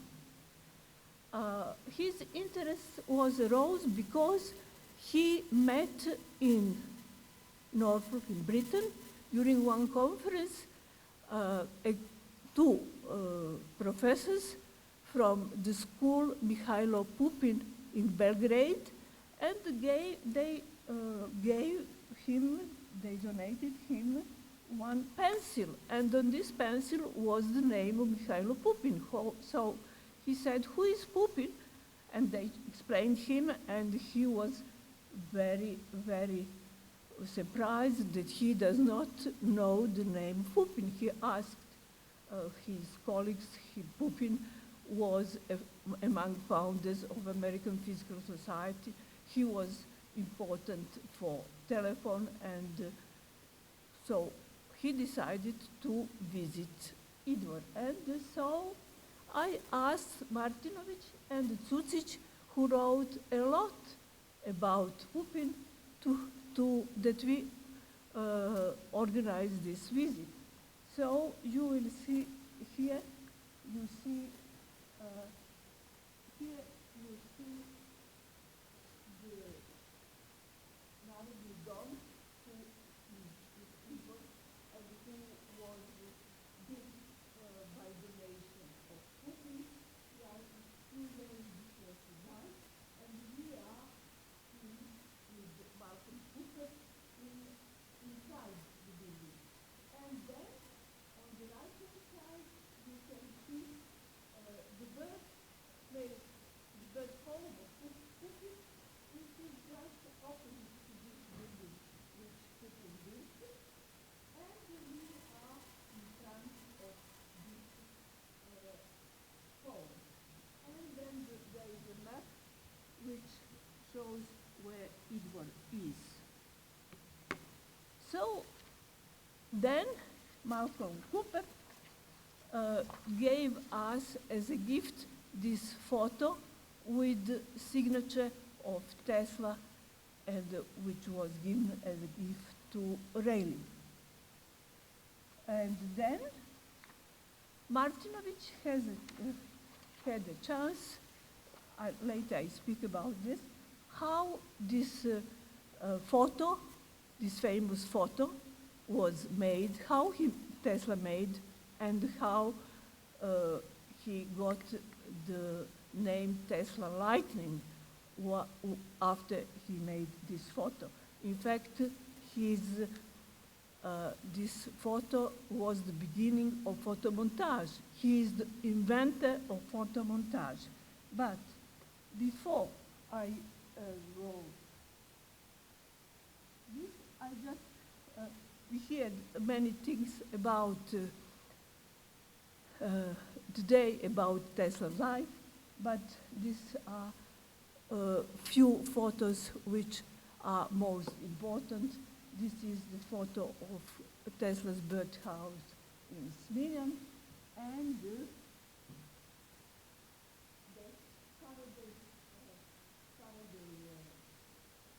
lecture in the Royal Society in London, and Tesla is working in Budapest Park and inventing rotating magnetic field. There is a movie about that, and now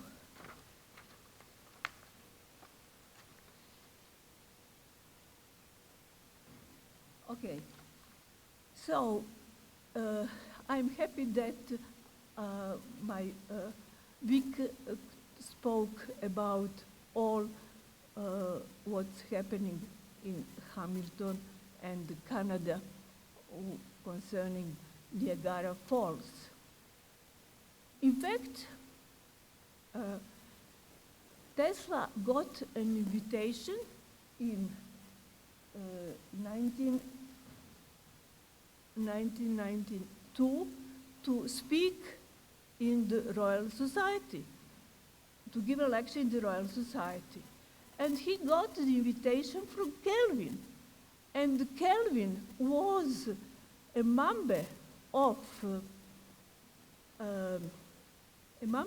the commission which had to decide who will build Edison or Westinghouse and Tesla, who will build the hydroelectric plant at Niagara Falls.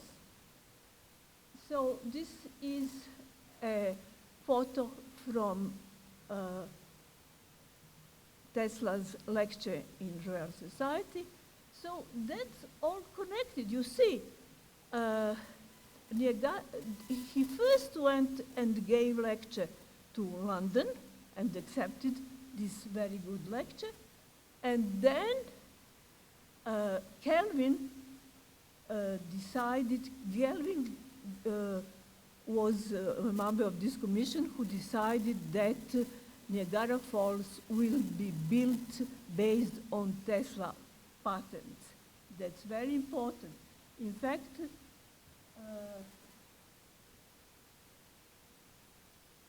it's another photo of Tesla lecture. Marincic explained that he brought on this lecture all his equipment and made experiments with this equipment because he never, he was a public person. He wanted to share his knowledge to public. Marincic, I mentioned Marincic, director of Tesla Museum in Serbia, and that was mentioned by Vico in my previous lecture, and it's wonderful that that there will be exhibition from Tesla Museum in Belgrade, but that's very, very connected, all this, and I shall end with this photo montage, the story which Martinovich told us in Pupin's house, how Tesla Lighting made this photo. I'm interested, I'm sure that you saw this photo many, many times, but I'm interested also to know how many of you know how this photo was made, because when it was made and published, gave to journalists, and these journalists in New York, they wrote how one can sit calmly and reading while all this high frequency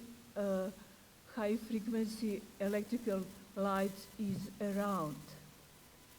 And you know, do you know, or other people who know in this room how this was made? Okay.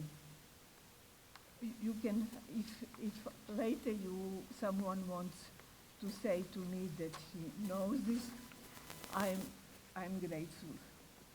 The point is that is the beginning of photomontage. Tesla had these transformers and the light during night, and the cameras which were used in this time had high exposure. So he switched off the high exposure, so he made first all this light from transformers and from this instrument, and then in the morning he switched off the electricity and set in this surrounding, and that made a photo now with him. So that's the beginning of photomontage and the Tesla lightning. And I shall end with a quotation from Maricic's book, what he wrote about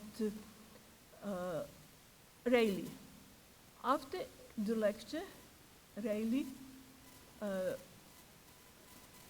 said to Tesla, you have a special gift for science, innovation, and research and discovery, and you should concentrate on something very important, certain phenomena which is very important.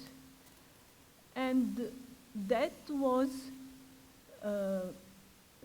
important for Tesla, which Rayleigh told him, and probably because of this, few years later, he sent his photo. And then he decided that this most important or very important problem on which he should work is transmission of energy on long distances. And then later he built this tower, unfortunately, which was burned. And recently we saw that was burned the building behind this tower. But the rest of his life, I think he followed the idea of Rayleigh, who said, you are especially gifted for discoveries, innovation, and research, and you should devote your life to something very important. So this distribution of energy over long distances, which will be available freely and everything, and this so-called ether, that's a story that's a research to which Tesla devoted the end of all his life in 20th century, and this is still intriguing and important. So thank you for making this event very, very useful for Tesla Club and for all those who admire Nikola Tesla.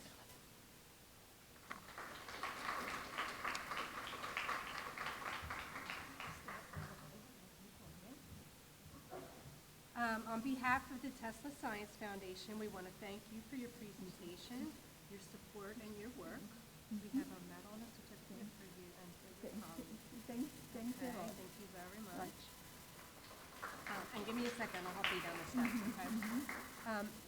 My friends, we are going to break for lunch and come back in 45 minutes at 2:45. So if you would please, there's the diner right down there. Stay close, refresh yourselves, and come back at 2:45.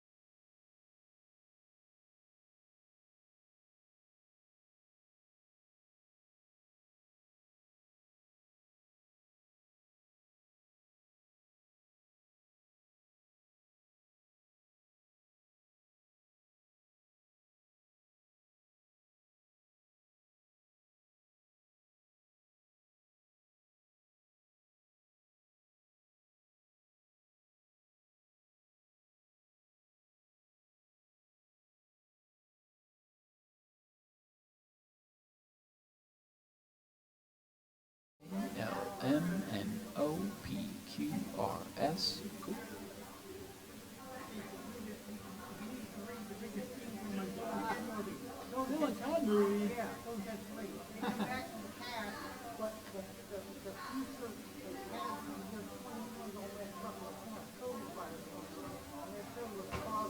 Oh yeah?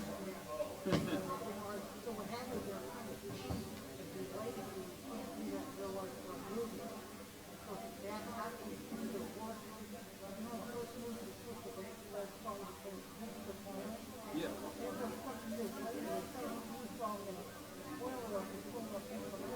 Yeah. Mm-hmm. George Carlin.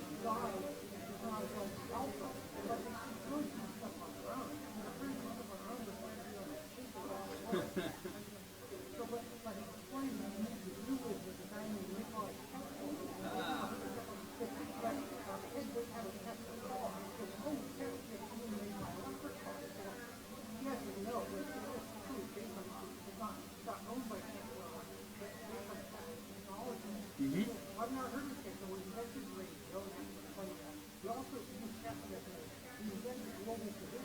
Oh yeah? Sure.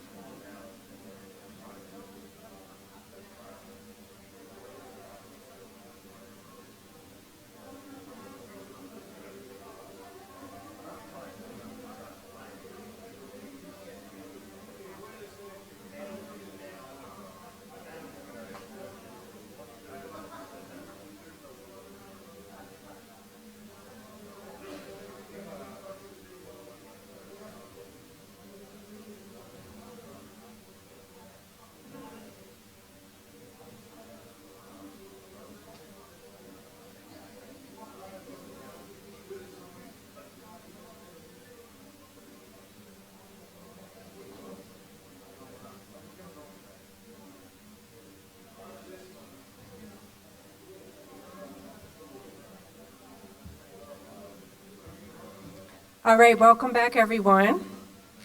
We're going to get started. We have a very important presentation. And this will be my last introduction, and after I'm done here, Ms. Lana is going to take over for us. Very excited. I want to introduce Dr. Nada Martinovic, the Vice President of the Tesla Science Foundation. She has really helped us to do so much to get ourselves organized and connect with others in the education field, and we're grateful for her. She's a former president at Kent State University and currently holds a role of management and program analysis for the Department of Homeland Security. She's a passionate community leader, contributing her time and passion to various cultural and civic associations. She's the founder and director of the nonprofit organizations Serbian Heritage Project, author of many presentations and exhibitions that feature the Serbian tradition and heritage. We welcome her today as a part of the Tesla Science Foundation.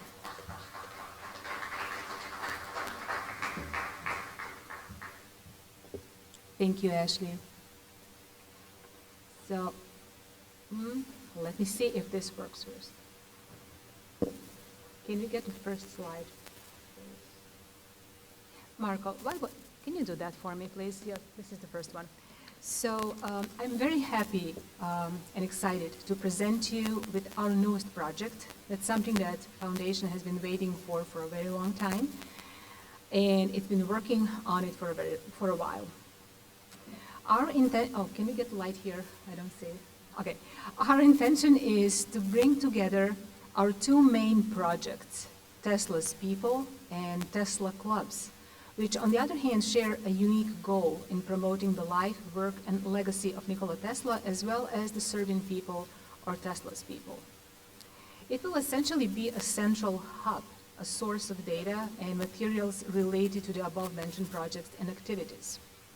Here on this platform, we'll enable various professionals, supporters, individuals devoted to the work of Nikola Tesla, and guardians, if you will, of Tesla's principles, ideas, and Tesla's people from different spheres of interest to present their work, achievements, or activities by uploading their materials and work, thereby providing easy accessibility to a wide audience and to extend their reach. Furthermore, there will be a space provided for you to collaborate, share, and exchange ideas and work together. It is very important to note that all published material doesn't belong to Tesla Foundation, nor Tesla Science Foundation will take any credit for it. It is your work, and you will be the only author. All existing and future Tesla clubs in Serbia, in the USA, and worldwide are collaborators in the field of science, are successful representatives of Tesla's people, are keepers of history, tradition, and culture. Everyone who desires will have their space to post selected materials from their fields, areas of interest, delivered workshops ranging from basic Word documents to links to video materials. Next slide, please. This internet portal will consolidate content and activities of the Tesla Science Foundation. The new portal will also consolidate the previous internet pages of Tesla Science Foundation that are listed on this slide. Next slide, please. The new portal is live. Marco, is that slide 3? Yep, okay. The new portal is live on the internet. It has a contemporary design and is very functional. Now it is in beta phase. Some functionalities are not activated, and from today it will be continuously updated. We invite you to begin submitting your content for the portal, and I will soon show you how. Next slide, please. So this is the picture of the new portal. It's actually a very robust website, but it's quite small. So the picture is quite small. So please, you can actually check on internet address mentioned above. You can see it at www.nikolatesla.org.rs. We were very happy that that domain was available. This, like this, okay, thank you. Lower, Good. Next slide, please, Marco. In addition to the usual functionalities for portals of this type, I would like to point out several very important parts of our new portal. No, Marco, slide number 5.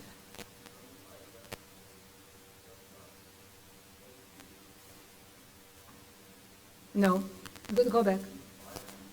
Okay, so let's okay.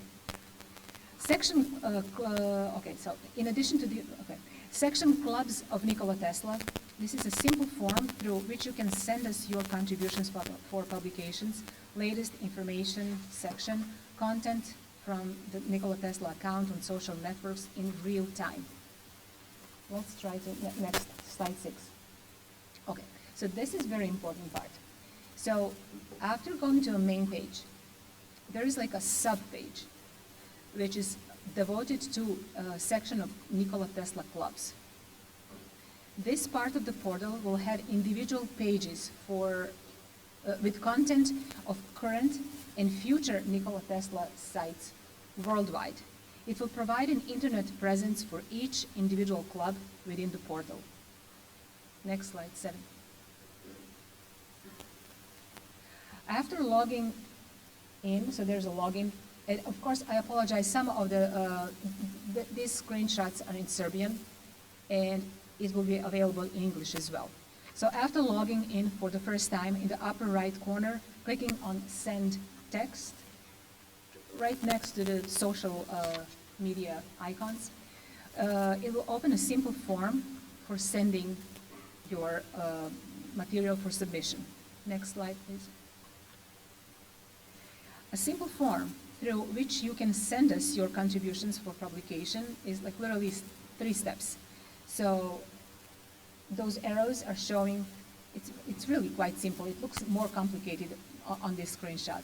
You can enter the title, and then there will be a space underneath for the content, and then at the bottom, click enter, or add one or few photos, and once you have done that, click like at the very bottom, and material will be sent to our editors for approval. We added that layer of protection for both Tesla Science Foundation and you and your material, because we need to monitor what will actually be uploaded to that portal. So after review, and if approved, and hopefully everything's going to be approved, your material will be published on the portal. And as you can see, like, this is really very, very simple and easy, and it requires just a few clicks on the computer. And if you forget the procedure, you will have instructions on how to do it on our website. Next slide, please. Here you can see, this is just an example of one of the articles that was sent to us by Dr. Drenka Boris Savic. I'm sorry, I just blanked out for a moment. So this is a 7-page long article. I just took a screenshot of the first 2. There are like 7 more pages, of course, along with references. And once published on our website, you will be able to see a complete article. Of course, there's a picture of the author, the name of the author, and it's just published on Tesla Science Foundation. So let's go to the next slide. Content from the Tesla Science Foundation account is accessible on social networks in real time. You can access the social networks on which Tesla Science Foundation has open accounts directly. Let's see. Let's proceed to the next slide. Actually, this was one about social network. I'm so sorry. So let's go to the next one. I can't see it.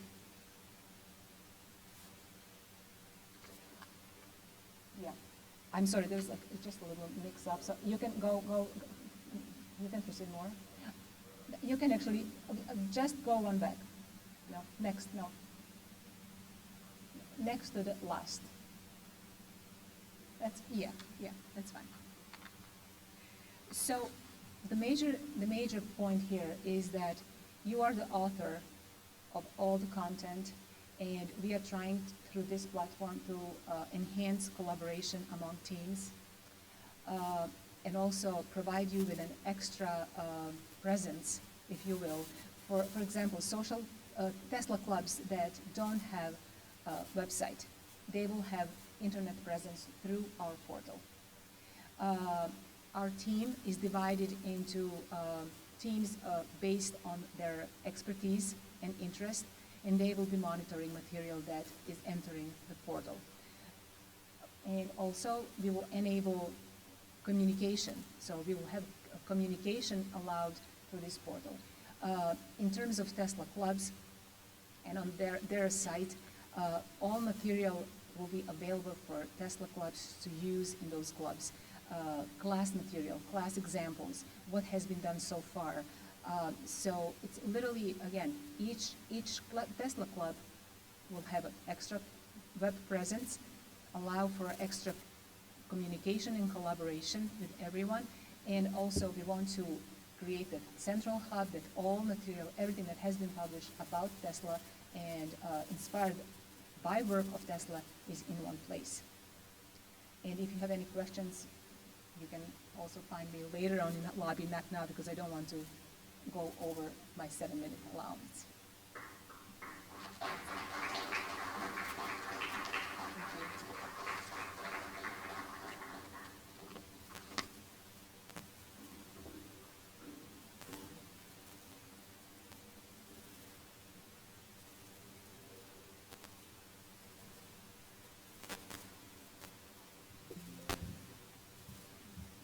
Nada, thank you very much. On behalf of our team at the Tesla Science Foundation, it's been a real joy to have you be a part and take us further to this point where we're going to have a place where we can all publish and contribute our materials. I'm going to be turning things over to our next hostess for the evening, Lana Asanen, who has been a longtime volunteer for the Tesla Science Foundation, and we appreciate each year she comes to end our program and introduce the latter half of our program. She's born in Frankfurt, Germany, and she is of Serbian-American descent.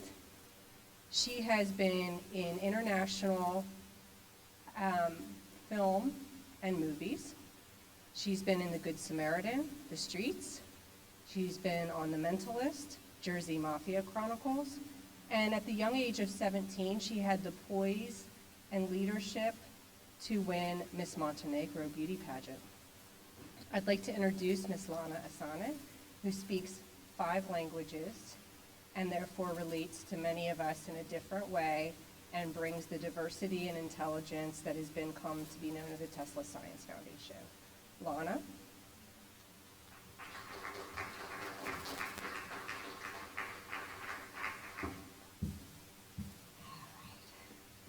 Thank you, Ashley. Wait, something is wrong. Huh? Okay. Is this okay? 2 thumbs up. Well, thanks again for the introduction, and good afternoon, ladies and gentlemen, and Happy New Year. I want to see some smiles. All right, so welcome to the 2024 Tesla Spirit Award Conference. And as every year, we want to acknowledge and pay respect to one of the greatest and most brilliant minds in history, Nikola Tesla. Nikola Tesla left an impact not only in the field of science, but also on humanity as a whole. So as a Serbian myself, it is truly an honor and privilege to be part of this conference today. Thank you. So before we start, I would like to thank Nada Martino. Hi, Nada. I want to thank you because Nada actually met my parents last year in Shabbat, and they were so thrilled. So I'm going to greet my parents who are watching straight from Germany, and I'm going to say that in Serbia. Mama, tata, ako gledate, srećna Nova godina, ljubim vas I vidimo se uskoro. I don't know if you understood that, but I hope you did. All right, so we're going to start with our first honorable participant. And I'm going to need my glasses because I'm a little blind.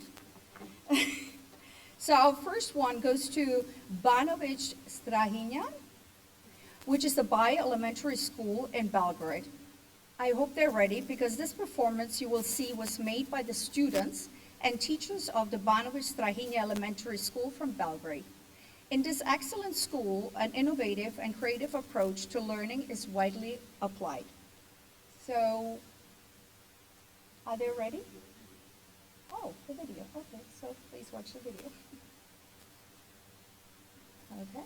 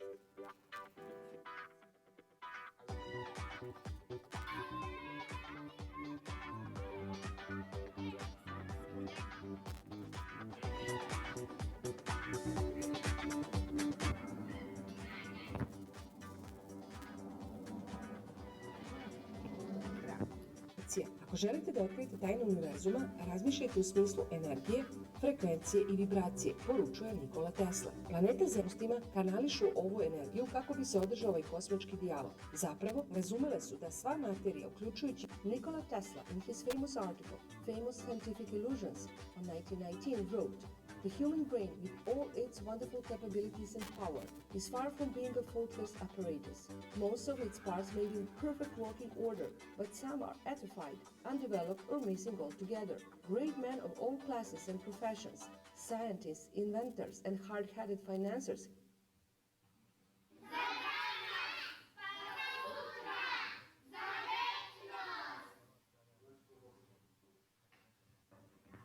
Dear students from Banović Strahinja School, on Ban's Hill, our spirit school. From Belgrade's heart, we're here with you. Children of Tesla, that's us you see. Standing wide, oh so fun, from our Serbia to land along. Loads of joy and generously we share, for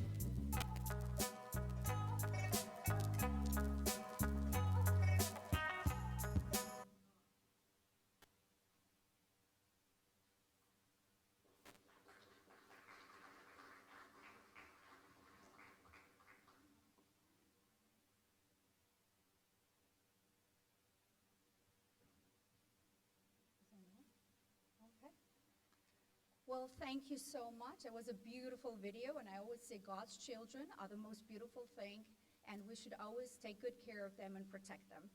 So these beautiful children actually created that by themselves. So I would like to give the honorary, like, you know, trophy, whatever they're getting. Yeah. Is anybody here to accept? No? Okay. Okay, so on behalf, we're gonna send them, okay, all right.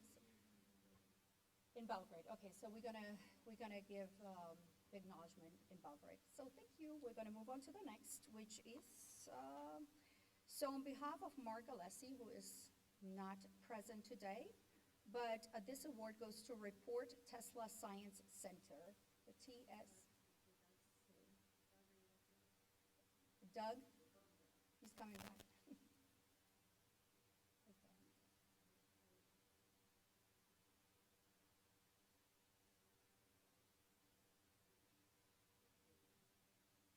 Doug? Yes. Would you like to come up, please? And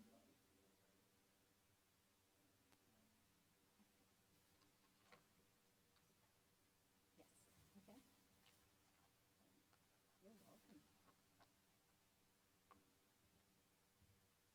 Thank you. Sorry about that. That was actually really bad timing right there. First, thank you for having Tesla Science Center. My name is Douglas Borge. I am the Chief Operating Officer there at Tesla Science Center. Let me just fix this microphone here so everyone can hear me okay, right? All right. Well, thank you for having us here at Tesla Science Center. For those of you who do not know, we are the last remaining laboratory of famed inventor Nikola Tesla. We are a non-for-profit. We've been at this for much longer than I've even been alive. Our board members started at a roundtable discussion in the late 80s. In the early 90s, they formed a legal non-for-profit. And then for many years, they were trying to purchase the property. And what they're trying to purchase is the last remaining laboratory of famed inventor Nikola Tesla. We're a non-for-profit, and for many years, not a lot of people shared our vision, unfortunately.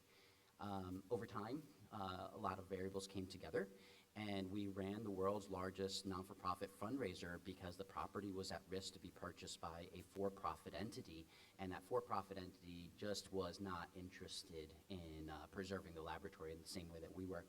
So ultimately in 2012, we purchased the laboratory and we began the development work. It is a lot of work that's in front of us. We own the first brownfield Superfund site to be redeveloped in New York State. May not mean a lot, just means a lot of legal complexities and things around that. Not a big deal. Unfortunately, we did suffer a fire. I know we're gonna put up a PowerPoint slide and I've got a video to show you. Mark Alessi, my boss, actually was gonna be here today. Unfortunately, he is very sick. Let me know when you're ready there.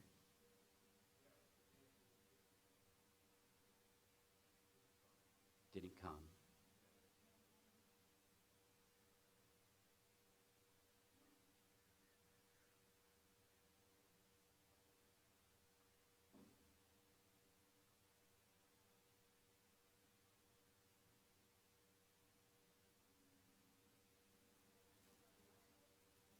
Yeah, we do. Do you want to go actually pull up our YouTube? Just go to youtube.com and then type in teslasciencecenter.org. There's a video there. And I'll just use my PowerPoint presentation as a slide. So anyways, thank you for having us again here today. My name is Douglas Borge. I am the Chief Operating Officer at Tesla Science Center. I want to just discuss a little bit of the circumstances revolving around Tesla Science Center. I think most of you are aware of the organization, and you probably have a lot of questions revolving around the fire that happened in November 22nd. Questions that we continue to be dealing with an evolving situation. It is complex. It is not something as simple as saying, you know, insurance will cover everything. I wish that would be the case. So we've been dealing with those circumstances for quite a while.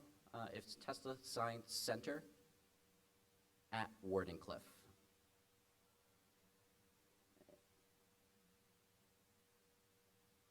And that's us at the very top up there if you want to click on us. No, just the one above that. Yep, click on that. The name next to it.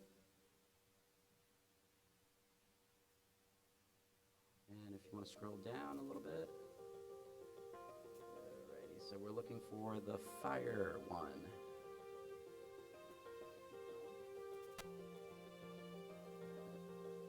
It's hard to see from my angle here.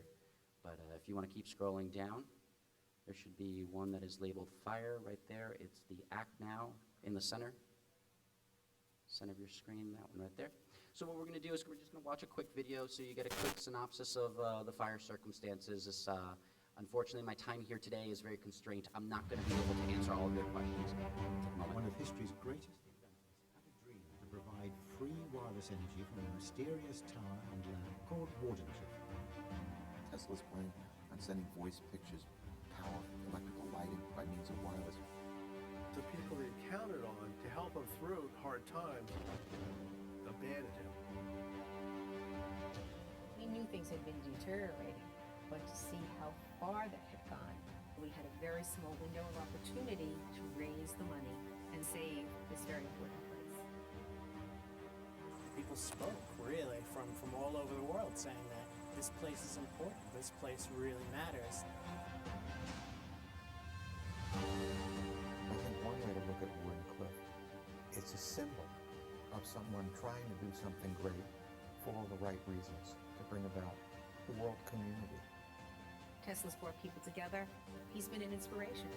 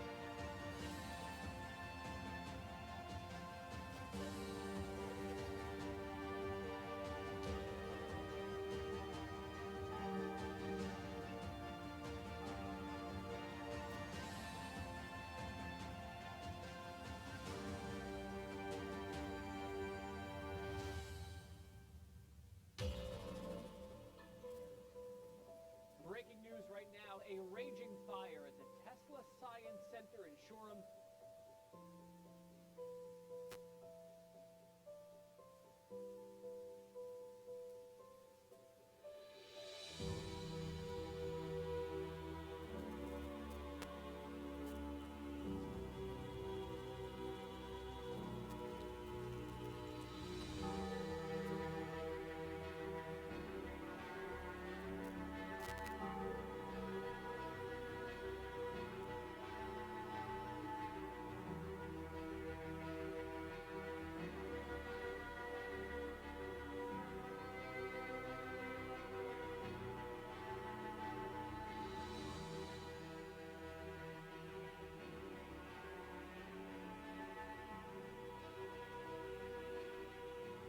Despite the valiant efforts of the first responders, the laboratory is sadly still at great risk.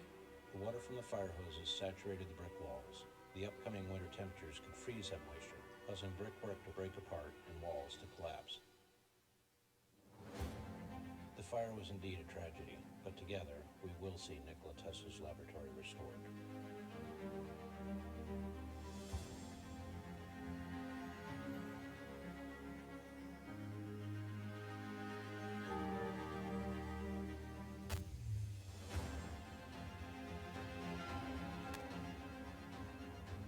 Here's a building designed by Stanford White.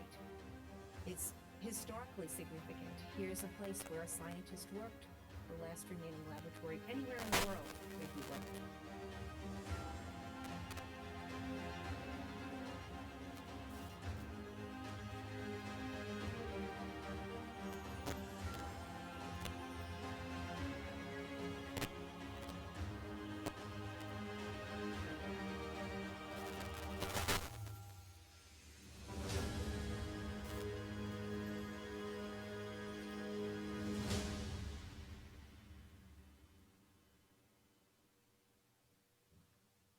So thank you for taking a moment to watch that.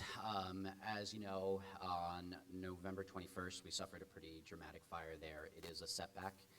We remain committed to our original mission. It just complicates things a little bit more.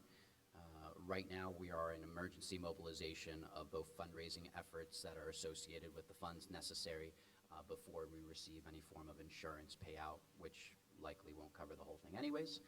But nonetheless, that's where we're at. We're also mobilizing on a lot of the construction that's necessary. It's going to slow down our timeline. While we're looking to be open in about 3 years, it may be a little bit longer. Nonetheless, we are pretty much on the same track. It just became a little bit more expensive and it became a little bit more complicated. You're probably asking what's next, right? What's next for us is we're stabilizing the rest of the laboratory. And what that means is a lot of bracing and shoring. We're going to finish up the demolition project at hand. We will be opening up the visitor center this year. So at the end of this year, you'll be able to visit and come on site, and we'll be able to answer any of the questions. We'll be here for a little while longer, not much longer. I'll leave some business cards. If you have any questions, don't hesitate to reach out. I'll tell you that last year, even though that we really suffered this pretty catastrophic setback, and it still was a pretty good year for us, right? So it is awful with the circumstances of what we're dealing with, but we were able to fundraise $3.2 million over the course of the 12 months last year. So that's a pretty big achievement for us. The project had $6 million left. There is a supplemental $3 million. We're fundraising approximately $3 million in a given year, and the money all goes obviously to the capital project. The project is estimated to be open in somewhere around the vicinity of 3 years, barring the complexities of what we're dealing with right now today.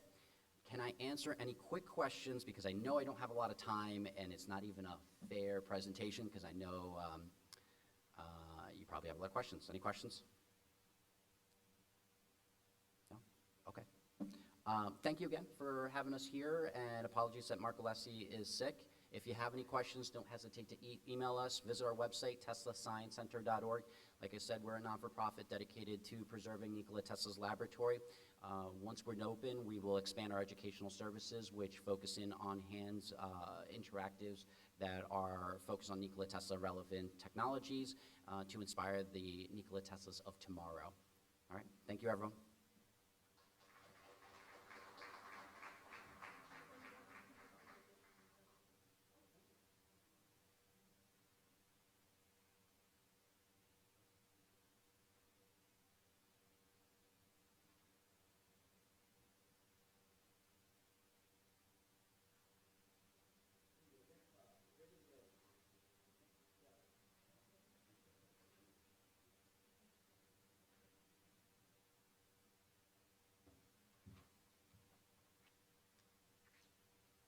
All right. How's everyone doing? Good? Great. Are you all smiling? All right. I know it's been a long day, so, I just want to see you guys happy, smiling. We're not done, but we're going to have a really nice program. A lot of things are still happening, so we're going to move on to the next participant, which is the Tesla Club Shabbat, where my parents are from. Was founded in May of 2023 as a result of collaboration between the director of the Center for Professional Development in Shabbat, Branko Filipovic, and TSF. Thanks to Mr. Filipovic's efforts, this institution became a place for the development of creativity and innovation. So we would like to welcome those people. Shabbat, Tesla. Oh, the video, okay. I'm sorry, I wasn't really informed that there's a video. I apologize. So let's watch the video.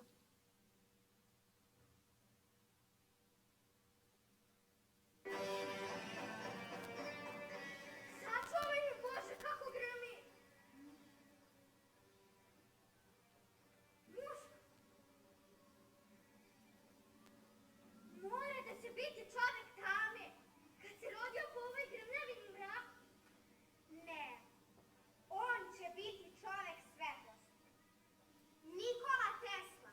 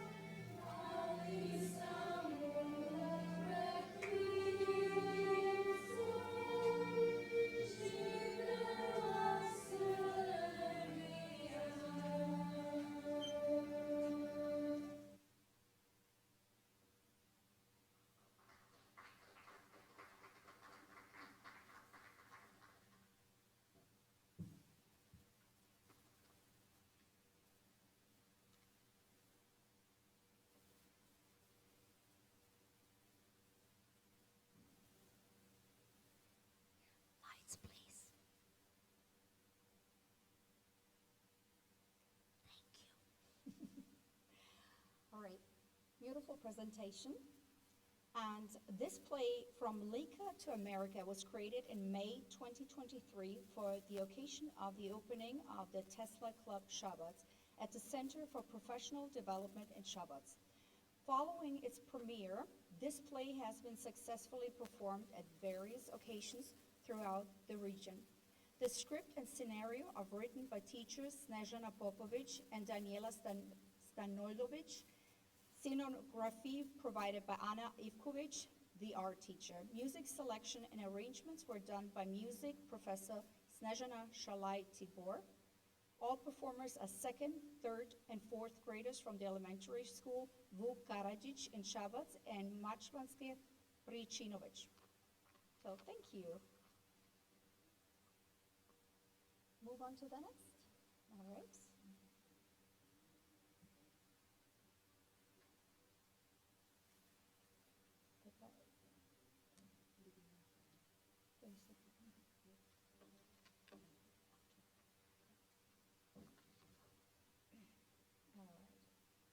So we're moving on to the next participant, which is Dr. Michael Pravica.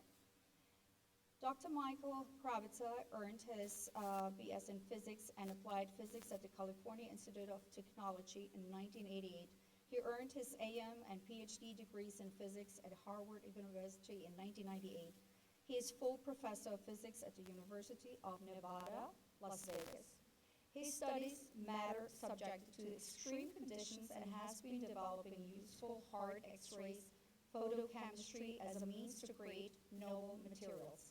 He has been an activist for over 30 years on a variety of topics, including the promotion of Nikola Tesla, with over 700 letters to the editor, opinion pieces and interviews published, dozens of lectures on Nikola Tesla, and dozens of radio, television, and film interviews, and appearances and public lectures to his credit. In 2013, he received the Tesla Gold Medal from the Royal Serbian Academy of Arts and Science in recognition of his long-term efforts to educate the world about one of the world's greatest geniuses, Nikola Tesla. Please all welcome Dr. Michael Pravica. Thank you very much. All right, so my talk is going to be a little bit of a non-standard talk.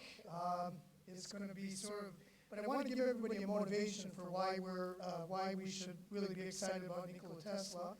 And it's entitled God, Love, Quantum Mechanics, and Nikola Tesla. So to me, all of these things are very deeply connected. So if I could have the next slide, or if there's a slide promoter here, let's see. Okay. So just to show, so again, I'm going to get a little bit into the theology. I'm not a theologian, but I've developed kind of a very fascinating way of looking at the world, life, the universe, and everything. And I think Tesla had, in many ways, would agree with some of my perspectives. And if anything, they just inspire me to search further. And I should also mention Tesla and myself were both physicists, and we're both experimentalists, and Orthodox Christians. So there's some. So again, some of these questions are going to be very natural for us. So you can see here that Tesla was talking about, these are some of his quotes. Life is and it will ever remain an equation incapable of solution, but contains some known factors, or we call that variables. And he talks about the days science begins to study non-physical phenomenon. In other words, outside of our 5 dimensions of reality, it will make progress. And then again, talking about the gift of mental power comes from God, the divine, a being. So again, Tesla, it's very natural for us as human beings and certainly as scientists to ask questions. Why are we here? Who are we? And so Tesla had these questions, and I asked the same types of questions. So for me, as an Orthodox Christian, where it starts from is the Nicene Creed, where it basically talks about God, the true God, begotten, not made, being of one essence with the Father, by whom all things were made. So to me, God has a separate energy than we do. Adam and Eve had something that they shared, but it was they kind of lost that when the original sin. And so God is perfect, and he doesn't change, as is mentioned in the Bible, and this is the eternal fire of love. And so from a perspective of a physicist, whereas many people will define time as the increase of entropy, I'm going to make a different definition. I'm going to define it as a conversion of energy. So in other words, physicists like to look at the universe as beginning in the Big Bang. All of the energy was kind of in one little concentrated ball, and then ever since then, 13.5 billion years later, it's just been converting from one form into the other. And we see this in quantum mechanics, where we have just different states of energy and what we call wave functions. And so this is kind of a natural way to think of time as just an arrow of conversion. Whereas God has no time because God is outside of that conversion. He doesn't convert, we do. And the hope is that we will convert to become resonant with him. And Tesla might have said something like that. So in some sense, time for God is a mechanism for creation. So God the Father, God is like making a painting. We are the painting. We are the creation. He is outside of the creation. He can be in the creation if he wants, but he's making it. And of course, one way to look at the universe from a physicist's perspective is if you think of a beautiful automobile, you might not know the engineer of that automobile, but by golly, you're going to look at that automobile, you're going to study it, and you're going to say, what a fascinating machine.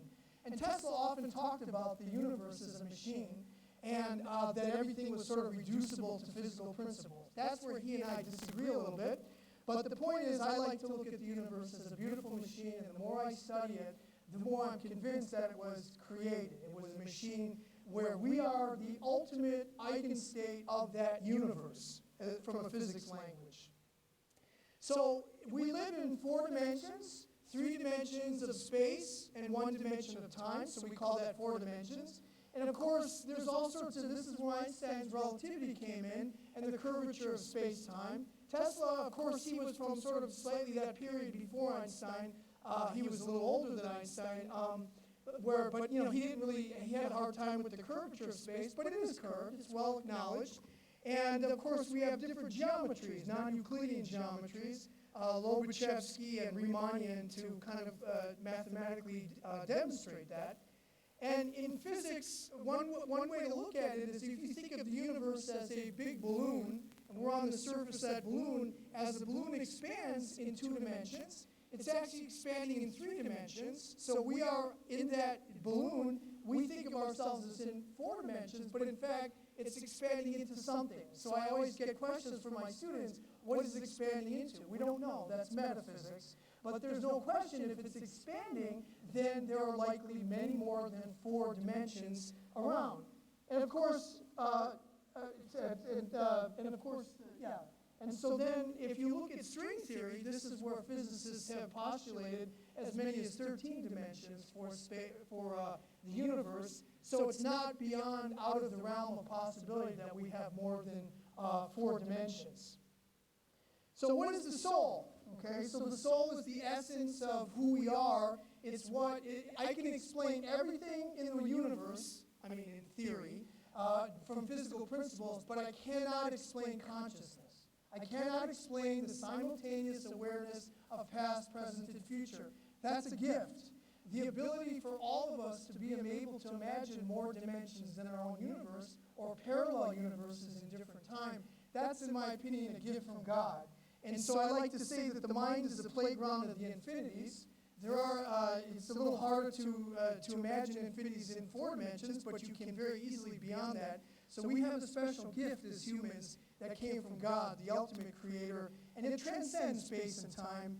And I argue that the soul is an infinite, higher dimensional piece of God in some sense. It's the way that he connects with us than just your physical body. So, and then of course, just as a brief comment, the universe is such an amazing miracle that if you changed any of the constants, like the charge of the electron, the mass of the proton, it would be a dud, even if it was just by a fraction of a percent. So when you look as a physicist at this universe, this is a working universe. It's a working universe that produced life as its eigenstate. And so basically, this is a miracle. I mean, the fact that the more I learn about physics, the more I realize this universe works to make us. The Holy Ghost is basically a wave. It's God, one of the forms of God as a wave. Now, it's not quite the wave that we know in the electromagnetic spectrum. It's something that is with God's energy, but this is how God couples to us. And of course, from a physicist's perspective, everything can be broken down to a wave. Everything in this room, every particle, electron, proton is a wave. So in some sense, you could look at yourself as a complex hologram of a wave interferogram. And so that's where the Holy Ghost, the Holy Spirit comes from, is this wave interaction from God the Father to us, his children. And so, of course, waves are everywhere, sound waves, water waves, the electromagnetic spectrum. The whole universe is a symphony of waves. And then, of course, there's quantum mechanics. So quantum mechanics is a wave equation, Schrodinger's equation. And if any of you know about Schrodinger's cat, the cat could kind of exist in a half alive, half dead state in a safe. You didn't know what the cat was doing until you opened the safe, and there's a poison bottle inside there. So this concept of quantum entanglement is something that's very powerful, because if you look at some of the statements of Tesla, and again, at that point, quantum mechanics was still, people were working it out, but he said we're all connected.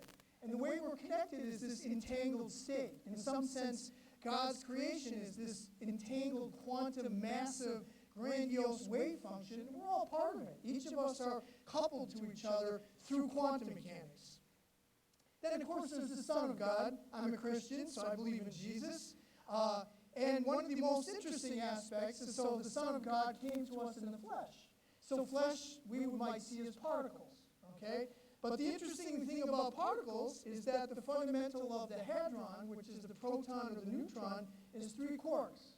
So 3 quarks make up the essence of much of the matter in this universe. And the interesting thing is that in Christianity, there's the Son, the Father, the Son, the Holy Ghost. That's another 3 that make up that essence. That is God. So in other words, it would make sense from God the Creator to create a world that is kind of in his image in some sense of this three-part wave function.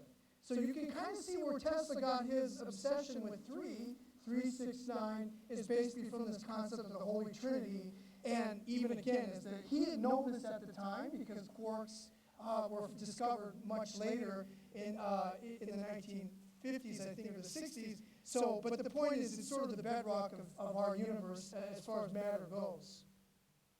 And then, of course, how do we reconcile particles and waves? What's called the wave-particle duality. Okay, so as I said, all of the particles in this room could also have a wave component. You could look at them either as waves or either as particles. So for those who are Christians, the reason we take Holy Communion is to couple with the particle part of God's wave function, so to speak, through taking the blood of Christ, and then we pray to connect with the Holy Spirit.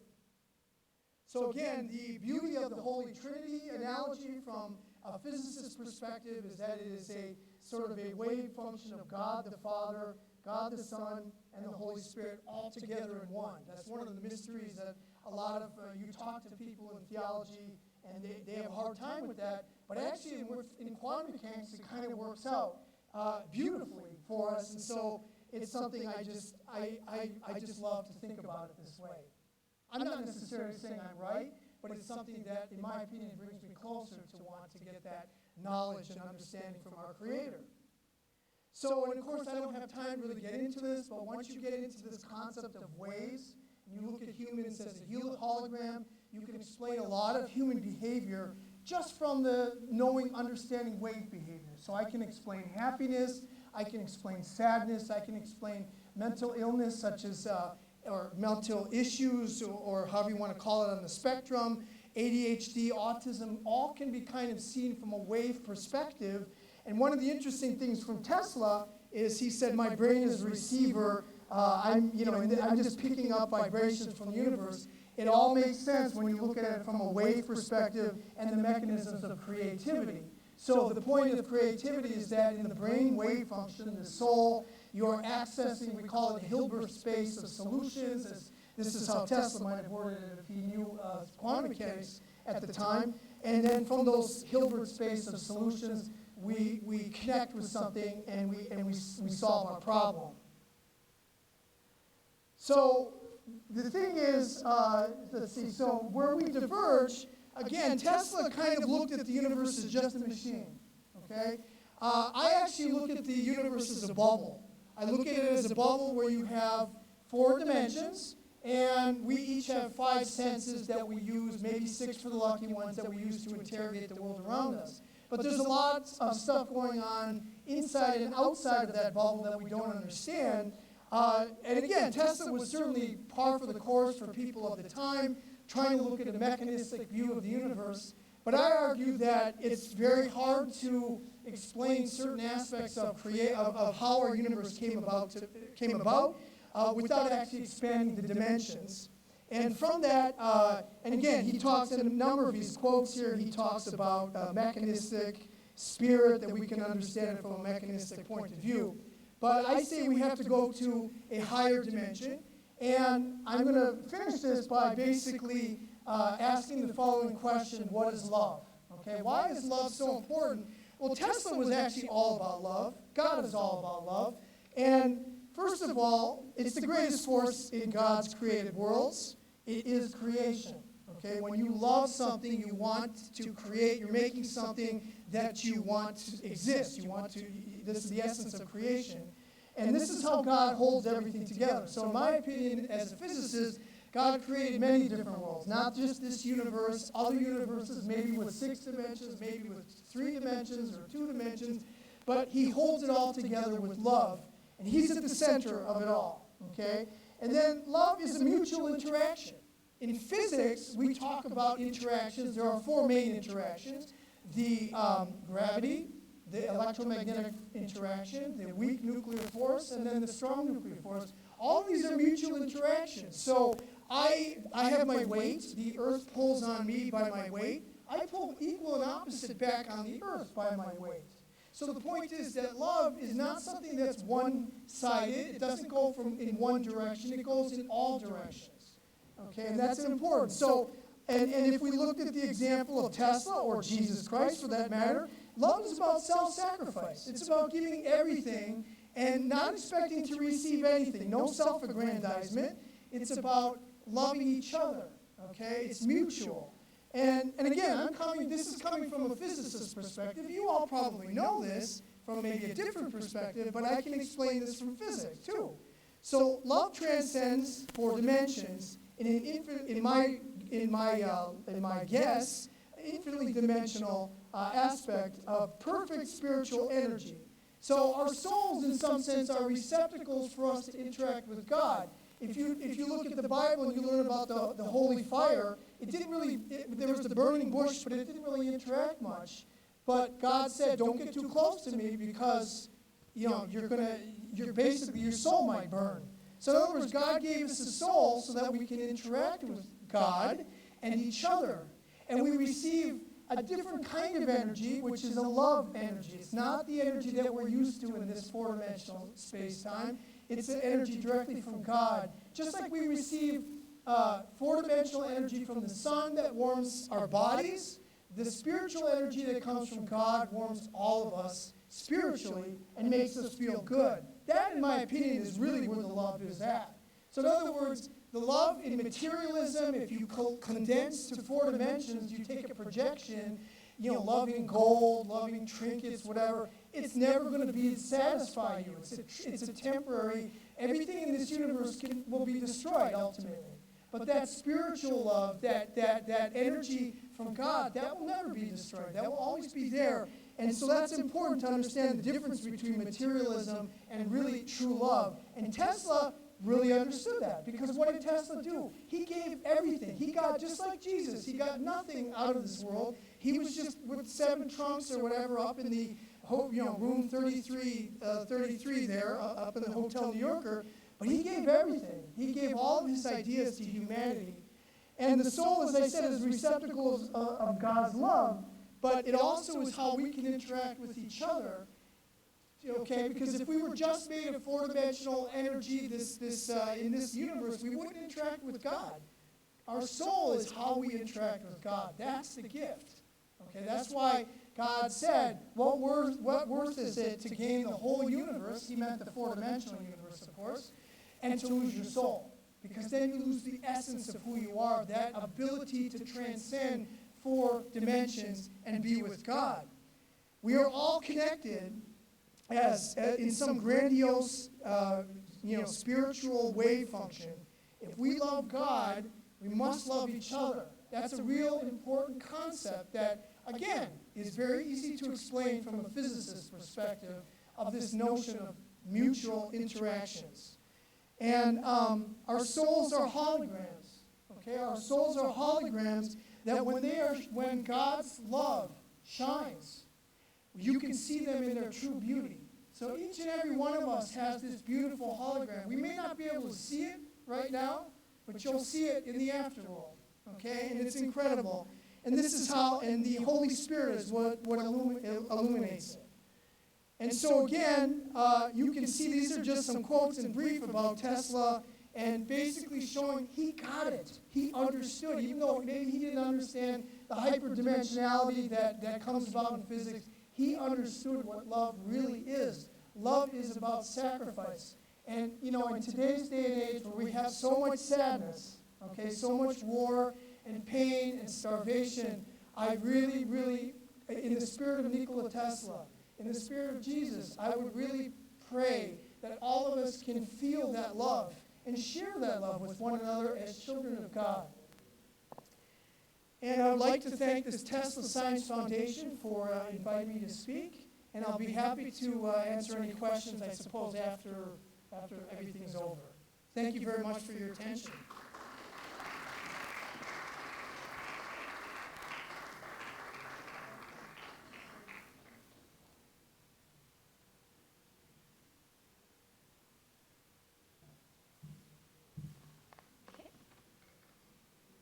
Oh, I think you forgot your glasses. There you go.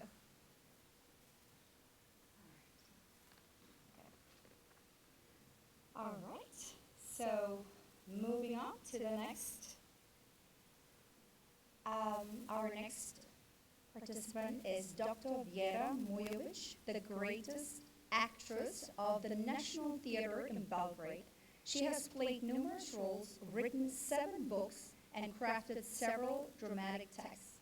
Among her roles, Olga Knipper-Chekhov, Coco Chanel, Bergman's Lima, Maria Lebyakina from Demons, and Aglaya from Dostoevsky, The Idiot, stand out. For the past 3 decades, she has been a participant and organizer of projects in the field of culture and the arts, both in our country and abroad. She actively collaborates with our diaspora and is involved in numerous humanitarian actions.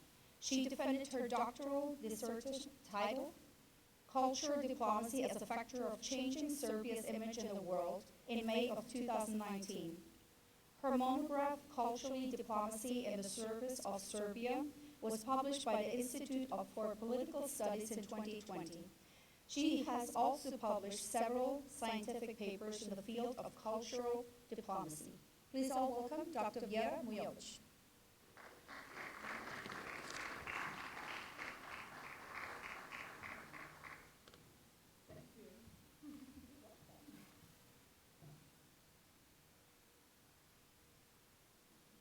Ladies and gentlemen, Serbian representatives, good afternoon. So, I'm Vera Mujovic, actress of National Theatre in Belgrade. And to me, Nikola Tesla is a close relative on my mom's side, according to Mandici. I wrote the book, Cultural Diplomacy in the Service of Serbia, which was the result of my doctoral thesis. An important chapter in my book is dedicated to the Serbian diaspora. As an artist, but also as an organizer of cultural events, I visited and performed abroad. both for Serbs and for foreigners in foreign productions or at the festivals. I shared some topics with our audience and other topics with foreigners. Russia many times, Moscow and St. Petersburg, all the way to the Polar Circle and the Far East, Murmansk and Khabarovsk, Ukraine, Germany, Armenia, France, Latvia, Great Britain, Norway, Sweden, Poland, Austria, Czech Republic, South Africa, Morocco, Canada, Hungary, Greece, Georgia, Cuba, Mongolia. These are the countries I remember where I stayed for my acting work. I worked and played Ivo Andrić, Momo Kapor, the greats of Serbian literature, and now I'm playing Princess Ljubica, a monologue and do a drama about the heroines of the World War I, 2 Women in 1 War. And we made a new play, a duo drama about life of Michael Pupin, Pupin, The Last Dream. Many emotions remain in me forever, lots of experience too. But I had a need to formulate, systematize and arrange and also generalize some of my knowledge and experiences in order to come up with recommendations for myself and others, colleagues, institutions, my homeland. As a result of 10 years of research and 30 years of artistic practice, I have come up with certain recommendations. In cultural diplomacy, Serbia must recruit and consolidate its diaspora. Prominent and respected representatives of the Serbian diaspora can do a lot to promote Serbian culture, Serbian identity, as well as change the image and reputation of Serbia in the world. Homeland should also contribute to the improvement of education and information in the Serbian language in Serbian communities abroad. The most important thing is to invest in Serbian language schools, because this is how the 3rd and 4th generation of diaspora are preserved. This is how the Serbian world is preserved. Language and writing, and Cyrillic too. Diaspora is an actor and patron of Serbian cultural diplomacy. Diaspora can also be seen as a transnational network that crosses state borders. For culture and public diplomacy, it is necessary to identify our intellectual, technical, expert, entrepreneurial, cultural, and artistic diaspora, as well as to create an official database of its prominent representatives. The elite representatives of Serbia abroad are the forces that influence the change of its image and reputation. At the same time, the mother country must form a platform, strategies, and models of engagement of the diaspora in capital scientific, artistic, and cultural projects, and can contribute to networking, presentation, and promotion in the world. More than 1,300 diaspora associations are active in the world, with problems of poor organization, lack of common action strategy, and unity, which reduces the potential of diaspora. The state of Serbia must develop a long-term program to help schools, universities, the church, orthodoxy, preservation of cultural monuments, media in the mother tongue, scientific research, work of cultural institutions and organizations. At the current moment, much is left to personal initiative and agile individuals, such as the work and engagement of Mr. Nikola Lončar with the Tesla Science Foundation, the Tesla People Project, and the establishment of Tesla Clubs. We must present to the world both the works of traditional culture, our cultural heritage, and the works of the world heritage that are located on our soil, but also the top reaches of contemporary culture, as well as special artist figures, Dositej, Vuk, Andrić, Pupin, Milanković, and especially Tesla. Strong figures from the Serbian past and artistic figures of today, as well as cultural heritage, collectively stamped the cultural identity of Serbia and changed its image and reputation. Within public diplomacy, Serbia's strong point is sports diplomacy. I can just name Djokovic and Jokic, you know others. We should offer our soul and our spirit to the world. It is necessary to form a coordinating body, a department, whatever it is called, which should have experts from the sphere of foreign affairs, culture, media, diaspora, education, science, as well as the translation sector. This body would select, direct, and distribute programs to diplomatic and consular representatives, diaspora associations, cultural, artistic, scientific, and educational institutions abroad. Individual and short-term actions and initiatives actually only simulate a serious actions in this domain. We must insist equally on cooperation and concern for the general interests and on the responsibility of each individual as a citizen diplomat for the fate of the successful presentation of Serbia in front of the world. Thank you very much.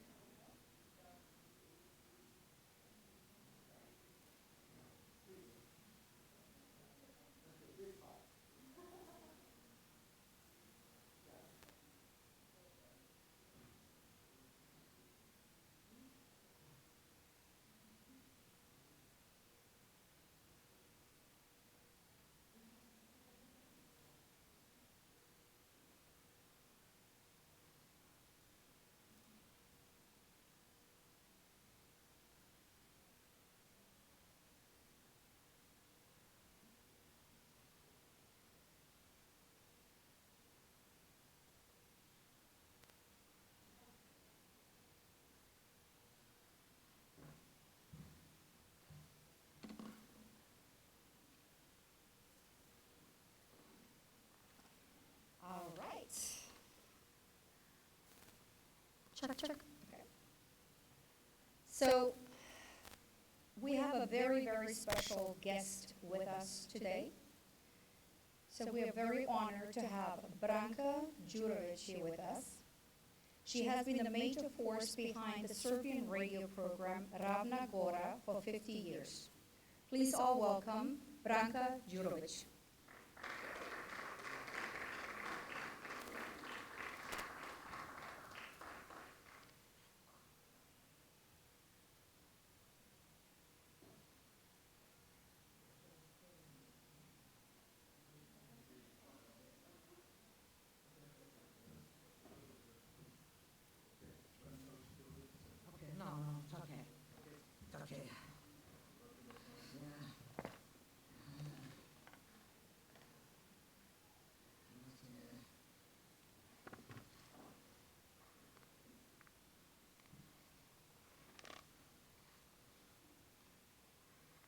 Good afternoon, ladies and gentlemen.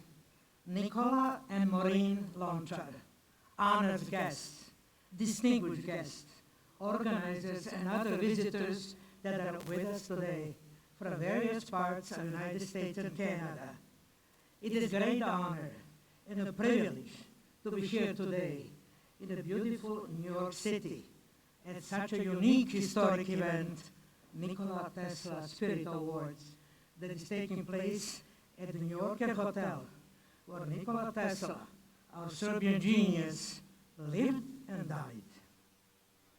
My name is Branka Đurović, and I'm the producer of the longest running and only Serbian radio program, Ravna Gora, Serbia, which has been broadcasted the past 50 years on the multicultural radio station CHIN in Toronto on 100.7 FM. My late husband, Milenko William, and I dedicated our entire life to this cause.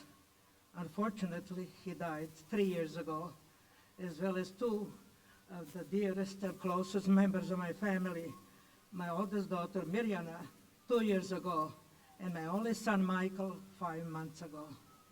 This was the saddest and the most difficult time of my life. But despite that, I had enough willpower and strength to continue with this radio program for the past 4 years. When my show was put on YouTube and the internet, it brought a lot of popularity and a lot of listeners.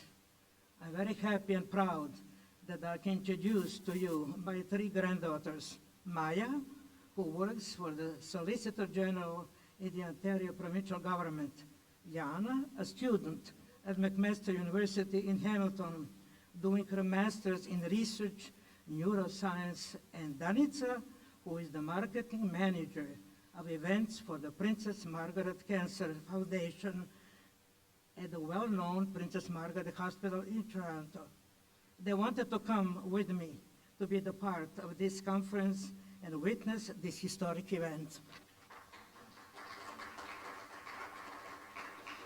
Regarding today's event, I would like to express my gratitude to Mr. Nikola Lončar, founder of the Tesla Science Foundation, for the invitation I received from him personally. At the same time, I would like to give greetings and congratulations to his wife, Maureen, who is nominated for the Best Woman and a Mother of the Year 2023.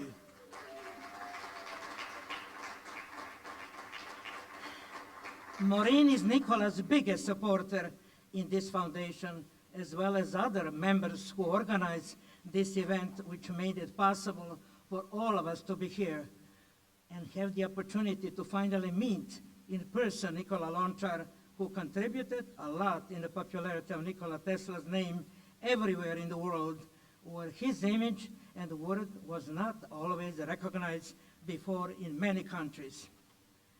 We also had a very important event in Canada dedicated to Nikola Tesla Day in Ontario that took place in front of the Parliament building in Toronto, where Tamara Kočević, member of the provincial parliament, MPP, gave out awards to certain individuals who dedicated their lives in preserving Serbian culture, language, and tradition. This was a very special event for me because I received 2 awards, a provincial award and a Nikola Tesla silver medal that I'm wearing this evening with pride. This came as a surprise to me, and I will cherish it for the rest of my life. There are also a couple of people who received those awards that are here with us today, Gordana Laković-Petković and Vic Đurđević, who spoke here earlier, founder of Entech Corporation from Hamilton, Nikola Tesla Education Corporation. I'm asked to give a short speech, but because of my commitment to the Serbian community in Toronto since I came to Canada, it won't be as simple, but I will try to give you a short summary of my life. I was born and raised in Belgrade, capital city of the former Yugoslavia, today Serbia. My father, Stanko Jelić, was a dedicated monarchist. He had a prestigious position as a captain of the King Royal's Army, King Peter II, before World War II. After the war, my father was captured by Germans and brought to the concentration camp, and many other prisoners where he spent several years, so we grew up without his presence. My mother, younger sister Milena, and I spent our childhood and grew up in Kotor, Montenegro. My father eventually immigrated to Detroit, Michigan, where he spent the rest of his life. It's interesting to mention that I saw my father for the first time in this city at the age of 13 at New York Airport when we came to America by boat 1950. This was where I recognized him, the place where I recognized him from a recent picture I was carrying in my hand. It was a very emotional moment, full of tears, which I will never forget. It is the beginning. We had difficulty due to the language barrier, but not for very long. My sister and I joined the choir at the Ravanitsa Church in Detroit, where we made many friends, including my husband, William, the love of my life, from Toronto, Canada, who I met at the choir festival in Windsor in 1958. In Detroit, I finished a commercial art degree at Wayne State University. 2 years later, I married Milenko Đurović in 1960 at the Ravanitsa Church in Detroit. After the wedding, we moved to Toronto, Canada, where we had a very happy and busy married life. We had 3 children, 2 daughters, the late Mira, Rada, and son, my late son Michael, the youngest member of our family.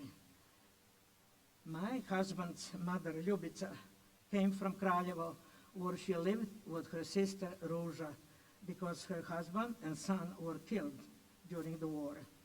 So she came to live with us and looked after our grandchildren until the day she died. She was buried in Toronto, where her son and grandson now lay next to her. They are now joined together in heavenly garden forever. Memory eternal. May God bless their souls. Going back to my story, my husband and I dedicated our entire life to Serbian community in Toronto.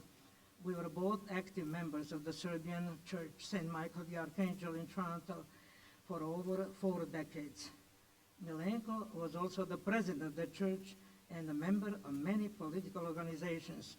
He was a candidate for the Conservative Party on the federal level during the time when the Diefenbaker was the Premier of Canada, as well as many humanitarian organizations such as Serbian Brothers Help, but most important of all, being the editor of the international Serbian magazine Fraternity Bratstvo in both English and Serbian language. Both he did for 25 years. In addition to this, he was a producer and a founder of the Serbian radio program Ravna Gora on Chin FM station, where I was involved as a musical producer at first. After his death 3 years ago, I have carried on as the only producer of the Serbian radio program Ravna Gora. As far as my dedication to the Serbian community is concerned, I was president of the KSS, Dača Zorka, Serbian Sisters for 30 years, and the chairman of the International Festival Caravan for our Serbian Pavilion Belgrade, which was chosen for Best Pavilion in 2001. I was also in charge of the ethnic festival, Christmas around the world and Easter around the world for 25 years in the new City Hall in Toronto, for which I won a Community Builder Award in 2004 in the form of a statue. As far as my artistic talent goes, I inherited it from my grandfather, Peter, who was an icon painter. I won a very prestigious award for a mural of Abraham Lincoln, which was 6 by 12 feet, and it took me 3 years to paint that particular painting during my school hours after I was still going in Detroit. I'm very proud of this and won an award for the best painter in 1958. As a part of my presentation, I have a special message of gratitude to Dragan Mišković, a well-known journalist from Sarnia, Canada, who planned to be here this evening with 3 members of his family. But because of his health problems, due to the serious car accident he had 5 months ago, his doctor advised him that it's not very safe to travel, so he canceled the trip. Dragan Mišković, who is presently editor-in-chief in Tesla's People's News Online, helped a lot to my husband Bill and contributed a lot to my success in the last 3 years, as well as the popularity of our Serbian radio program that started 2.5 years ago when it was launched on YouTube.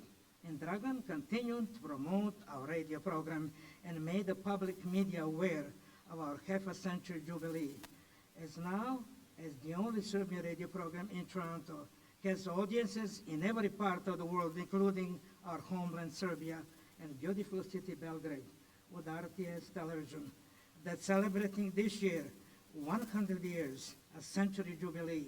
So we congratulate them on their endurance and success. I hope that we can use them as a role model for preserving a self-heritage in Canada.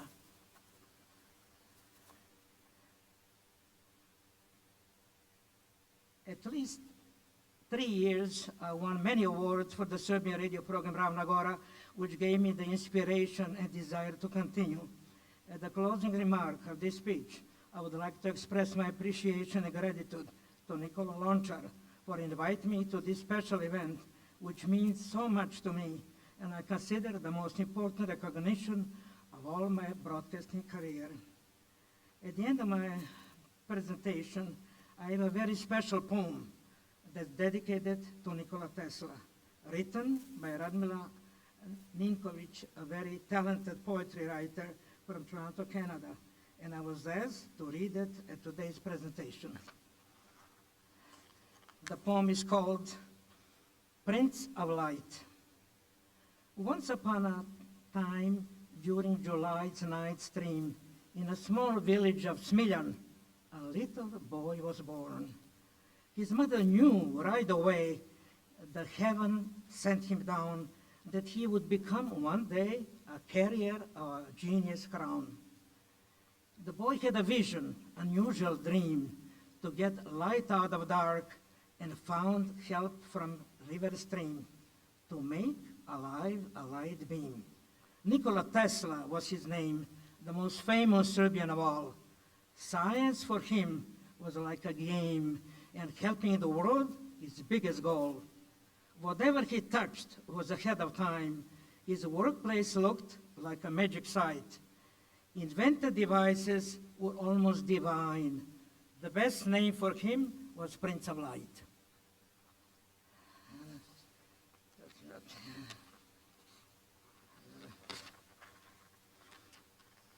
Thanks for listening.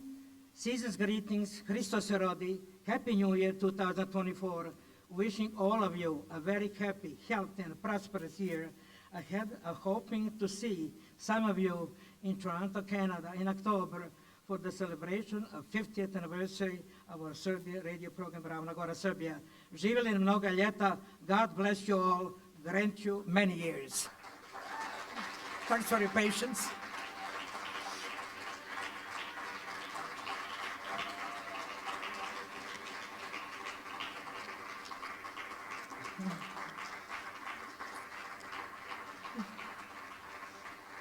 Thank you. Ja bih htio da vam zakačim orden.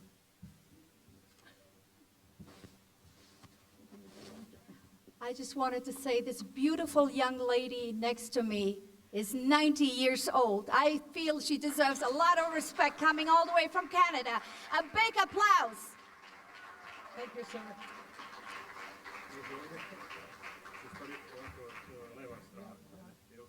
On this side.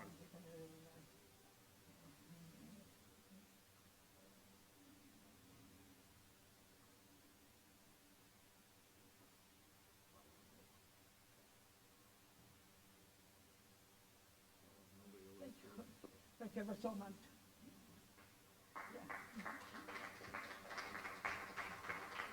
Oh, they comes all my surprises.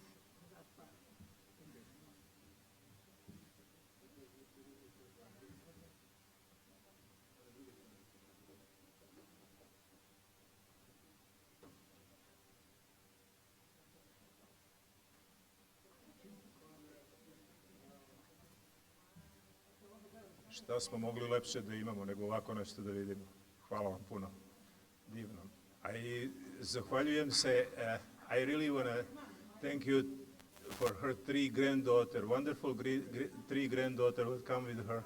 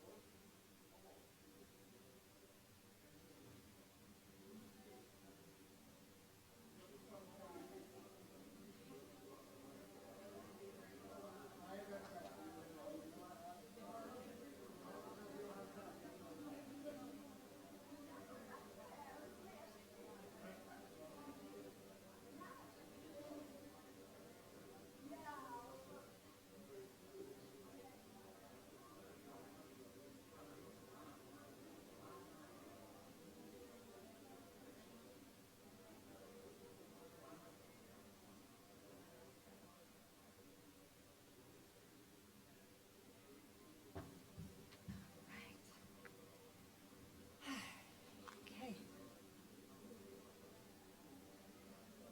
All right, we're going to continue. Please be all seated.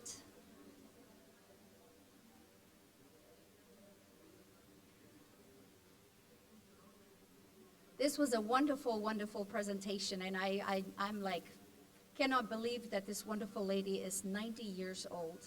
I want to be just like her when I grow up. Oh, I love you. All right, so we're gonna go with our next presenter, Stan Watts, a gifted American artist and sculptor whose focus is mostly the life-size bronzes. Last year, we had a privilege to attend the unveiling of his monumental work of the Tesla bronze statue here at the New Yorker Hotel that was donated to the experimental school in Philadelphia, Paradigm School. That was the first American school that started the Tesla Club. So please all welcome Stan Watts.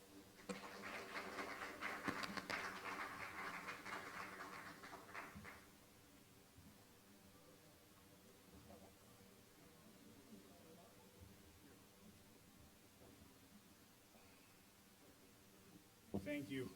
It's an honor to be here. I flew all night last night to get here from Utah.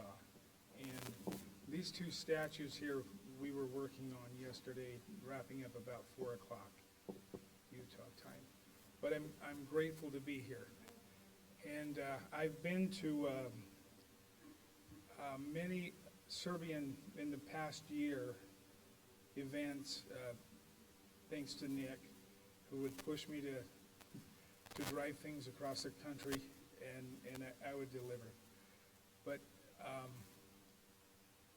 Tesla, I wanted to do a statue of him back in 2008, and over 15 years ago.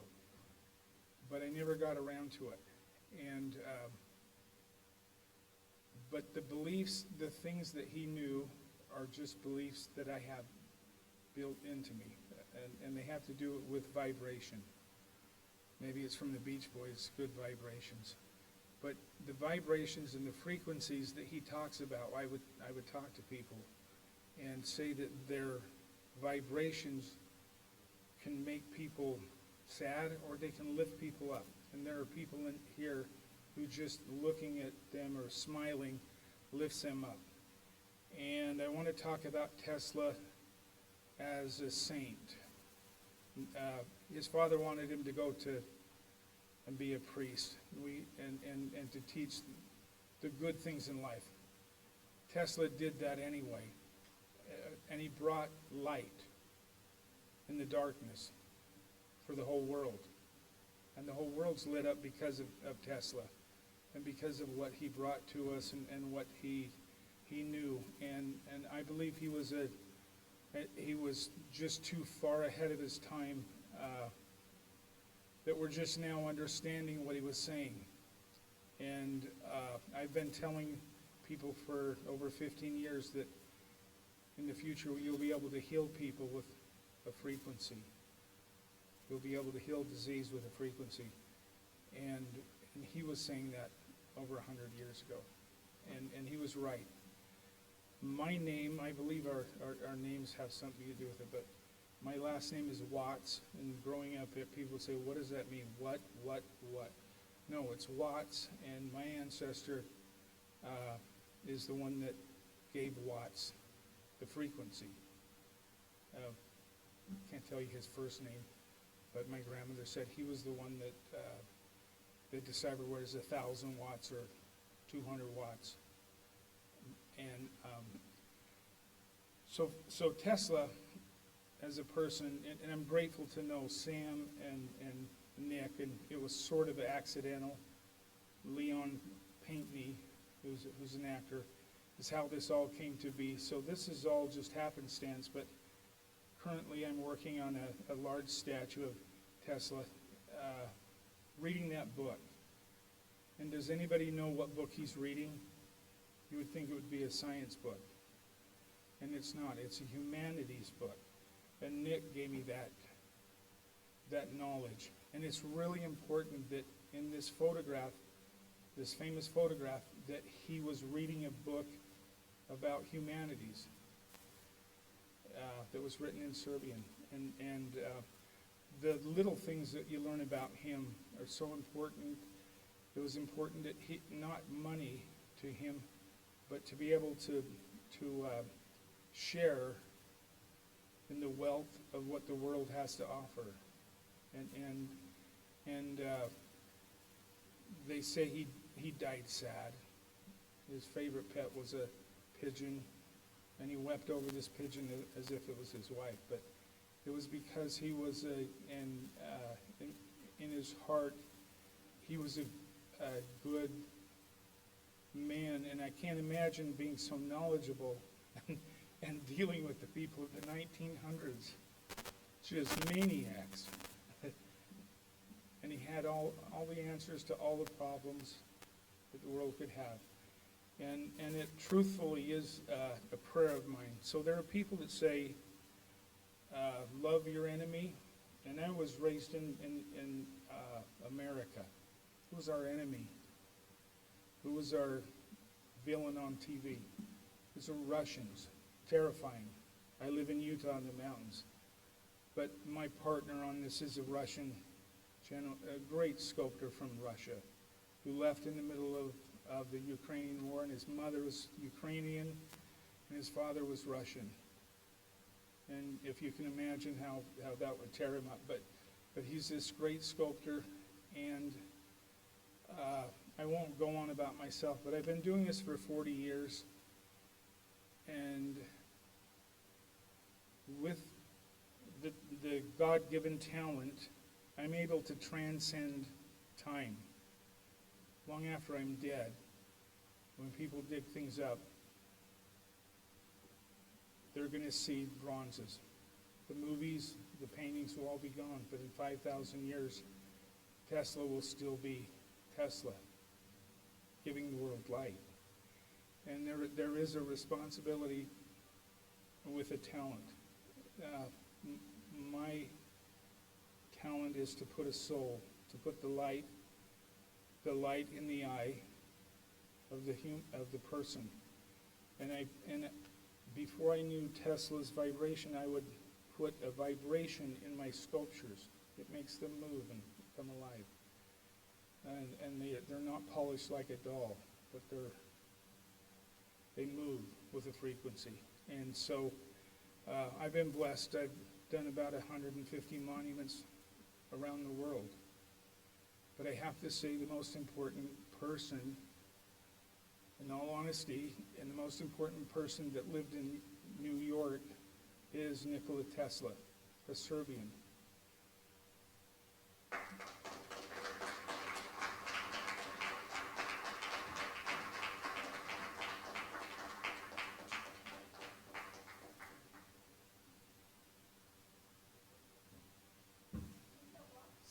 so many good things happen.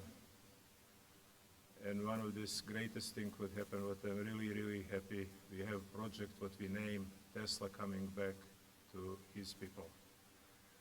And Stan making now,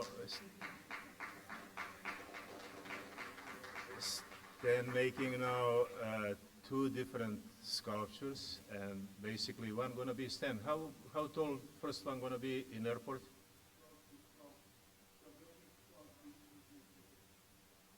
So their museum next to Nikola Tesla Airport, for you guys who don't know. Nikola Tesla Airport is in Serbia, in Belgrade. And Stan producing two monuments. One gonna be inside in a building, and this is one sitting Tesla. And this is two size Tesla in a life, right?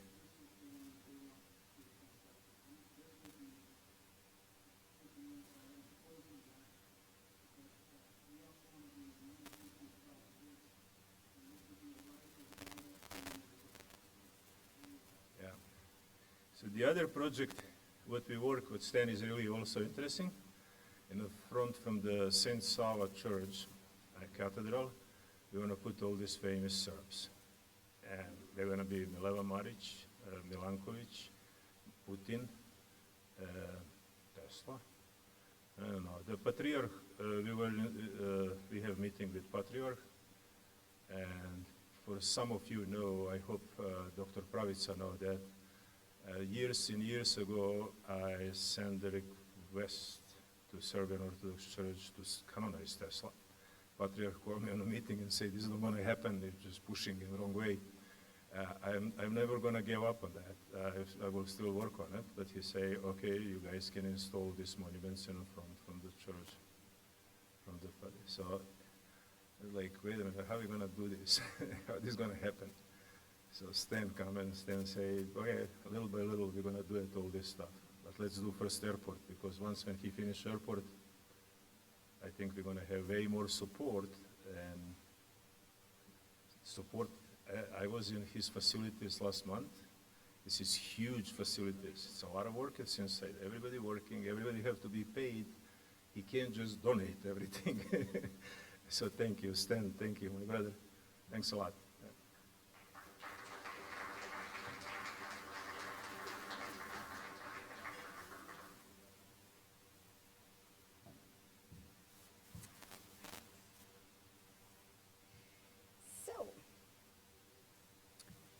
Moving on to Ms. Yelena Ivanets, who is a marketing communications professional with 20 years of experience, specializing in integrating marketing communications, brand strategies, and public awareness marketing.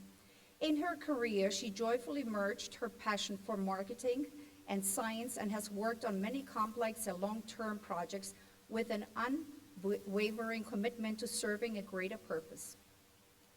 A former professional volleyball player fluent in multiple languages, she is an avid traveler with an insatiable curiosity to learn and grow. Yelena is the founder of the Marketing Lab consulting company and works as a fractional CMO, advising clients on strategies that secure sustainable growth. Please all welcome Yelena Ivanets. Wow, you are tall. How tall are you? Close to 6 feet. Oh, good. Good that I'm wearing high heels. Thank you very much. Such a nice announcement. I'm very honored to be here tonight with all of you. And I have to say, I changed a little bit my presentation for tonight. And it's because of you. You're to be blamed. You're such an inspiration. I heard so many amazing stories about the wonderful work you'll be doing. And I got inspired to change something. And oh, I have to mention one more thing. A couple of hours ago, I got an email from a really good friend. He is a really top-notch scientist here in the US, but he was born and raised in Serbia. He replied to my email from a few days ago when I congratulated him on his birthday, and he updated me on his most recent work, and he said, hey, NASA connected with me. They contacted me again, and they figured out some of the formulas do not work, so they want me to help them solve the problem. So, yeah, that's kind of a normal thing for him, but then he added, and you know what? My younger daughter, she's actually on the Forbes list of 30 under 30 for some biotech work that she's done, some research. And I said, wow, there is something in the water back in Serbia, right? And then just a short reminder for 2% of top most quoted scientists in the world, and many, many Serbian names among them, my husband being one of them. Back to Tesla. We heard a lot of amazing things about Tesla. He's been great on so many things. He's been an inspiration. But there is one thing that he was not so good at. Could you tell me which one? Could you think of one thing that kind of business, and let's go and be more precise? Marketing and branding, right, right. Intellectual property protection. So it is up to us to change that, right? However, there are a few names that we know that do not really deserve that. I mean, that much fame, that base their work and inventions on Tesla's inventions. Could you name some of them? I heard them outside. There's a gentleman repeatedly, saying to everyone attending his experiments, like, this is not that guy's work. This is actually Tesla. Do you know the name of those scientists? Who kind of? Marconi, Edison. Very good, very good. See, so we need more people to know about it, right? Back to the point. Nowadays, however, many, many organizations use Tesla's name. It is part of the name of the companies, even music bands.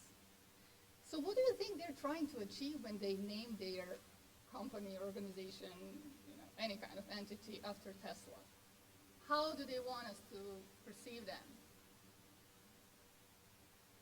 They want to set themselves apart.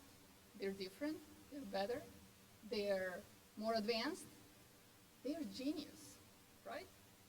In a way, there's nothing wrong about it. They help shed light on Tesla's work in a way, but not in a very comprehensive way. Why? Because Tesla was much more than that. There are things that really distinguish Tesla from other scientists. There are some values in his character that are different from any other scientist. We just mentioned a few of them, right? Tesla didn't have time for marketing, didn't have time for business to monetize his work because he was racing at light speed to create new inventions, right, to advance science for the betterment of the humanity, right? So he didn't have time for branding. What actually is branding? Can you go to the second slide? Branding is actually attaching a personality traits to a service, organizations, product, in a way that we want our consumers to perceive us, or that particular product, right? So when you think of Coca-Cola, what is one thing that you can think of? Uplifting, happy, right? That is the main thing that they go by, right? Can you move to the second one?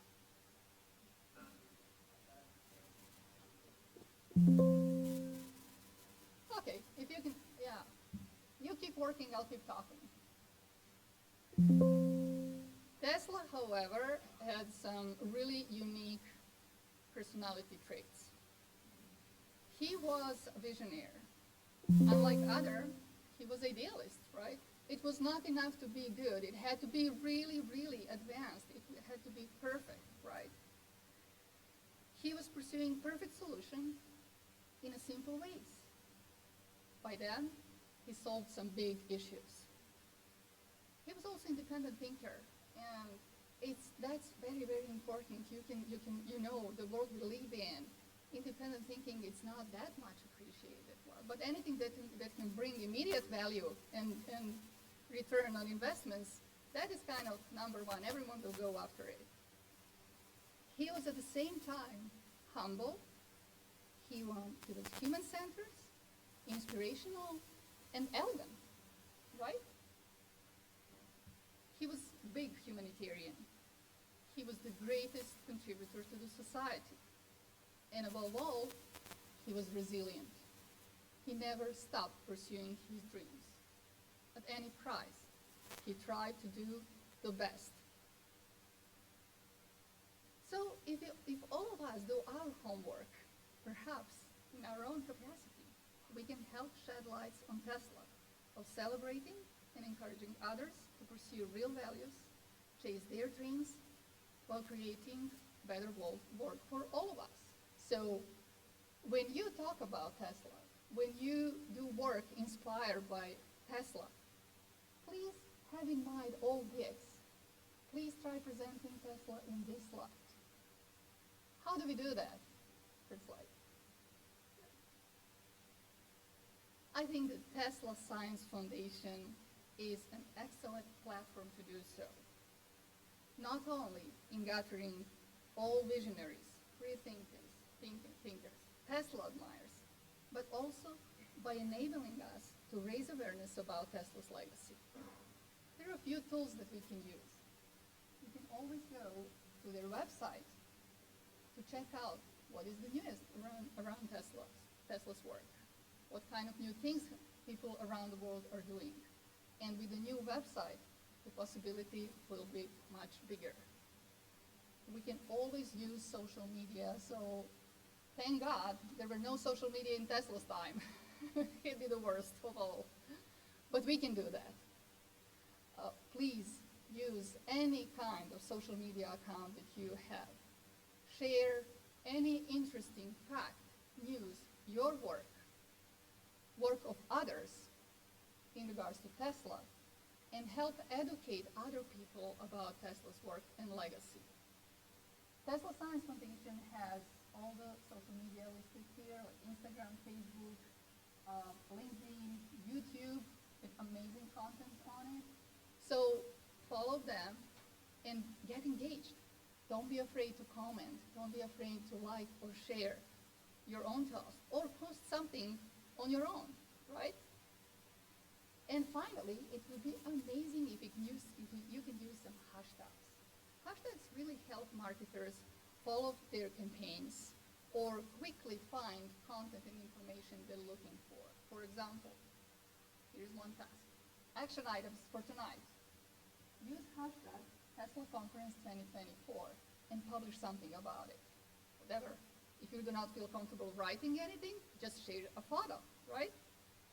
And make sure you write a hashtag Tesla Conference 2024. We'll see tomorrow how many of you did it and how that reacted, if there was any reaction.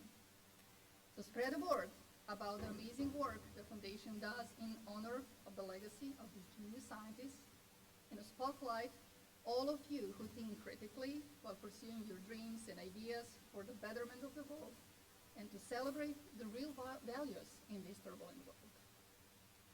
We owe that to ourselves, and we owe that to Tesla. My name is Jelena Ivanec, and I am honored to belong to Tesla people. Thank you.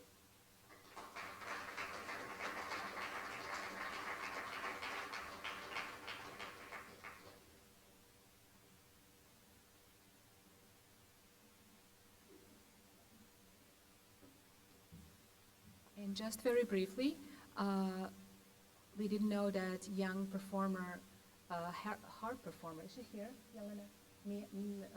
Mila? So she's here with us. For all of you who stayed here during the coffee break and had an opportunity to watch a beautiful performance on harp, that was Mila Manic, and she is receiving a medal from Tesla Science Foundation for her contribution to promoting Serbian heritage.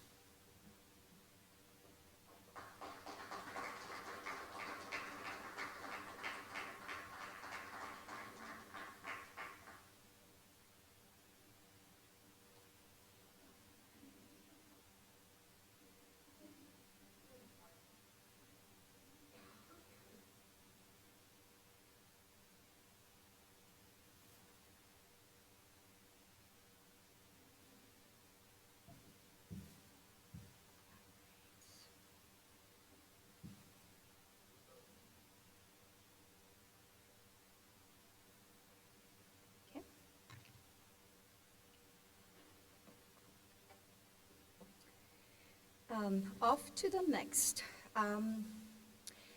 We have Predrag Karazovic and Srđan Sotirov. Predrag Karazovic and Srđan Sotirov will speak on behalf of the Tesla Science Foundation. Predrag has been with the foundation for a long time, and through his efforts, he has become a pillar of the foundation. Srđan is the new president of the board of directors of the foundation. So let us hear what they have to share about the news and future plans.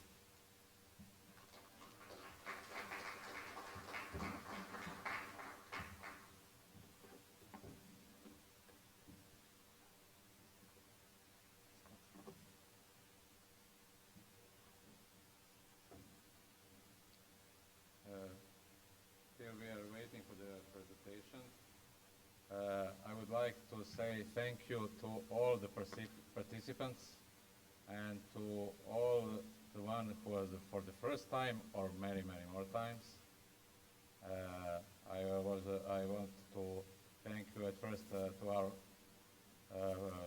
founder, Nikola Lončar, because he made such amazing group of us that we are promoting the Nikola Tesla legacy. And now we will describe you some information about our organization. About that, what we were working on the last year, and what are our plans to the next year. At the beginning, I would like you to read our mission. The Tesla Science Foundation created to promote Nikola Tesla's legacy by raising awareness of his achievements and contributions in the 21st century, thus contributing to the understanding of many of his patents and inventions that would have applications in today's needs of humanity. Through educational programs, workshops, meetings, and public events, we gather all those who are truly interested in Tesla. So, we like to share all your visions of Tesla, or how he was important to our Serbian people and to the whole community. In our organization history, first idea forming such organization has Nikola Lončar in July 2004. He formed Nikola Tesla Inventions Club in Philadelphia, and he wanted to have meetings with some inventors, but he realized that that is not enough. And after that, in 2010, he organized and founded Tesla Science Foundation. The Tesla Science Foundation is an organization we are proud to say of any kind of people that admire Nikola Tesla. We have scientists, we have promoters, we have artists, we have children from the kindergarten to the university. So everyone could join our organization and could present what he is working on Tesla's ideas. One of the greatest Tesla's idea is to give to the people something for free. His idea was to give the electricity for free to the old world, but we know there are some other interests in the world, and he couldn't succeed at that idea. But who knows, maybe in this hall is another Tesla who will have opportunity to achieve that goal, Tesla's goal.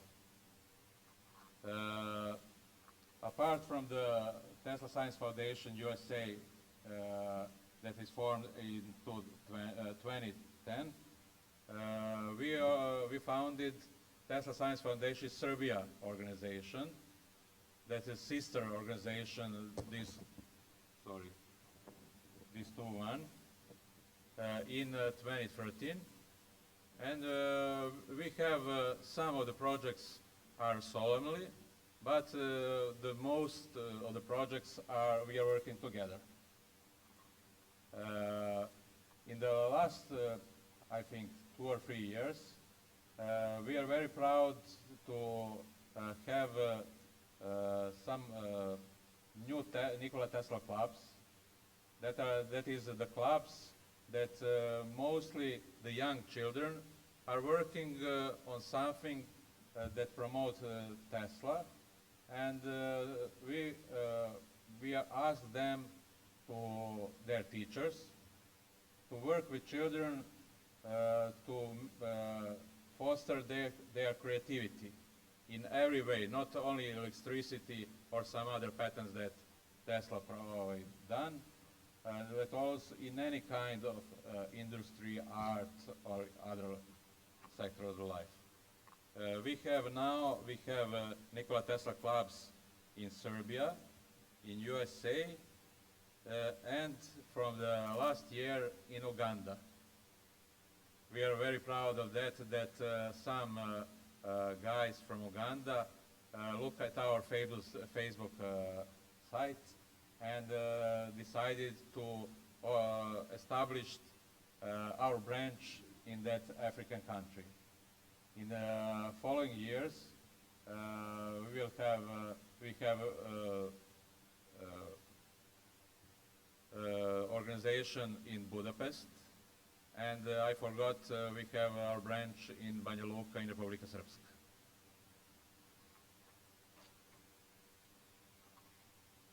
We are also very proud to our partners. One of our first partners in the USA is Tacony Academy Charter School, American Paradigm School. The Ashley Redfern, you saw her presentation, is the executive manager of the Tesla Science Foundation and also in Paradigm School. Our second partner is Franklin Institute from Philadelphia. We gave them some experiments to put it in the institute about Tesla and his work. Tesla clubs, of course, I said something about that. Some projects concerning our second, the great project, Tesla Nation. And that's it. We have till now 20 different thematic events. We have installed 34 statues of Nikola Tesla around the world. And the Tesla Science Foundation recognized and awarded more than 1,000 individuals, institutions who are true enthusiasts and ambassadors of Tesla and the Tesla Nation. Thank you, Pedro. I will continue. A few words about 2023. We start with January conference. You saw some picture. During this conference, we get proclamation of the Mayor of New York, and also at the end of the conference, we get and we unveiled new statue of Nikola Tesla made by Stan Watts. After that, we organized Nikola Tesla Days in Serbia during 3 days in the 3 different towns and 2 monasteries. We had one amazing journey. We have more than 70 presenters. We open new Tesla clubs, 2 new Tesla clubs, and we also do commemoration of Georgina Duka Tesla, Tesla's mother. At the same time, during this conference, we have also exhibition of paintings about Tesla, and we organized and did Children Art Prize competition in the Nikola Radošević Art Gallery in Belgrade. After Belgrade, we moved to Šabac. In the Center for Professional Development, we opened new Nikola Tesla Club. There were a lot of children.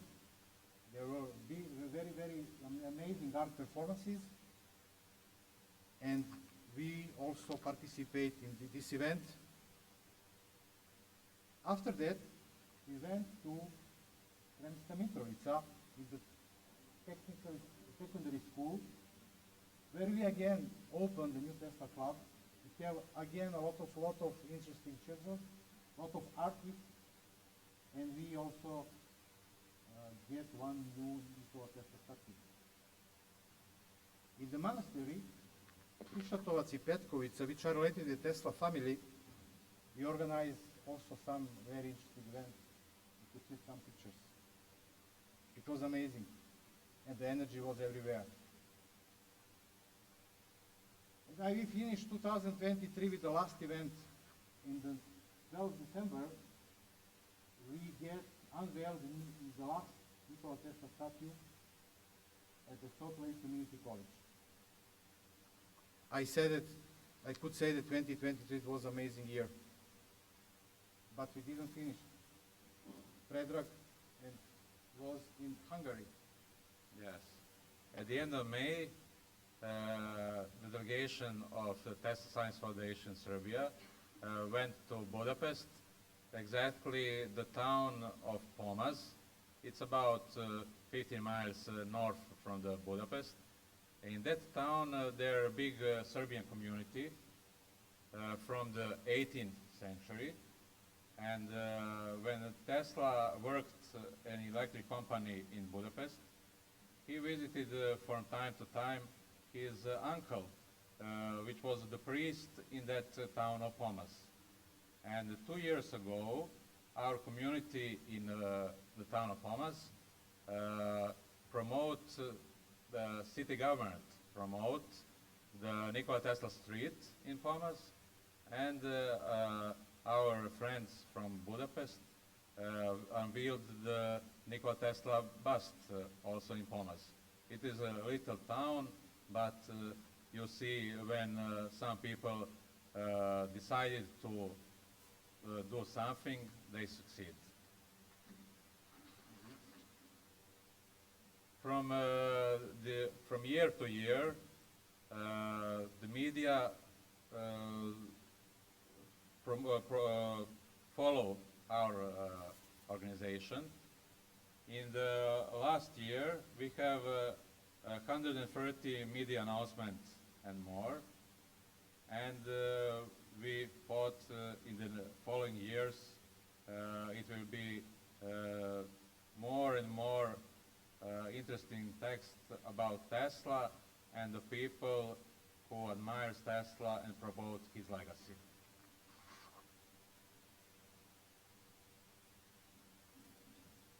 Okay, 2024, I will start again and Predrag will finish. We will organize the conferences, minimum 2.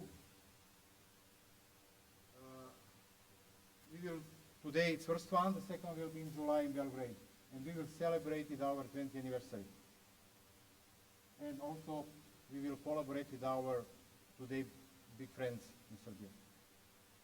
We will continue with Tesla Club opening, and we will organize various thematic workshops all around Serbia, where we will invite all people, children who want to go deeper and to understand the Tesla life, his legacy, and to take some good examples for their life. We will organize one specific evening, donor evening in the Belgrade, in the first part of the year. And at the same time, we will follow all the projects that our college will after. We start first our project 2024, and we start with the promotion out of Serbia, our Serbian Cyrillic alphabet. And our new certificate there is both sides, English version and Serbian Cyrillic version. For example, this is one of the actions. And Nada explained that this is potentially the most impacting project in this year. With the new portal, we will be able to collect different information about Tesla life and about Tesla people. And please, who want to join us, you're welcome. And Tesla Nation project, please, Pedro. As I said, one of our projects was the Tesla Nation project. We want to group all Serbian people all around the world in Matica and in diaspora. We have one research. We have one questionnaire about how the people and organization look on the how we could successfully cooperate between us. We send 5,000 emails to some representatives of the Serbian people throughout the world. We have some, got some answers about, I think, third of them. And we will give opportunity to everyone that participate in that questionnaire, in that research, to explain his idea, how could our diaspora and people in Serbia and Republika Srpska could have some projects that will show our Serbian people in the most best lights. And at the end, but not at the least important, I would like to thank to General Consulate in New York that is supporting our organization for many, many years. Now the Vice Consul Olga Savacic and Secretary Tamara Vujovic is with us from the morning. We have the pleasure to meet new General Consul in New York, Mr. Božović, and thank you for all the efforts for support.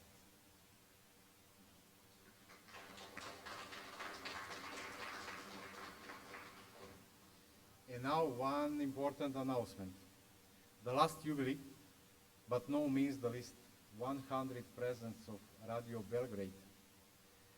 Radio Belgrade is the oldest electronic media in the Balkans. It was heard for the first time on October the 1st, 1924.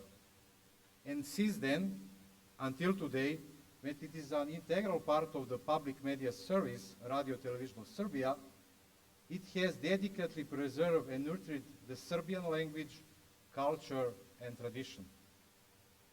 And not only in Serbia, the broadcast Together Tonight has been following events in all our communities, all over the world, for more than half a century.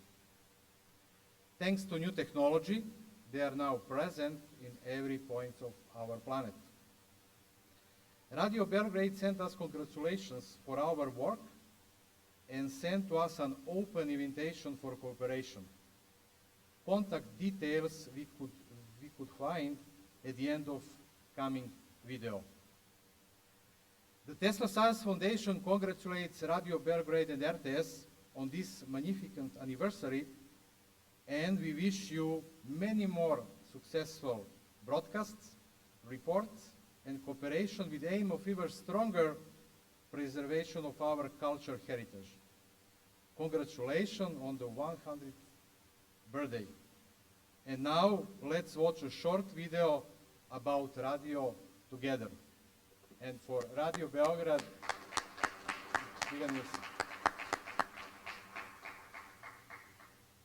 Radio Beograd, prvi program. Good afternoon and a Happy New Year. Radio Belgrade is the oldest electronic media in the Balkans, and we are here to bring you closer our homeland through everything we have been doing for full 100 years. Radio Belgrade is a media outlet trusted by the people. Our first broadcast was in 1924, the same day that Radio Vienna had its first. Ovde Radio Beograd.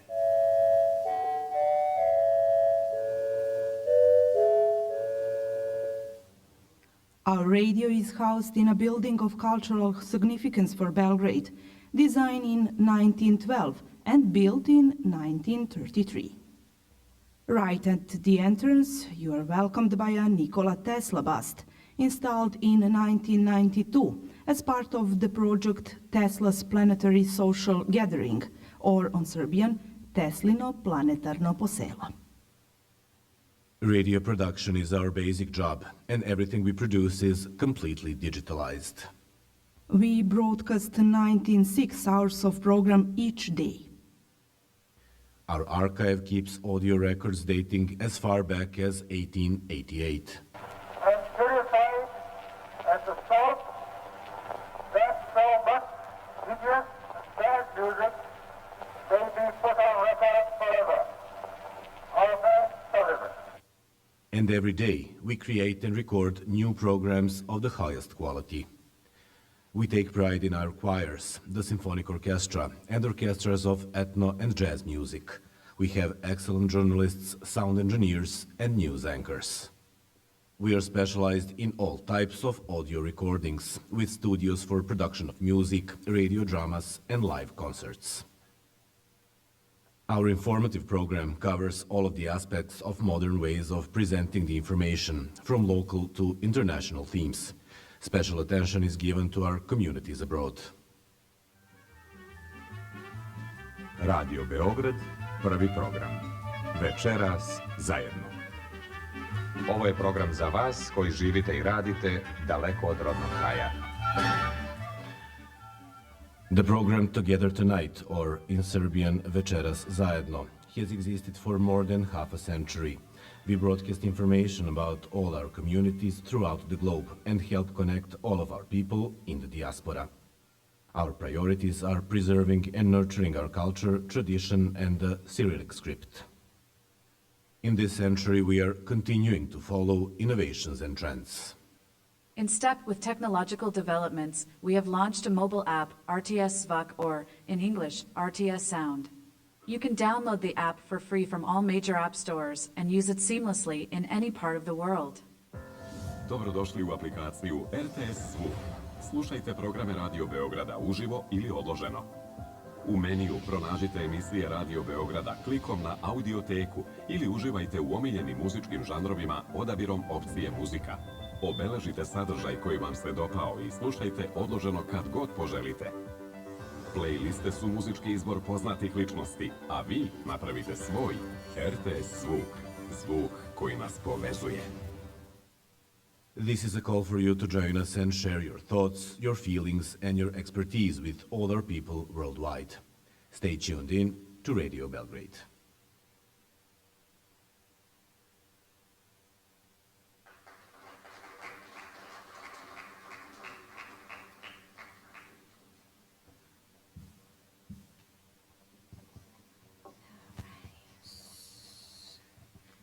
How is everyone doing? Smile! All right. It's so quiet here. What time is it? Okay. It's time for some coffee. All right, let's go. The next person that I'm going to announce she is not here, but I'm going to read her bio and someone will do the presentation on behalf of her. So, Marina Bulatovic is a journalist, writer, and member of the Tesla Science Foundation of Philadelphia since 2014. This year, our foundation and Marina are celebrating 10 years of joint volunteer work. Also, Marina has been a member of the executive board of the Tesla Memorial Society of New York since 2010. She was among the first journalists to write about Tesla for media outlets in Serbia, Canada, and Russia, in cooperation with the Nikola Tesla Museum from Belgrade, with journalist and writer Alexander Milinkovic, Joey Kinney, the president of the Tesla Memorial Society of New York, deceased in 2021. Marina also writes for the daily newspaper Danas, RT Balkan, Sputnik Serbia, Radio Television of Serbia, and Ilustrovani Politika. Nina of Arabia, is Marina's first novel. Her new novel, Happy Serbian New Year, will be published in 2024. Along with Tesla, Marina also researches the life and works of Mihailo Idvorsky Pupin, Milena Pavlovich Barili, Mileva Maric Einstein, and Milutin Milankovic. Marina is not attending in person, as I said before, and her presentation will be delivered by Predrag Karasovic. Thank you.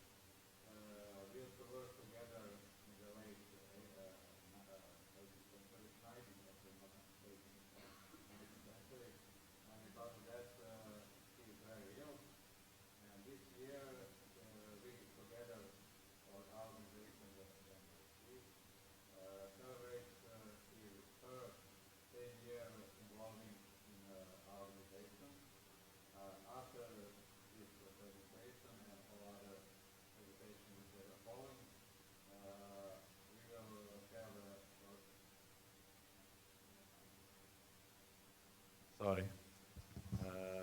We will give her to one of us the highest award, Tesla Spirit Award, for the 10 years of being public relations for Tesla Science Foundation.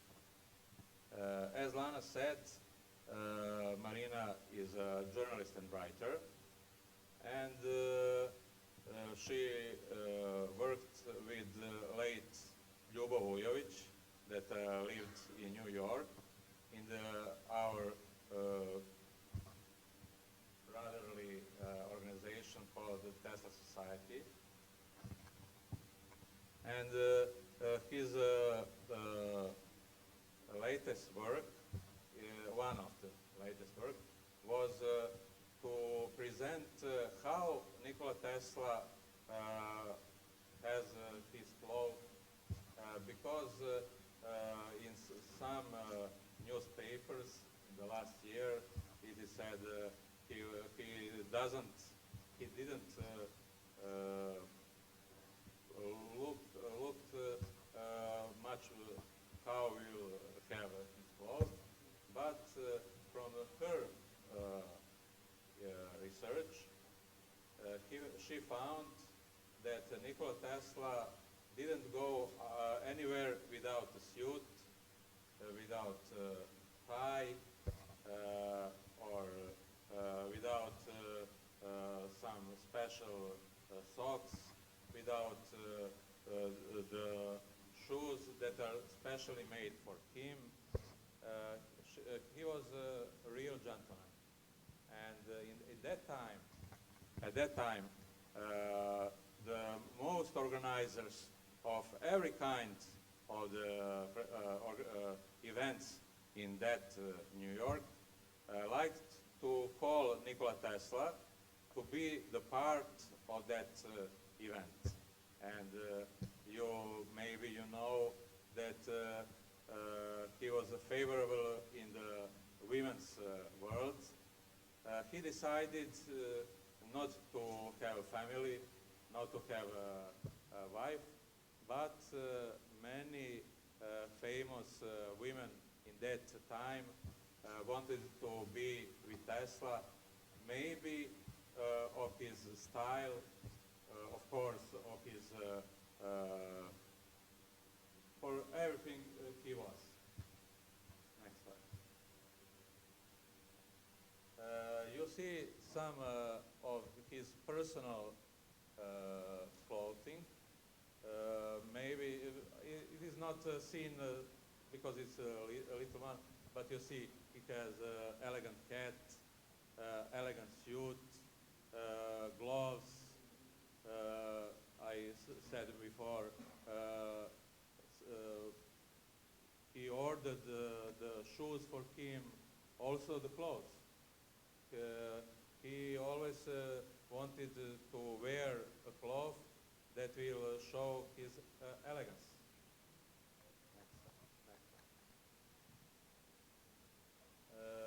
That is, I think, from the Sam newspaper. Yes, from Ona newspaper. That is one magazine in Serbia that is following the stars, the clothing, everything in Estrada sphere. And they present Tesla. It is said for the ones who didn't know Serbian language, Tesla, the man of style. Next. These are also his personal items presented in that magazine, Ona. You see, he also wear pink socks.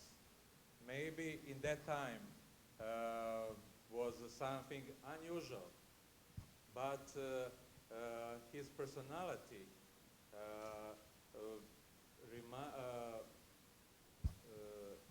exchange for that he wear pink socks. Next one. That is the same. Next one.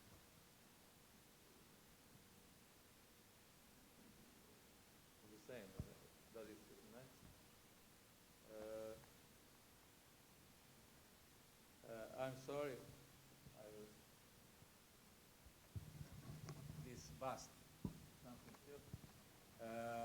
I'm sorry. Maybe you will see I'm not very well prepared for this presentation because we thought Marina will come, but he was very, very ill. She lives in Toronto, and because of that, I must read something, what he prepared. Throughout his life, Tesla wears suits, silk and cotton shirts, ties of various colors, and on more formal occasions, bow ties in regards to his fashion style. It can be said that he followed his own sense of taste and personal affinities. He is dressed in the manner of the gorgeous world of the late 19th century. It is proved that he doesn't put something just like that. He is thinking what will he present in the public. This is the same. This is Nikola Tesla's father, Milutin. He was the priest of Serbian Orthodox Church. Nowadays, some nations are trying to say that Nikola Tesla was of their origin, but in the Serbian nation, we think Nikola Tesla was Serbian origin, born in Austrian Empire, lived his young childhood in Austro-Hungarian Empire, and was the citizen of America, where he has his most valuable patents made to the world. Tesla, yes. So next one. These are the family of Nikola Tesla. There is no one picture of Nikola Tesla mother, Joka, but we have some pictures of other relatives. From the mother side, Nikola Tesla relatives was mostly priests of Serbian Orthodox Church, and they are very well educated. One of them was a metropolitan in Croatia. And Marina said, in addition to his parents, Tesla was uncommonly attached to his uncle Petar Mandić. Petar Mandić was also the priest, and he lives, as we mentioned, Srđan and I, in the last presentation, lived in the city of Pomaz in Hungary,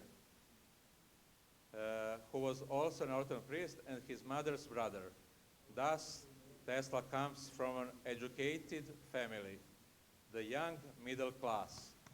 He was educated in European metropolises, lived in Vienna and Prague.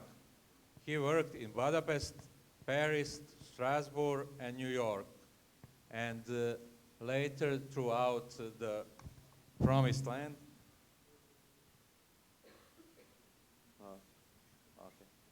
Okay. Just to finish, and the fashion that was presented in these cities underneathly left its mark on his fashion style. And because we are a little late for the other presentation, I will end this part of the presentation.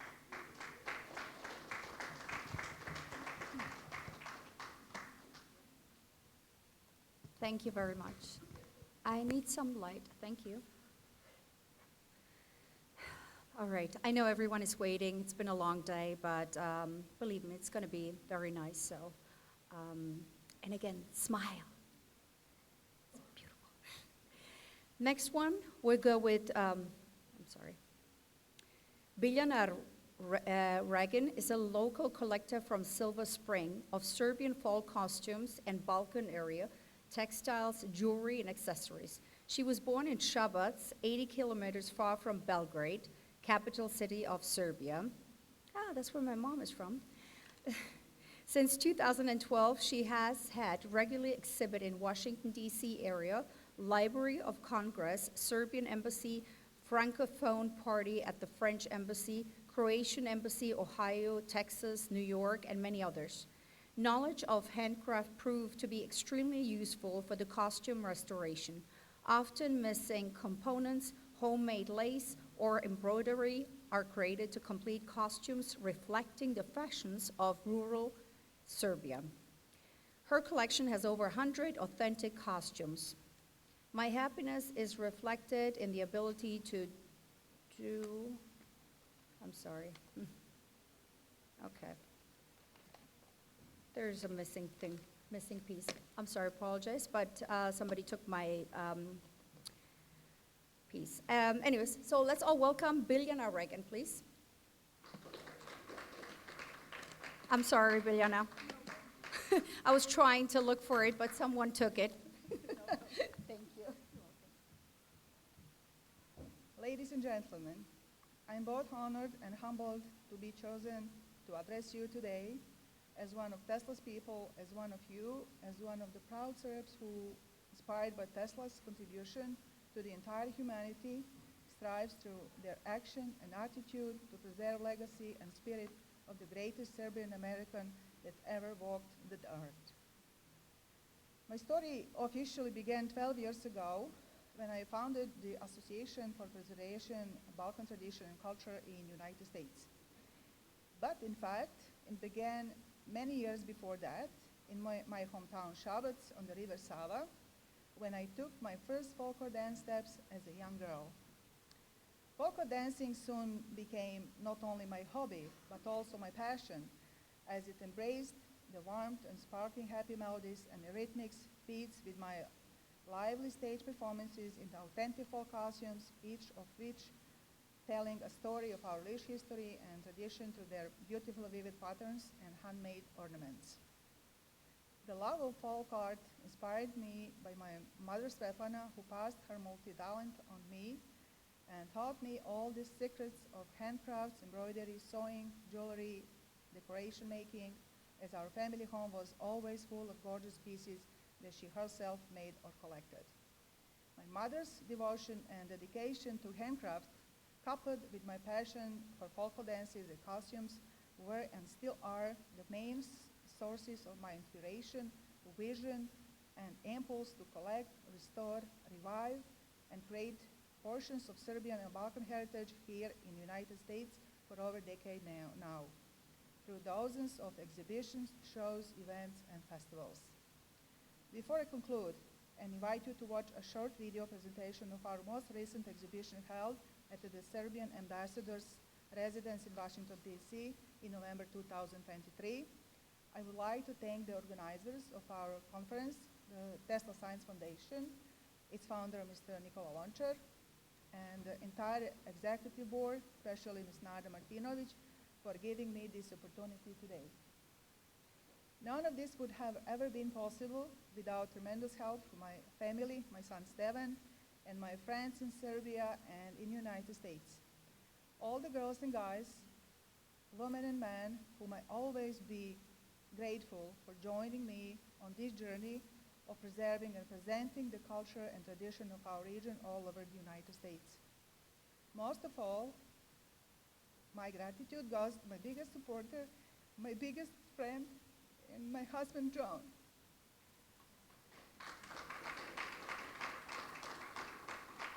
Who continues to give me strength, motivation, and encouragement to pursue doing what I love every day. Thank you all, and enjoy the short video.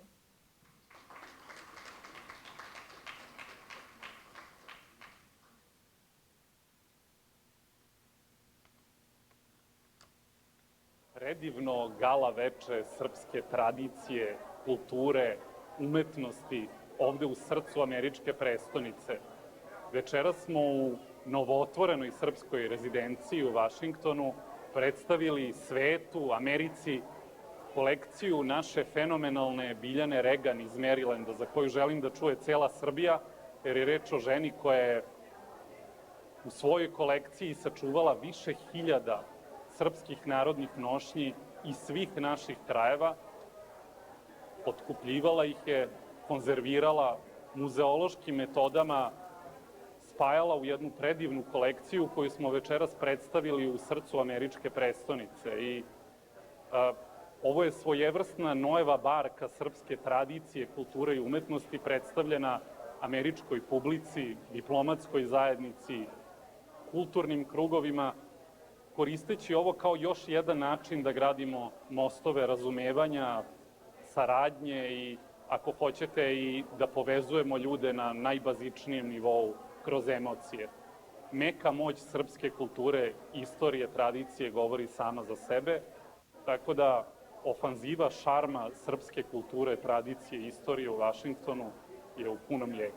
Ne samo politika, ne samo teške teme, već tražimo put do srca ovdašnje elite i upravljačke klase na najrazličitije načine. Živela Srbija i pozdrav iz Vašingtona.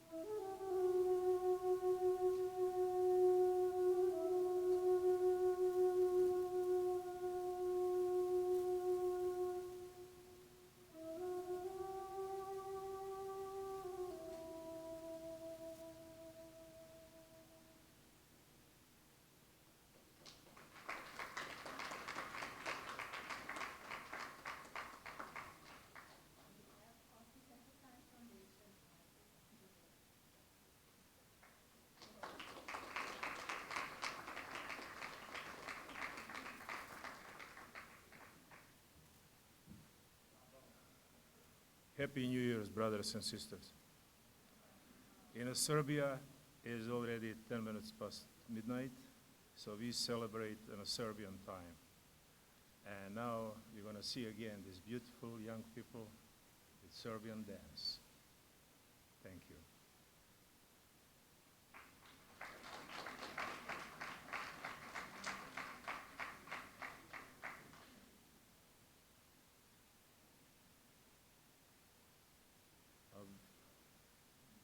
Okay, we're gonna wait a few minutes. You guys, in Serbia we kiss 3 times, so you guys can start kissing.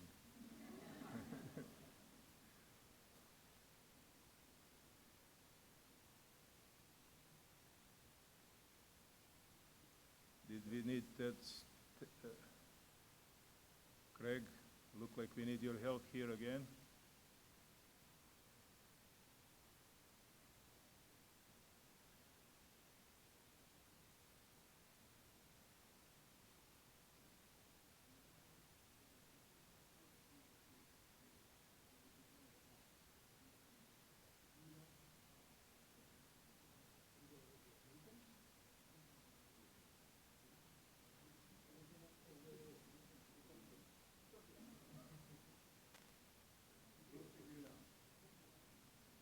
Stavi dupli tejp u pičku.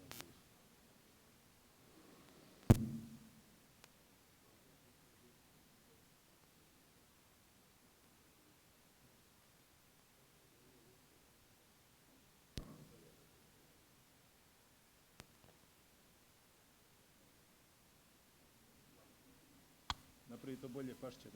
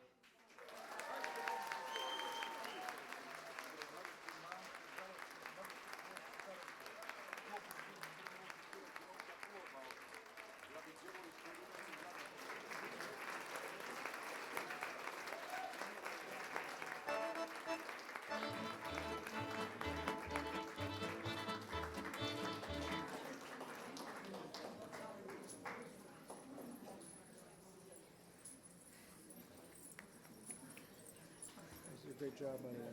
Thank you. Really fantastic job. Really fantastic job, guys. Sem poznati doktora Đorđa da primi nagradu 25 godina rada sa ovom decom. Fantastično. Pre 12 godina, 10-12 godina su isto bili samo u velikoj sali zajedno sa nama i ja ne znam, vidim po svima vama da ste oduševljeni, da je sve kako treba.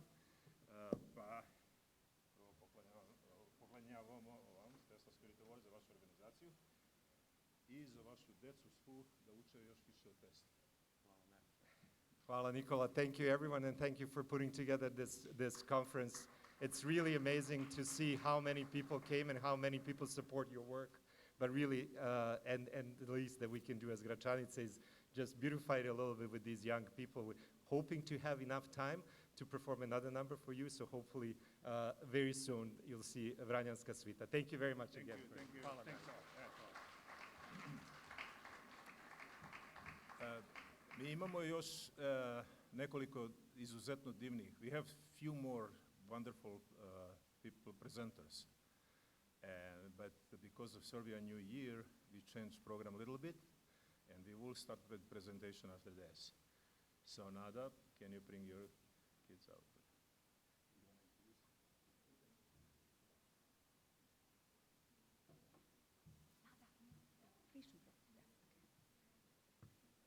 So before Nada gets ready, I would like to introduce her, Dr. Nada Martinovic, a former professor at Kent State University, currently holds the role of management and program analyst for the Department of Homeland and Security. Beyond her professional accomplishments, Dr. Martinovic is a passionate community leader, contributing her time and passion to various cultural and civic organizations.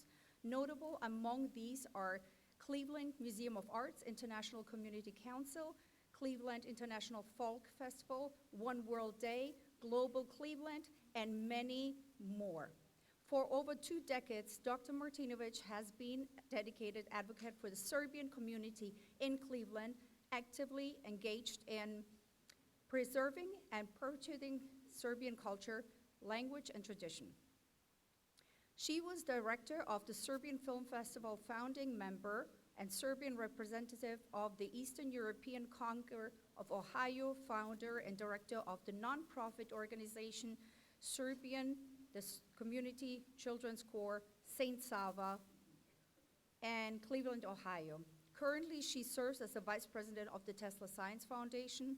Martinovic earned her BA in music theory of the University of Arts in Belgrade, Serbia, MA in music education of Cleveland State University, and PhD in music education at Kent State University. She has presented her research internationally. So Nada will explain exactly the songs that will be played right now. So thank you, and I apologize, I had to read from my phone because there was no time to print anything, so I hope you can forgive me. Nada, please. Thank you, Alana, for this introduction. Craig, I need to ask you, we need this mic for soloists, so I will talk until this. So very briefly, we have 3 songs to perform. The first one is kind of a surprise, but it will tie in all of my efforts for the past 21 years when I decided to start this choir. And you will have a chance to hear the very first singers of the choir who were members 21 years ago. And because of them, this choir exists. Emotion. So that's the first song. And second 2 songs are a result of our collaboration with my former students, now colleagues, Professor Snežana Šalaj-Tibor and her students, and my colleague Nenad Blažić from Belgrade. Thanks to them, these singers had an opportunity to collaborate with children from Serbia. We are very proud of that project called Music Without Borders. And we are looking forward to collaborate with many more children from worldwide. So while we sing, you will be able to see the video performance of kids from Serbia as well. So it's a kind of unified effort. And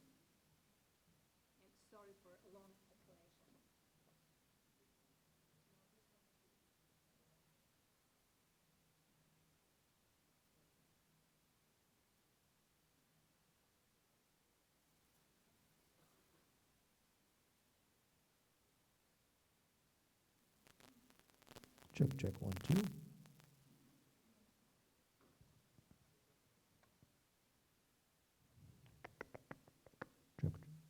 Check, 1, 2. I think it's too loud.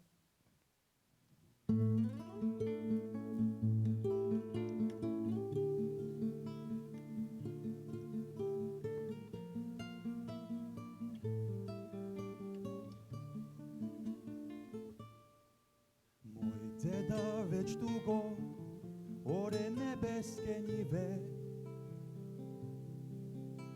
i baka još čuva sve stvari i slike našeg sveca. Dan kad sam rođen, tu je posađen orah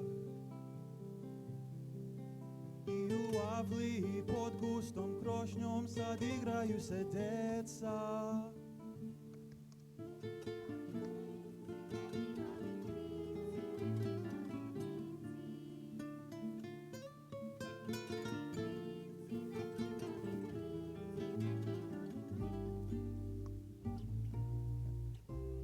Smaknu treperi, denet sveća na torti. Kad sam dobri, ina ima zeca. Uma, čizke banke, šnje i zelene kajsije kradu druga deca.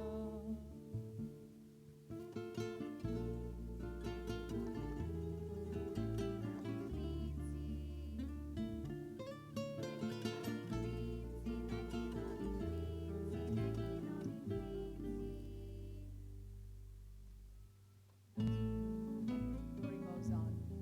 They left, I still play with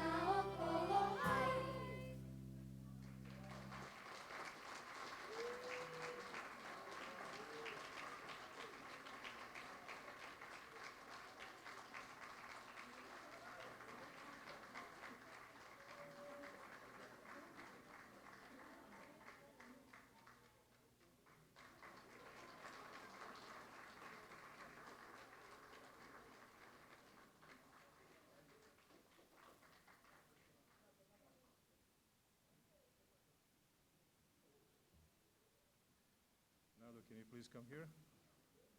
So what a wonderful thing, huh?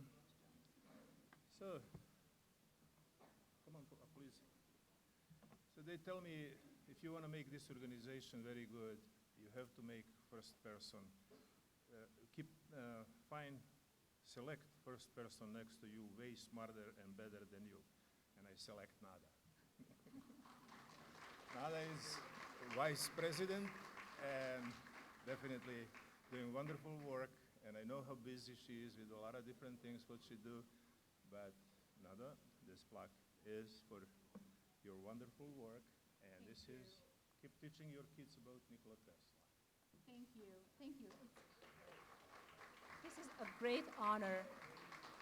Just thank you. That's all I can do. And I hope that children, that this is a great impression for them and something that they can look up to. And those medals that they received, I'm proud of it. That's what I'm here to do, to teach them to continue tradition. Neki novi klinci are coming.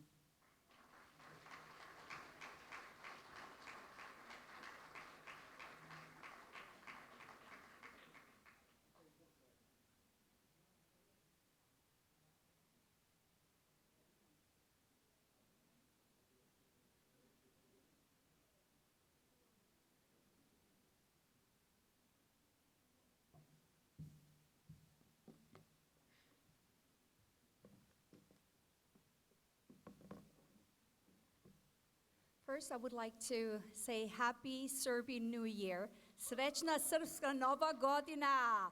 Opa! Tako. So, on behalf of the elementary school, Banović Strahinja, Serbia, Belgrade, Serbia, I would like to present the plaque to this beautiful lady, Jovana Gnatović.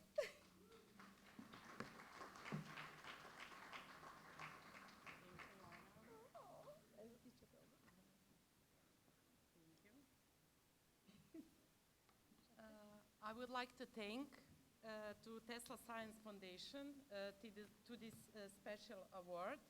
The kids from elementary school Banović Strahinja will be proud. Thank you.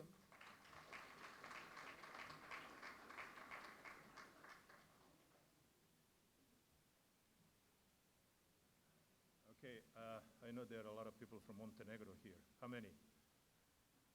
I'm not. So now, my special guest from Montenegro. You want to introduce her?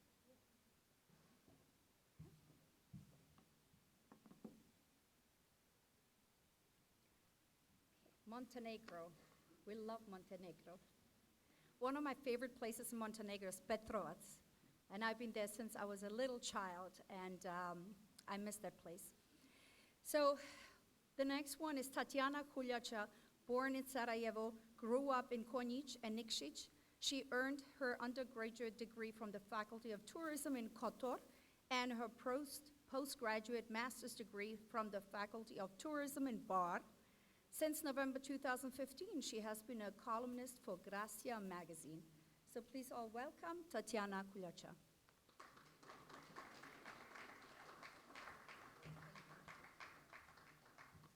Good evening, everyone. It's a great honor to me to be here, and I would like to thank Mr. Nikola Lončar for inviting me to speak for you, and especially for the opportunity to write a special story about Nikola Tesla and a boy who was inspired by Nikola Tesla. And that book will be released this year, hopefully until July. So today I would like to speak about the creation process of creation. After all, I'm a writer.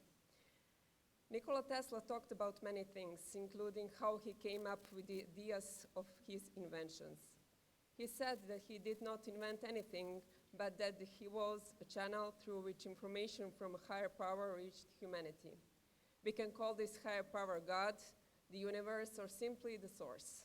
Whatever we call it, it refers to the same thing. When I first wrote a fairy tale for children, Sophia and the Magic Garden, I experienced that what Tesla was talking about. I have to mention that I had never dared to write for children before because I felt that I did not match their imagination enough to interest them in anything. Also, writing for children comes with a lot of responsibility, and you have to think carefully about how some of the information we impart to them through the story will shape them. I will tell you how it happened to me. My daughter, who was 5 years old at the time, asked us to make up the story. She told me that there was a little girl called Sophia who came to her grandmother's house during the winter vacation. While walking in the garden, she met a fairy who was crying because she had to get to fairy school, and some had to make sure that snowflakes kept their beautiful shape. Winter cannot be magical without them. My little girl's attention was drawn to something else, and not long after, the wonderful world of Sophia and her grandmother's magical gardens opened up. I saw how Sophia receives the fairy power of making snowflakes and how frivolously she uses it, how she neglects her actual true power to make up the most wonderful stories.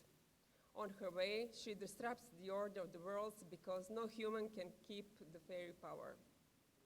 That would simply be too dangerous. The images I saw in my imagination changed at the speed of light, and I barely had time to write them down. I didn't create anything, and I didn't weigh up which way the better way for the main character, so I should write it down.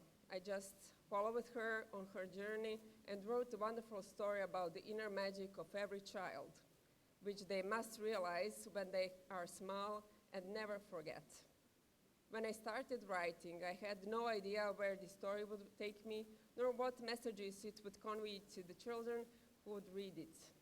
I had the wonderful feeling that I was just a conduit for a story that needed to be told, and I was just open enough to believe that I could do it, just like Nikola Tesla who captured ideas and worked them out in his head. I can't even imagine what the world would look like today if he hadn't trusted his imagination. Two girls believed in magic of writing because of my writings and wrote their first books in the age of 12 and 15. They say that magic snowflakes with a drop of ancient magic gave them the power to realize their secret wish to invent and write stories. That was also my success, because I don't measure success by the number of copies of the book I sold, by the number of inspired children who became aware of their inner powers. The first book was followed by another Sophia's adventure, Luca and Sophia in the Enchanted Forest. And I was traveling by car and I had just prepared the first adventure for the press. A chubby boy came into my mind. "I'm Luca," he said. "What do you want from me?" I asked.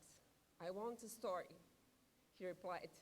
To be honest, I was a bit annoyed that he appeared out of nowhere when we had just finished all the preparation for the book.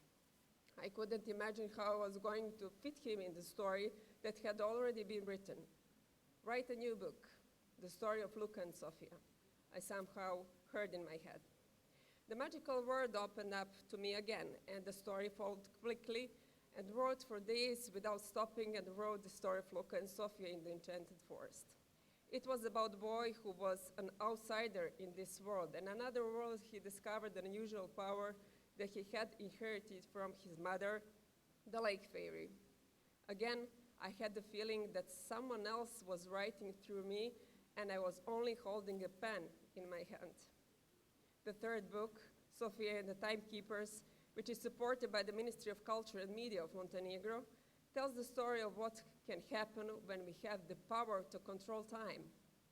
It takes the main character to an underground town with a wisdom tree and very strange people.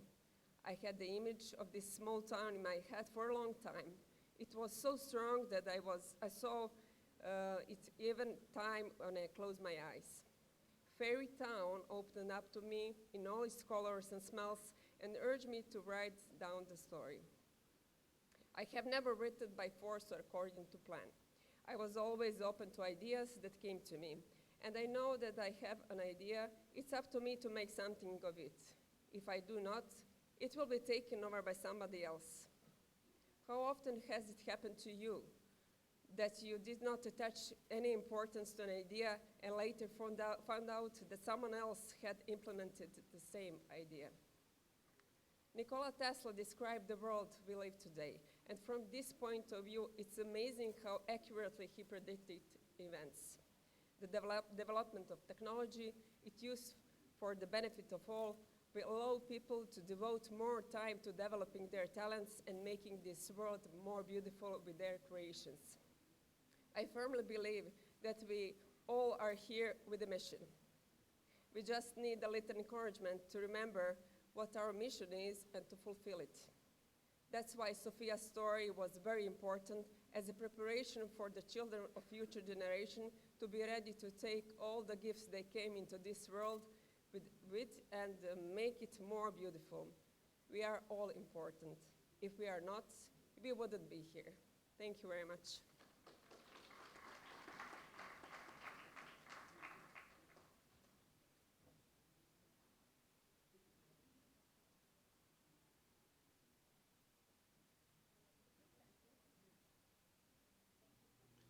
Hello, my name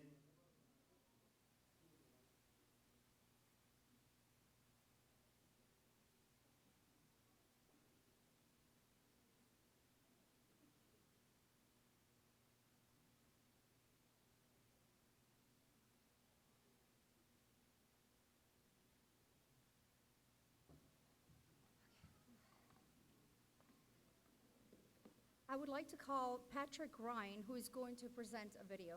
Patrick, thank you.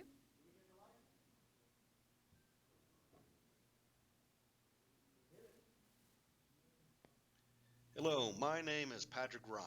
I live in Colorado Springs, Colorado, and I'm here to talk to you about finding Coleman-Zito. I was told I only had 3 minutes to give this presentation at the Tesla Memorial Conference, so let's get to it. Who is Coleman-Zito? Well, he was an assistant of Nikola Tesla.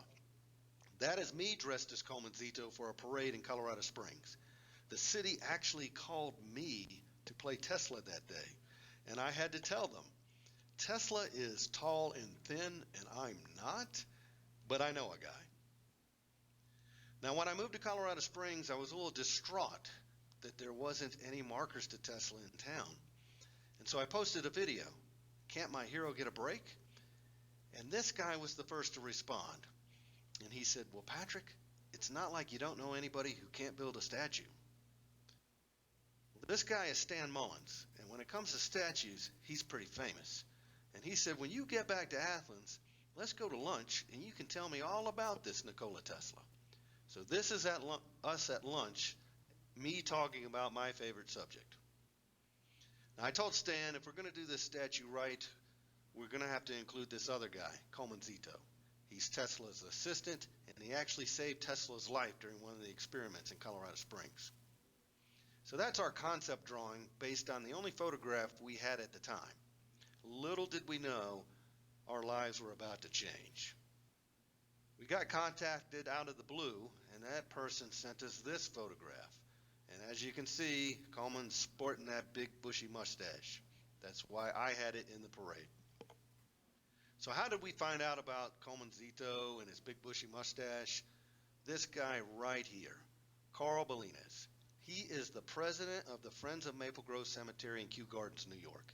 And he called me out of the blue one day and said, Mr. Ryan, we found your statue project online. In it, you depict another individual, Coleman-Zito. We have a Coleman-Zito in an unmarked grave in our cemetery, and we'd like to finally mark his grave after 95 years. So I had to call up Stan and say, you're not going to believe this. Then Carl calls me back and says, oh, by the way, do you know who Louis Latimer is? Because we need to mark his grave too. So I had to call up Stan again and say, you're not going to believe this. We're marking 2 graves now. Stan was totally cool. He was currently working with the King family on the MLK statue in Atlanta, Georgia. This is us on our... Can we get the light? For some reason, there's a lag with the video, so with the audio, you're not getting the right slide. But Coleman-Zito is Nikola Tesla's assistant. He has been in an unmarked grave for the last 95 years. We're going to finally mark his grave on May the 5th.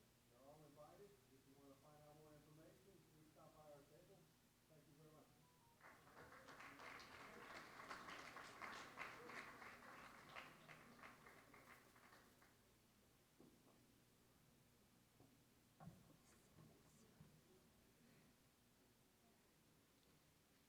event, we're moving on to the next. A good friend of mine.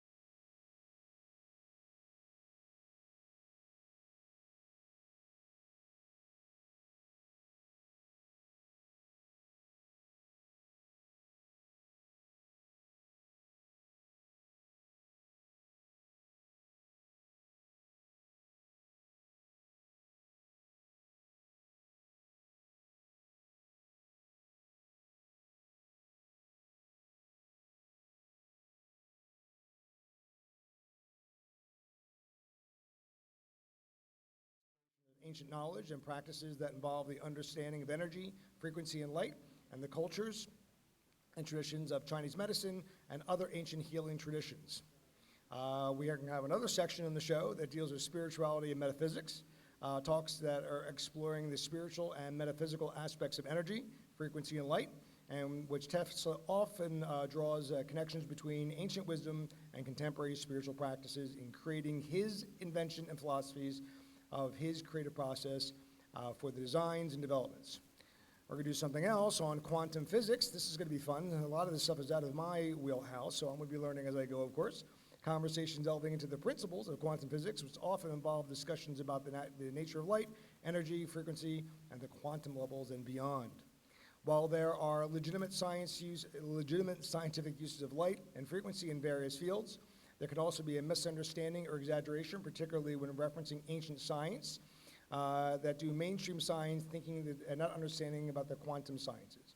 So always consider research technologies and sciences that are not totally understood, and if they are withheld to do the intellectual misunderstanding of the mainstream science, which are sometimes,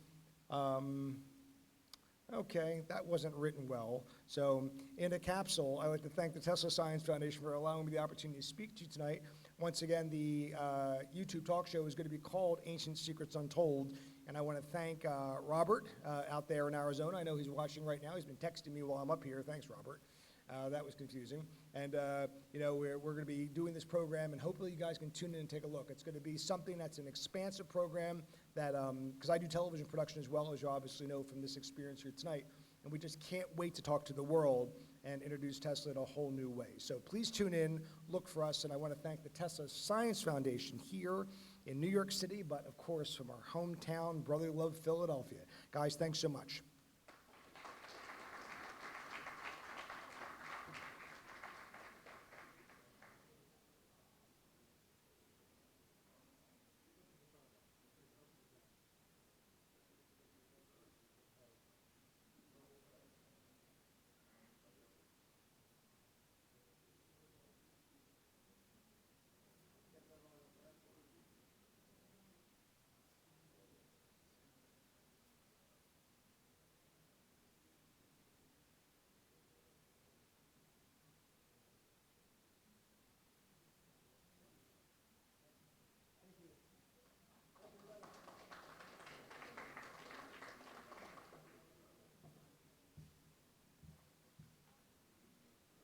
Now I would like to call in Sam Mason.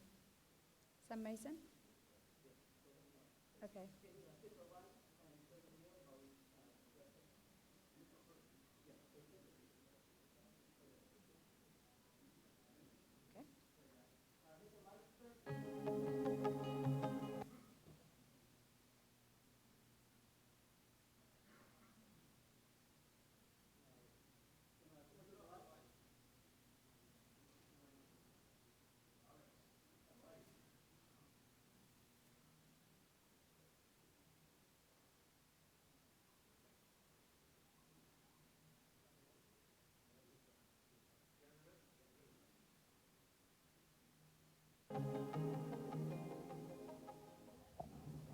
Hello, I'm Nasiwa JB.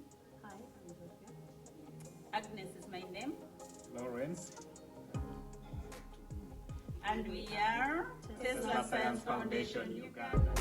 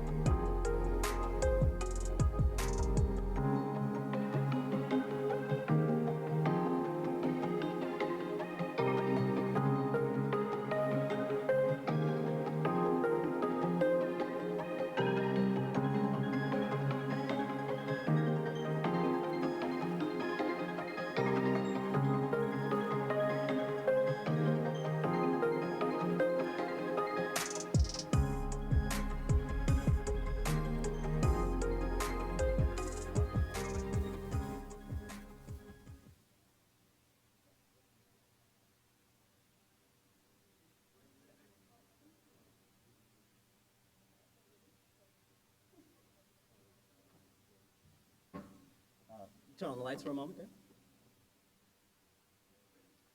No, not yet, not yet. Can I get the lights there? Thank you, everyone. Hello, my name is Samuel Mason. I'm the president of the Tesla Science Foundation, New Jersey chapter, as well as the founder of the Tesla Science Institute. I've also worked very closely for many years with Nikola Tesla on the establishment of Tesla's Ambassadors as an actual organization that caters now to around 85,000 members as we grow bigger every day. Ultimately, our goals are to work with governments all over the world to establish teams that will assist the Tesla Science Foundation in its ambitions, as well as all of these young scientists all over the world who have never heard of Tesla's name. We find the Tesla Science Foundation to be a pivotal entity that will lead us all into a better, brighter future that Tesla intended. And we're very happy to be working with so many great people, such as yourselves. I work very closely with Dr. David Voigt, and now I'm also joined by Mr. Joshua Steely, who recently joined us in Serbia as we visited the Sabic Innovation Center in hopes to establish a Tesla Innovation Center in the city of Camden. We're also joined here by Director Bird, who came from Camden, for a representative of the city. If you guys would please give him a round of applause. He's back there, in the Yankees hat there, New York Yankees hat. Oh, yeah, there he is, there. Thank you. And the way we are able to accomplish this is that all of you have placed a tremendous amount of faith and trust in our operations, and one such individual has been Mr. William Turbo. God rest his soul. Mr. Turbo has been an extraordinary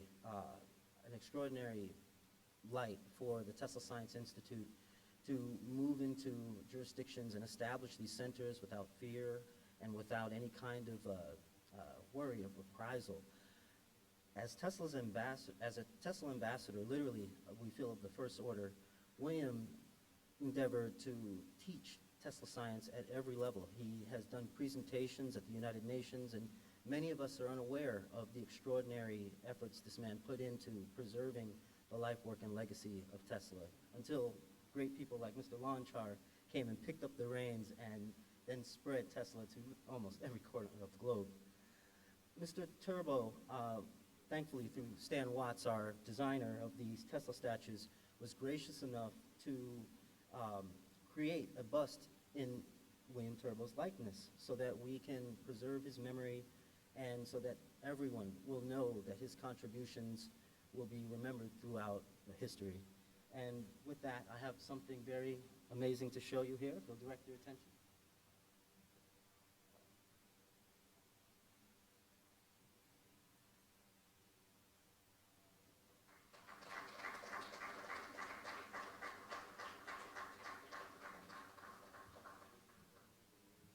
This bust of William Turbo, we hope will one day grace the grounds of the Tesla Science Center or the Tesla Museum in Belgrade. We will hold tight until we receive a response, and ultimately we at the Tesla Science Institute are dedicated to doing everything possible to building the world Tesla intended. And with that, we have a special message from our dear friend Dino Dinopoulos, and he is going to illustrate some of the core values of what the Tesla Science Institute really would like to bring to the world. And just very briefly, if you could, Josh, come up for a moment there. I'd just like to acknowledge this gentleman. He will be joining us back in Serbia, as well as joining me in Uganda to further these international ties. And I cannot thank him enough. Nick, I can't thank you enough for this great opportunity.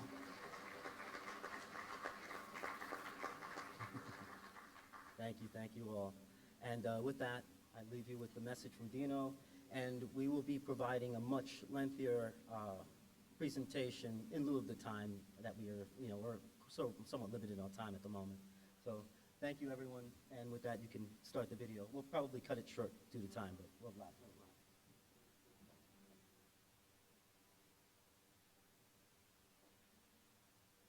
Or fake, meaningless science. As a result, whoa. Welcome everybody to this annual celebration of the life of Earth's most important truth seeker, Nikola Tesla. While most people follow the traditional path of knowledge and education, taking in and dishing out as much previously declared information as their professors' bosses wish them to know, Tesla had a different approach, and it is one we can all continue to learn from today and must learn from. He was born at a time in the mid-1850s where the old world was quietly yet forcefully being faded out, and the new world would soon be ushered in with a vengeance. Tesla lived in the prime time of this monumental period of change around the world. As the old world faced off against the inevitable future, Nikola Tesla, possessing an ultimate visionary mind, could certainly see what was coming and knew he had to do something to counter it for the sake of humanity's future. At a very young age, he became fascinated by engineering and physics and went to various schools to expand his knowledge. He soon would surpass all of his peers and teachers and set off into the workforce in order to learn enough so that one day his impact would be felt all over the world. All throughout this time, he would travel from his humble countryside beginnings in the region of Lika in modern Croatia and all throughout Europe, observing the spectacular ancient architecture of past civilizations and the technology of advanced buildings, including that of his university at Graz. Throughout these purpose-building adventures, his real work was being done internally, within his mind, envisioning the way the invisible forces of our world function. Soon enough, he landed upon the shores of America with an essential mission, and he was determined to succeed. At this time, it is important to discuss a few relevant concepts which multiply the importance of Nikola Tesla's impacts today, so that we can continue his quest for the ultimate truths of this world, which were once known and will be known again, thanks to Tesla and all of you who continue to promote his legacy. First, it is important to remember that Tesla was incredibly fascinated with ancient Hindu and Vedic texts, which described ethereal energy and technology that most people considered myths or fairy tales. Tesla knew these ancients were speaking of something tangible and possible, and that if it were to be rediscovered and utilized, it would be immensely helpful, powerful, and infinite. One look at the ancient structures of India, and it is easy to see, yet tough to fathom how truly advanced that civilization had once been. But Tesla knew. 2, we must take into account that most of what we know about Tesla that has survived time, we have been allowed to know. When he passed away in this very New Yorker hotel apartment, it was raided by government officials, one being Donald Trump's uncle. This means that all of his personal writings and intellectual inventions, theories, and concepts were never publicly released to the masses, and instead have been kept under strict control of the US government, never entering the scientific field. There is no telling what was in there, as we know that governments have a tendency to eliminate what does not fit their narrative, or what would give humanity too much power for positive change, while cutting into their very important profits.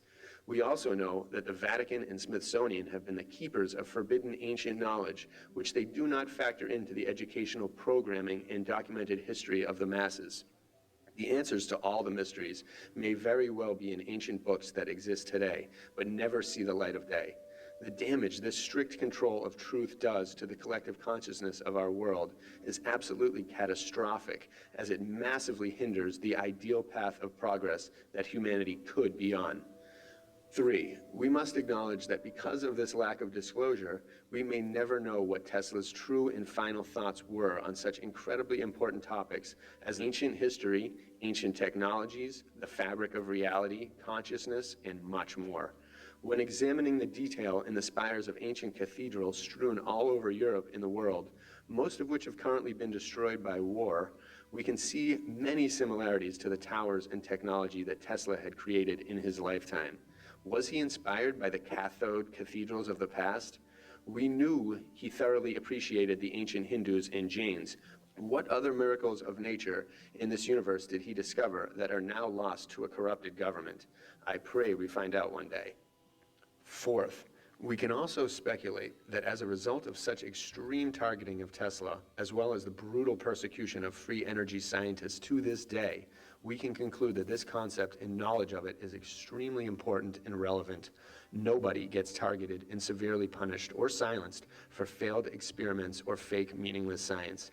As a result of this, our modern pop science has become more of a sinister cult of blind followers and memorizers, as opposed to a collection of unique visionary minds dealing in truths and pushing the boundaries of what is possible for the benefit of all beings. When evidence and scientific method are neglected and all focus is set on profits, truth suffers drastically. There is a big problem with reality in science. Therefore, a wise, critically thinking mind must question everything, especially if that information emanates from an untrustworthy source. If all the money for innovation and discovery is funneled into the hands of people searching for truth in all the wrong directions, nothing gets accomplished and the collective minds go nowhere. Again, humanity suffers. We may never know what Tesla truly thought about the structure of this universe, but I can guarantee he gave it a lot of thought since his technology utilized it perfectly. Fifth, it is important to know that Tesla believed firmly in the infinite power of the ether surrounding us all. This concept alone has been discussed for thousands of years, until about the time where Tesla had the capabilities of bringing this technology back to the public for free. Tesla's discoveries were undeniable to the scientific community and would have set the world off on an incredibly clean and affordable future where the potential of technology seemed to have no bounds. In response to this, the fraud celebrity of Einstein was thrust upon the masses to change the course and eviscerate the ether from science education while illegitimately stealing the crown as the genius of the world. From this point on, all television, news, and film programming would work tirelessly to depict a world that would keep humanity in the dark age of wisdom and lead it right into a materialist wasteland of egocentrism and useless time consumption. The ultimate truths fade into obscurity and are relegated to the realm of fantasy in the minds of most of the educated, indoctrinated population. Our current news can't accurately Okay, can you hit the lights? We're gonna cut this short in the interest of time. During my trip to Serbia, we were blessed by the Serbian Orthodox Church. I'd like to introduce myself as Drudifon as well. And I have to say, the reception, the welcoming, the love that I received from all of you, you truly are all my extended family. And not only do we work every day and tirelessly to build the world that Tesla intended, but we will make sure that we do all that we can for the youth, for the vets, for everyone with a sincere mind for intellectualism to bring education back to the level of excellence that it has fallen from. And with that, I thank you all for your time, and I can't thank you all enough for being here.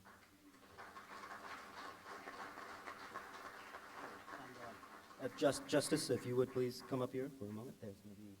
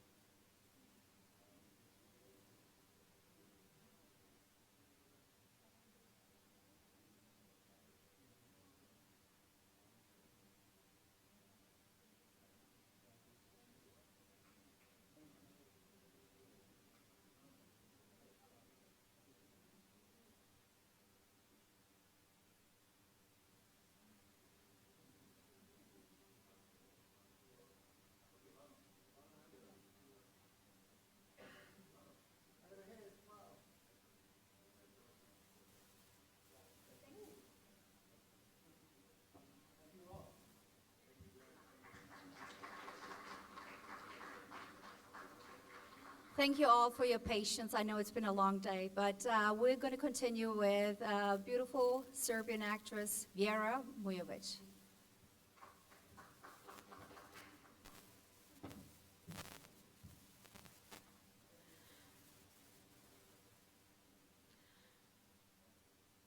Ako možeš da sačuvaš svoju glavu kad svi oko tebe gube svoje i okrivljuju tebe za to.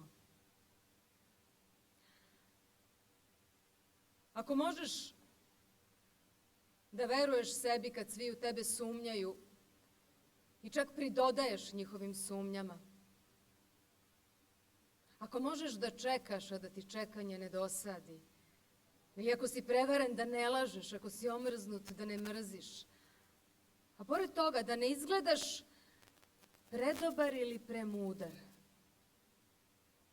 Ako možeš da sanjaš, a da snovi ne ovladaju tobom. Ako možeš da razmišljaš, a da ti maštanje ne bude cilj. Ako možeš da se suočiš sa uspehom i neuspehom i da posmatraš te dve varalice kao da su potpuno iste. Ako možeš da podneseš da su istinu koju si rekao izvrnuli nitkovi da bi napravili zamku za budale.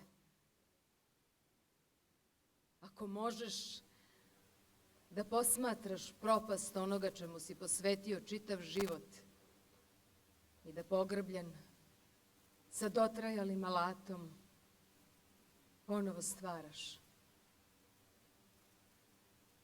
Ako možeš da staviš na kocku sve što imaš, izgubiš i opet počneš ispočetka i nikada ne izustiš reč o tom svom gubitku.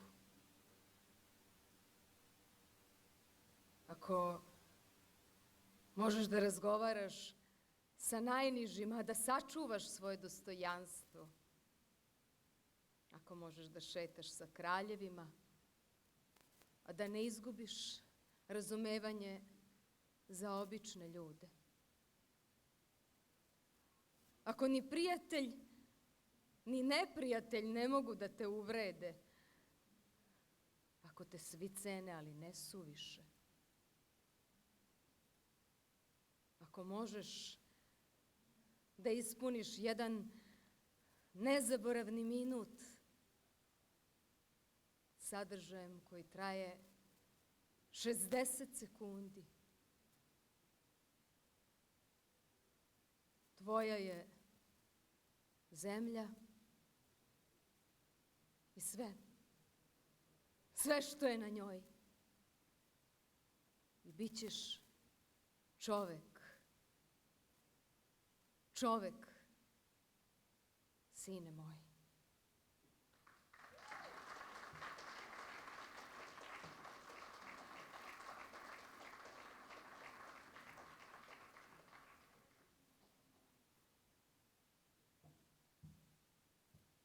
Thank you very much. And now, a very special person. The acknowledgement and appreciation goes to the Consul General Vladimir Božović.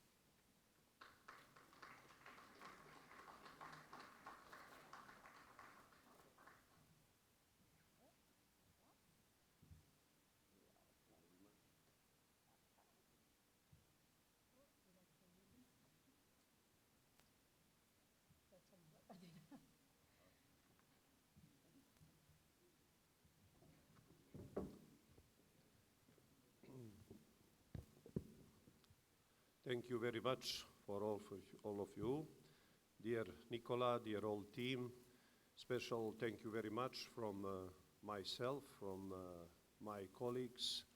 I'm really enjoy today, all of day of conference, and maybe allow me finally a couple words on Serbian language. Još jednom hvala svima, želim da se zahvalim gospodinu Lončaru i njegovom timu na nesebičnom radu i trudu svih ovih godina Teslinoj naučnoj fondaciji, na čuvanju lika i dela Nikole Tesle, našeg Srbina, iz onog malog Smiljana koji je uspeo da dosanja taj američki san iz porodice pravoslavnog sveštenika, da dođe u New York i Sjedinjene Američke Države i da učini ovu zemlju i celo čovečanstvo srećnim. Zaista, kao pravoslavni Srbin, kao i vi svi ovde prisutni, delim zadovoljstvo što smo Teslin narod, što i uvek to moramo ponavljati i ponositi se Nikolom Teslom i njegovim neprolaznim, večnim delom kojim je učinio ponosnim celo čovečanstvo.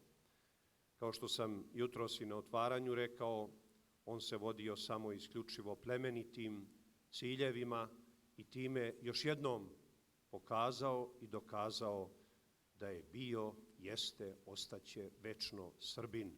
Jer su Srbi znali da biraju svetolazarevski zavet, zavet kosovskih junaka, da biraju nebo i ono što je nebesko i večno, da ne biraju zemaljsko i prolazno, da ne biraju ono što je za malena carstvo. Tim svojim delom, sa velikom žrtvom, sa svim problemima s kojima se suočavao, pokazao je čvrstu i, rekao bih, veliku veru u Hrista, Gospoda, kojemu je njegov otac kao pravoslavni srpski sveštenik služio do posljednjega dana i daha, i kroz njegovu majku kao ženski lik figure koji je ostavio, rekao bih, neizbrisiv trag i pečat u njegovoj ličnosti, pokazao da je njegova ličnost zaista sazdana na Bogu i da je on Božje djelo, kao što je i svaki čovjek i kao što smo mi svi Božje djelo i što smo žrtvom onoga našega velikog i jedinog Boga Isusa Hrista i njegovim ovim danima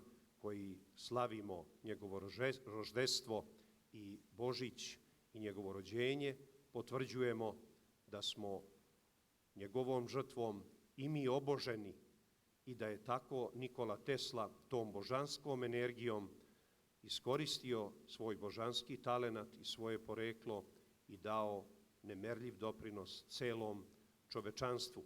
Naravno, mislim da trebamo pomenuti njegovog savremenika i čoveka koji je u patriotizmu dosegao takođe nemerljive visine, Mihajla Pupina, koji je pokazao i dokazao takođe da je izabrao večno i neprolazno svetolazarevsko opredeljenje kada je založio svu svoju celokupnu imovinu, svo bogatstvo, sve što je stekao kao prijatelj predsjednika Wilsona, došao je na Wall Street i rekao: molim vas da se odobri kredit za srpsku vojsku i srpsku državu, a kada su ga oni upozorili, poštujući ga i kao predsjednik ovog prijatelja, da su šanse srpske vojske i srpske države da dobije u tom ratu gotovo nikakve i da će Srbija propasti, a veliki Mihajlo Pupin im je odgovorio: znači, dovoljna je moja imovina kao zalog za taj kredit, ja vas molim da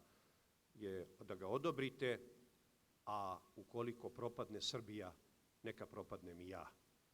To i takvo razmišljanje i ti primjeri čojstva i junaštva, ti primjeri patriotizma trebaju da budu nama podstrek i nauk u ovome vremenu i ovome dobu koje je puno raznih izazova, ali da nam Nikola Tesla i Mihajlo Pupin budu taj čvrsti most kojim ćemo preko naše dijaspore, koja je veoma brojna, ne samo ovdje u Njujorku, već i u čitavim Sjedinjenim Američkim Državama, povezati našu otadžbinu, našu maticu, Republiku Srbiju, sa Sjedinjenim Američkim Državama u strateškom partnerstvu, da bismo, slaveći 142 godine diplomatskih odnosa, približili ova dva velika naroda, ove dve velike nacije, ove dve velike države koje su imale snage da iznedre i da podrže u svom radu ovakve velikane kao što su Nikola Tesla i Mihajlo Pupin, a naravno i mnogi drugi koji su danas ovdje pomenuti. Gospodina Viljama Terba, čija je ovdje bista, sam i lično poznavao i mislim da će se Nikola složiti da je važno danas i ovdje da pomenemo profesora, doktora Ljuba Vujovića, čoveka koga sam upoznao pre 35 godina i koji je dao nemerljiv doprinos u očuvanju Tesline zaostavštine, Teslinog lika i dela, i mislim da je i ova fondacija i rad gospodina Lončara u stvari nastavak tog velikog i grandioznog dela Ljuba Vujovića, čijim se sjenima ovde zajedno sa vama, kao i gospodina Terba i svih ljudi koji su od Tesline smrti do danas učinili sve da mi imamo onakav muzej Nikole Tesle u Beogradu, da imamo ovakvu organizaciju i mnoge druge organizacije koje poštujemo i čiji rad uvažavamo, koje čuvaju lik i delo velikog Nikole Tesle, da sa moje strane još jednom pohvalim gospodina Lončara na ideji da se osnivaju klubovi Nikole Tesle širom Sjedinjenih Američkih Država, gdje su naši mladi, gdje se uče jezikom, gdje se uče kulturom, gdje se uče umetnosti, gdje se uče vrlinama i ovim što je Tesla zadužio, kao što sam danas rekao, ne samo Srbiju i srpski narod, već i Ameriku i američki narod i celo čovečanstvo.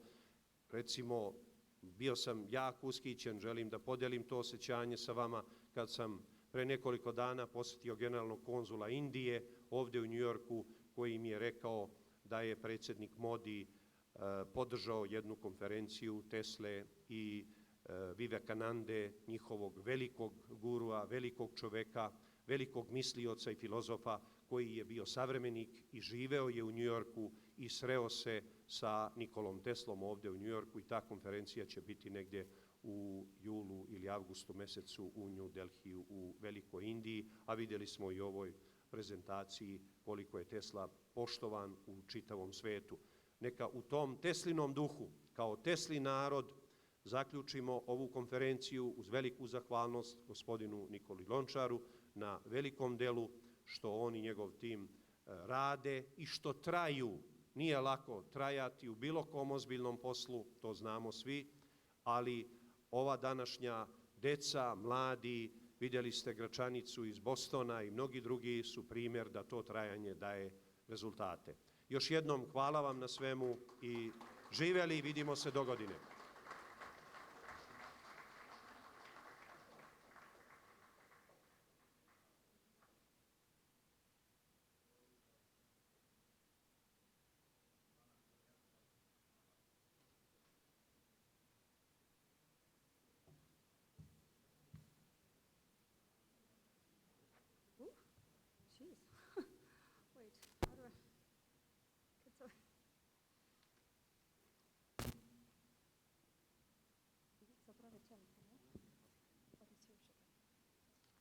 Okay. Thank you very much. And now to lighten up the program a little bit, we're going to continue with Dr. Dushanka Ivanova. She's an artistic director, and she will perform a ballet dedicated to Nikola Tesla. Please all welcome Dr. Dushanka Ivanova and her group.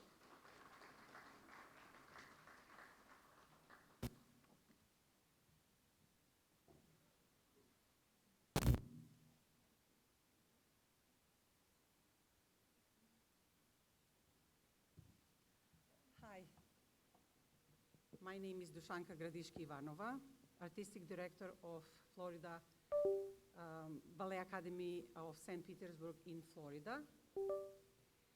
And Ballet Academy of St. Petersburg and I are very honored and delighted to be a part of this special event. So thank to Mr. Nikola Lončar and his wonderful team of Tesla Science Foundation for having us tonight. And let me just tell you the little story how I got idea to do this choreography and present tonight for you. So reading and discovering about Nikola Tesla, his life, legacy, and scientific inventions, I found the fact that he, as a child, experimented with the water and promised himself that one day when he grows up, he would make a hydroelectric power station in Niagara Falls, which he did. So my choreography is about that invention. Girls, dancers, Temra Gainzer, Sofia Ivanova, and Hana Begovic will present water, moving the turbines and producing the electricity, of course through, just symbolic way, and accompanied by Ben Bergman, who will be Tesla. And one more time, thank you to Nikola Lončar, his foundation, Tesla Science Foundation, and also Gordana Nenadović, an artist and pedagogue, who is bridging me with all of you, Tesla people, and spreading out the love in between all of us. I'm so, so honored and happy and excited to be with you tonight. Thank you.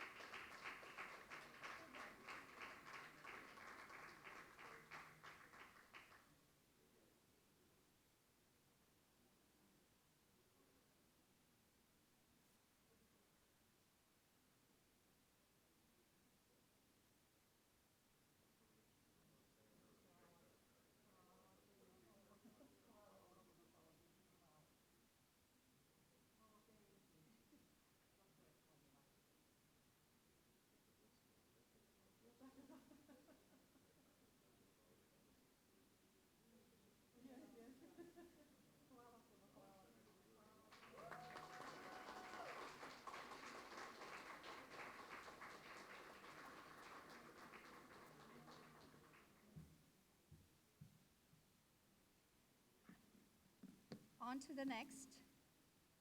We have Slađana Saric, born in Novi Sad, Serbia, as a versatile soprano. She's an accomplished opera singer and concert performer, showcasing her artistry across Europe and the United States.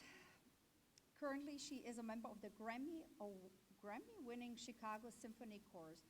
She was the winner of the prestigious international opera competitions such as Al Miglior, I don't know if I'm saying it right, but Interpret Verdiano in Italy, recognized for her outstanding soprano voice, and SBC Voice Opera Competition in Chicago. Today, Slađana is the founder and director of Bell Kant Music Academy in Burr Ridge, Chicago, with over 400 students. The academy accommodates students of all ages and diverse instrument preferences, also offering specialized supports to children with special needs. I'm sorry, I need water. All right, let's all welcome Slađana Saric. Thank you.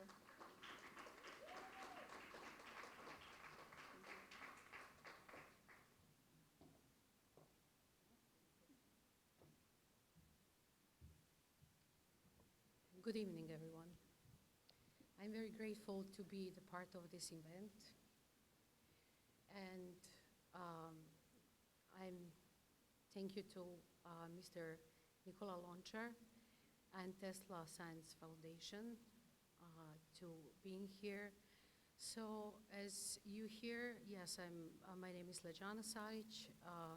I came from Chicago last night, even it was a very storm winter we had. So as opera singer, I travel all around the world, singing everywhere, getting like a prestige awards.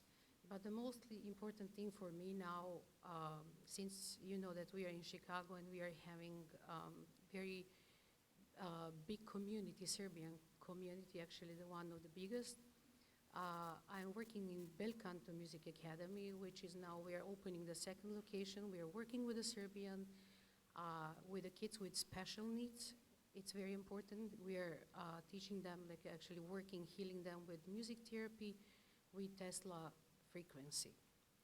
So tonight, I will try to heal your soul with one very famous aria, O mio babino caro, from Puccini. This is from opera Giannis Schicchi. Thank you. Their AI, Intercom's AI, the leader in AI for customer service. Will your student get into their dream school? If you care about your 6th to 12th grade child's future, then you need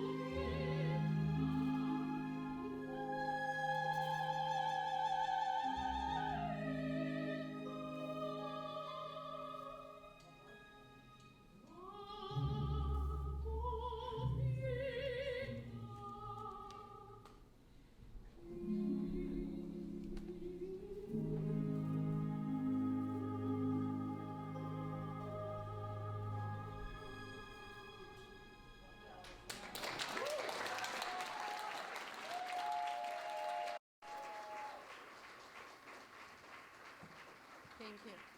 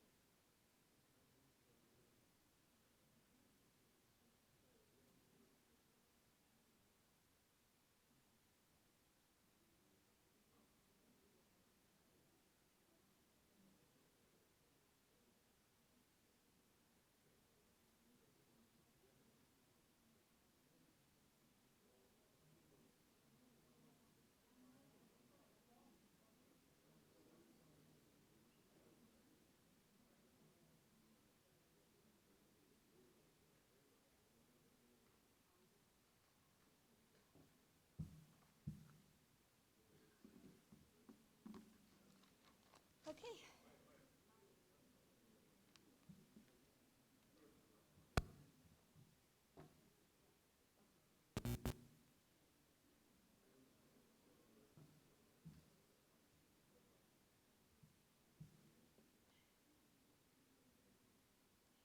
Muškarci obično slabo razlikuju boje.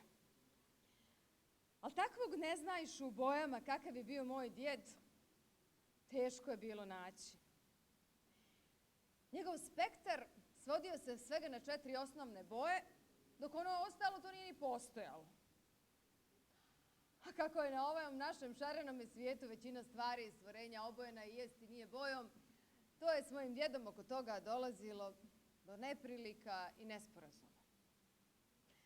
Sjećam se, u jedno od najprijatnijih doba godine, skoro preko noći rascvjetao bi se u baštici kraj naše kuće crni sljez.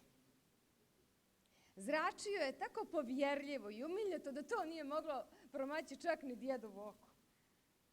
Pazder ga, sva se bašta modri kao čivit. Ono istina na sljezovu cvijetu jedva da je bilo tragova modre boje, a ako je djed kazao da je sljez modro, to tako mora važiti za tu godinu. Isto tako bi se moglo desiti da djed neke godine kaže da sljez zrači crveno i onda tako za tu godinu važi i to je tako i kvit. Sjećam se kako sam zbog djedove tvrdoglavosti u pogledu boja već na prvom koraku od kuće upao u nepriliku. Bilo je to u prvom razredu osnovne škole. Učiteljica je govorila o vuku. Te živi onako, te hrani se ovako, dok će ti jednom upitati, djecu, ko zna kakve je boje vuk? Ja prvi digo ruku. Evo, Branko će nam kazati. Vuk je zelen, okido ja ponosito. Učiteljica začuđeno podiže obrve. Bog s tobom, dijete, gdje si to čuo? Kaže moj djed. Pa nije istina, vuk nije zelen. Jeste, zelen je uz jogunih se ja kao pravi unuk čestitog djeda Rada. Učiteljica mi priđe, ljutito zazriki u moje lice i povuče me za uvo. Kaži ti svome mudrome djedu da to nije istina. Vuk je siv zapamti. Skoro plačući, otklipsao sam do kuće, šmrcajući ispričalo čao djedu šta se u školi dogodilo. Ni slutio nisam kakva će se bura oko toga poditi. Šta? Zagrmio djed. Mog unuka Miljenca pred cijelim razredom tegliti za uši. Uvaženu starinu posprdno nazvati mudrim, bolje rečeno budalom i još reći da vuk nije zelen. To ne može tek tako proći. Sutradan pušući pod guska, djed je zajedno sa mnom doperijao u školsko dvorište i pred svom dječurlijom razgalamio se na učiteljicu. A jel ti, šiškavico, ti mi bolje od mene znaš kakav je vuk. Ja se s vucima rodio i odrasta, ona ti tu, po turu bi tebe trebalo ovim štapom da se jednom naučiš pameti. Izvika se djed, rasplaka se učiteljica. A sljedećeg jutra djeda otjeraše žandari. Odsjedi starina 7 dana u Sreskoj buvari. Kad se vratio, ublijedio i mučaljiv, samo mi poprijeti prstom.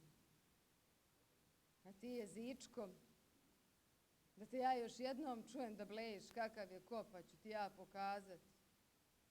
Vuk je zelen. Šta se tiče kakav je vuk?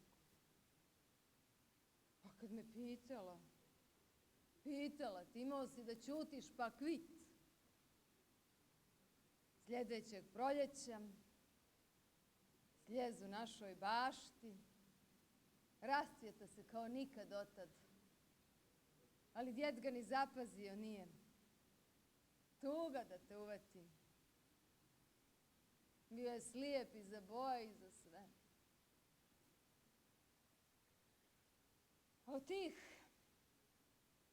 Od tih neveselih dana minulo je više od pola vijeka.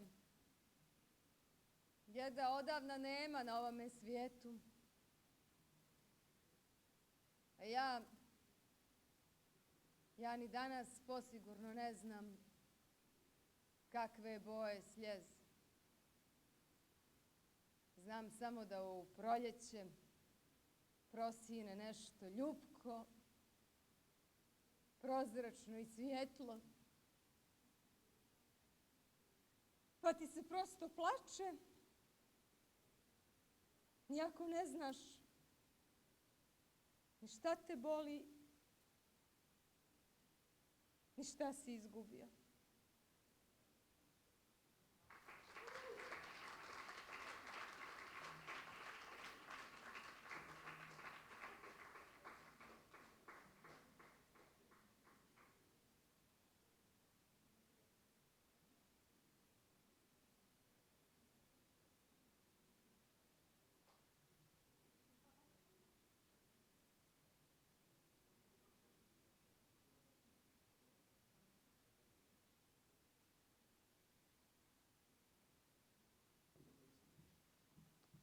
I would like to invite Tamara Maleshev to receive a gold medal. Tamara is a former athlete, and she holds a record, European record, right, Tamara? Juniors, okay. But she recently published a book, and it's a very interesting book. Although her intent was not to write about Tesla, she discovered an interview never published with Tesla, and it was one of sportists, right, athletes that she talked to, actually their family members. Anyway, you can find Tamara and talk with her about her phenomenal book, and I'm so happy to present her with a gold medal and a certificate.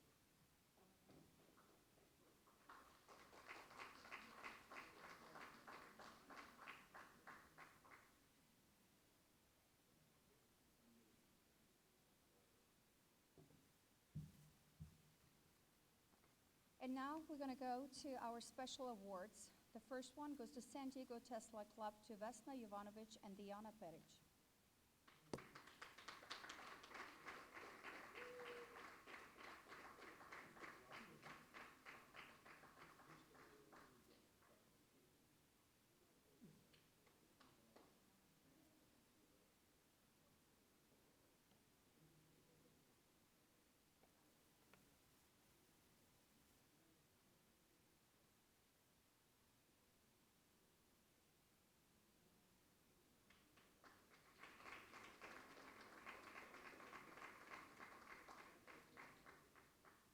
Next is Detroit Tesla Robotics, Snježana Adamovic.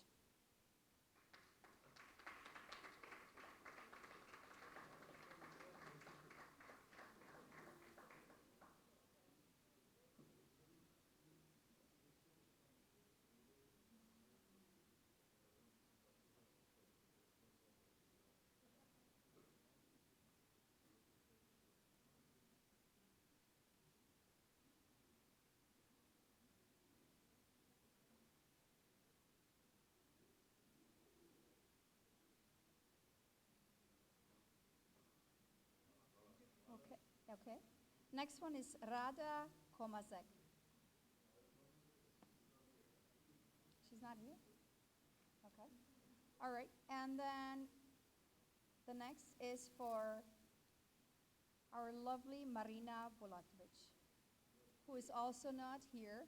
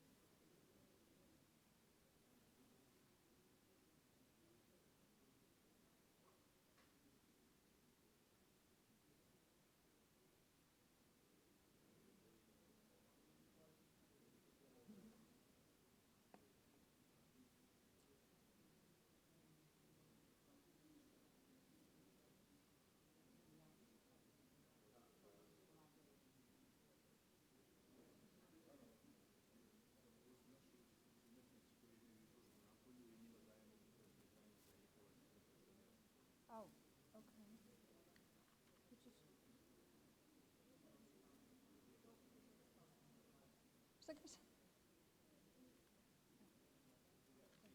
Stop.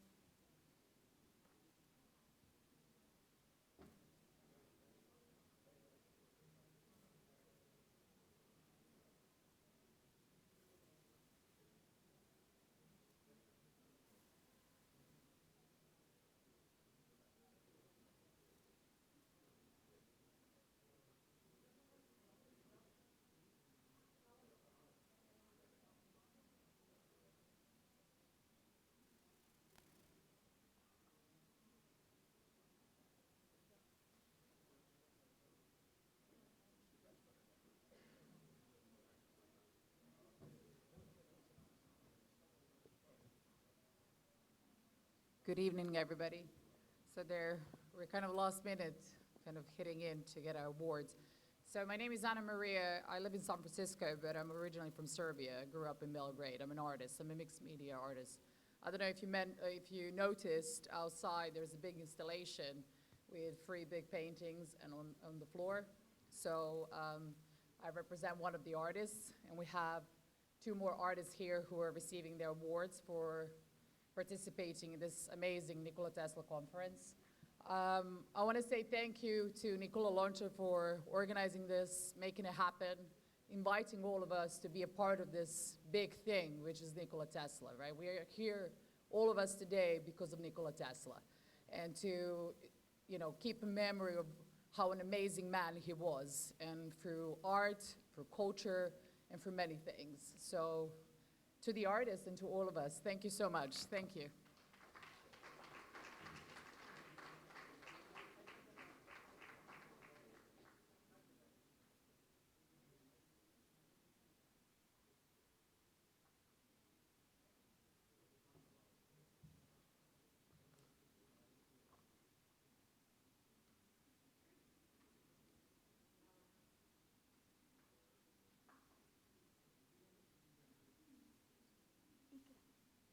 Rađenica. Okay? Okay.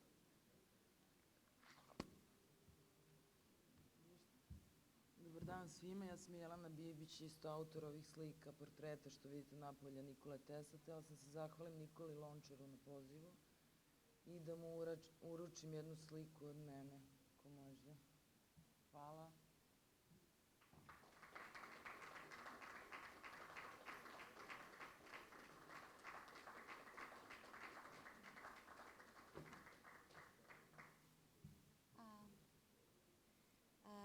Big thanks to Tesla Science Foundation,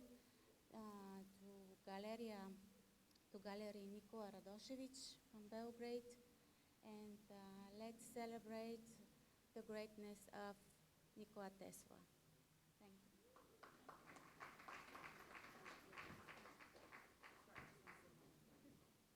Sorry, I forgot to say something, typical artist. I want to say that you're the first foundation that I want to donate my whole installation to your foundation, because I think it's an amazing thing what you're doing, and my whole installation is being donated to Nikola Tesla Foundation. Thank you.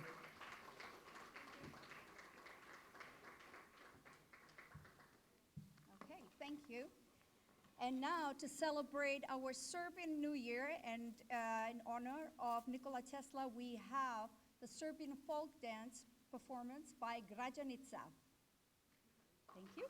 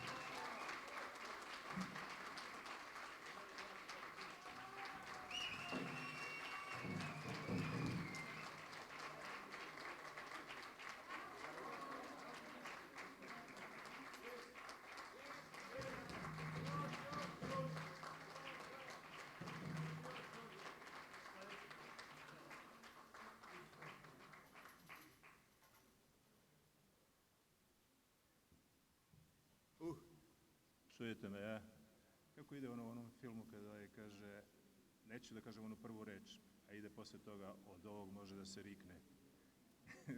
Verovatno ste gledali svi taj film. Za mene je ovo jedno od najlepši Serbia New Year Eve. Fenomenalno. A sada imat ćemo malo samo pauzu da spojimo neke instrumente i onda će da nastupe muzičari malo drugčiji, ali fenomenalni. Može tehnika da nam pomogne da spojimo malo ove instrumente ovde? Ovi su vaši svi ovdje.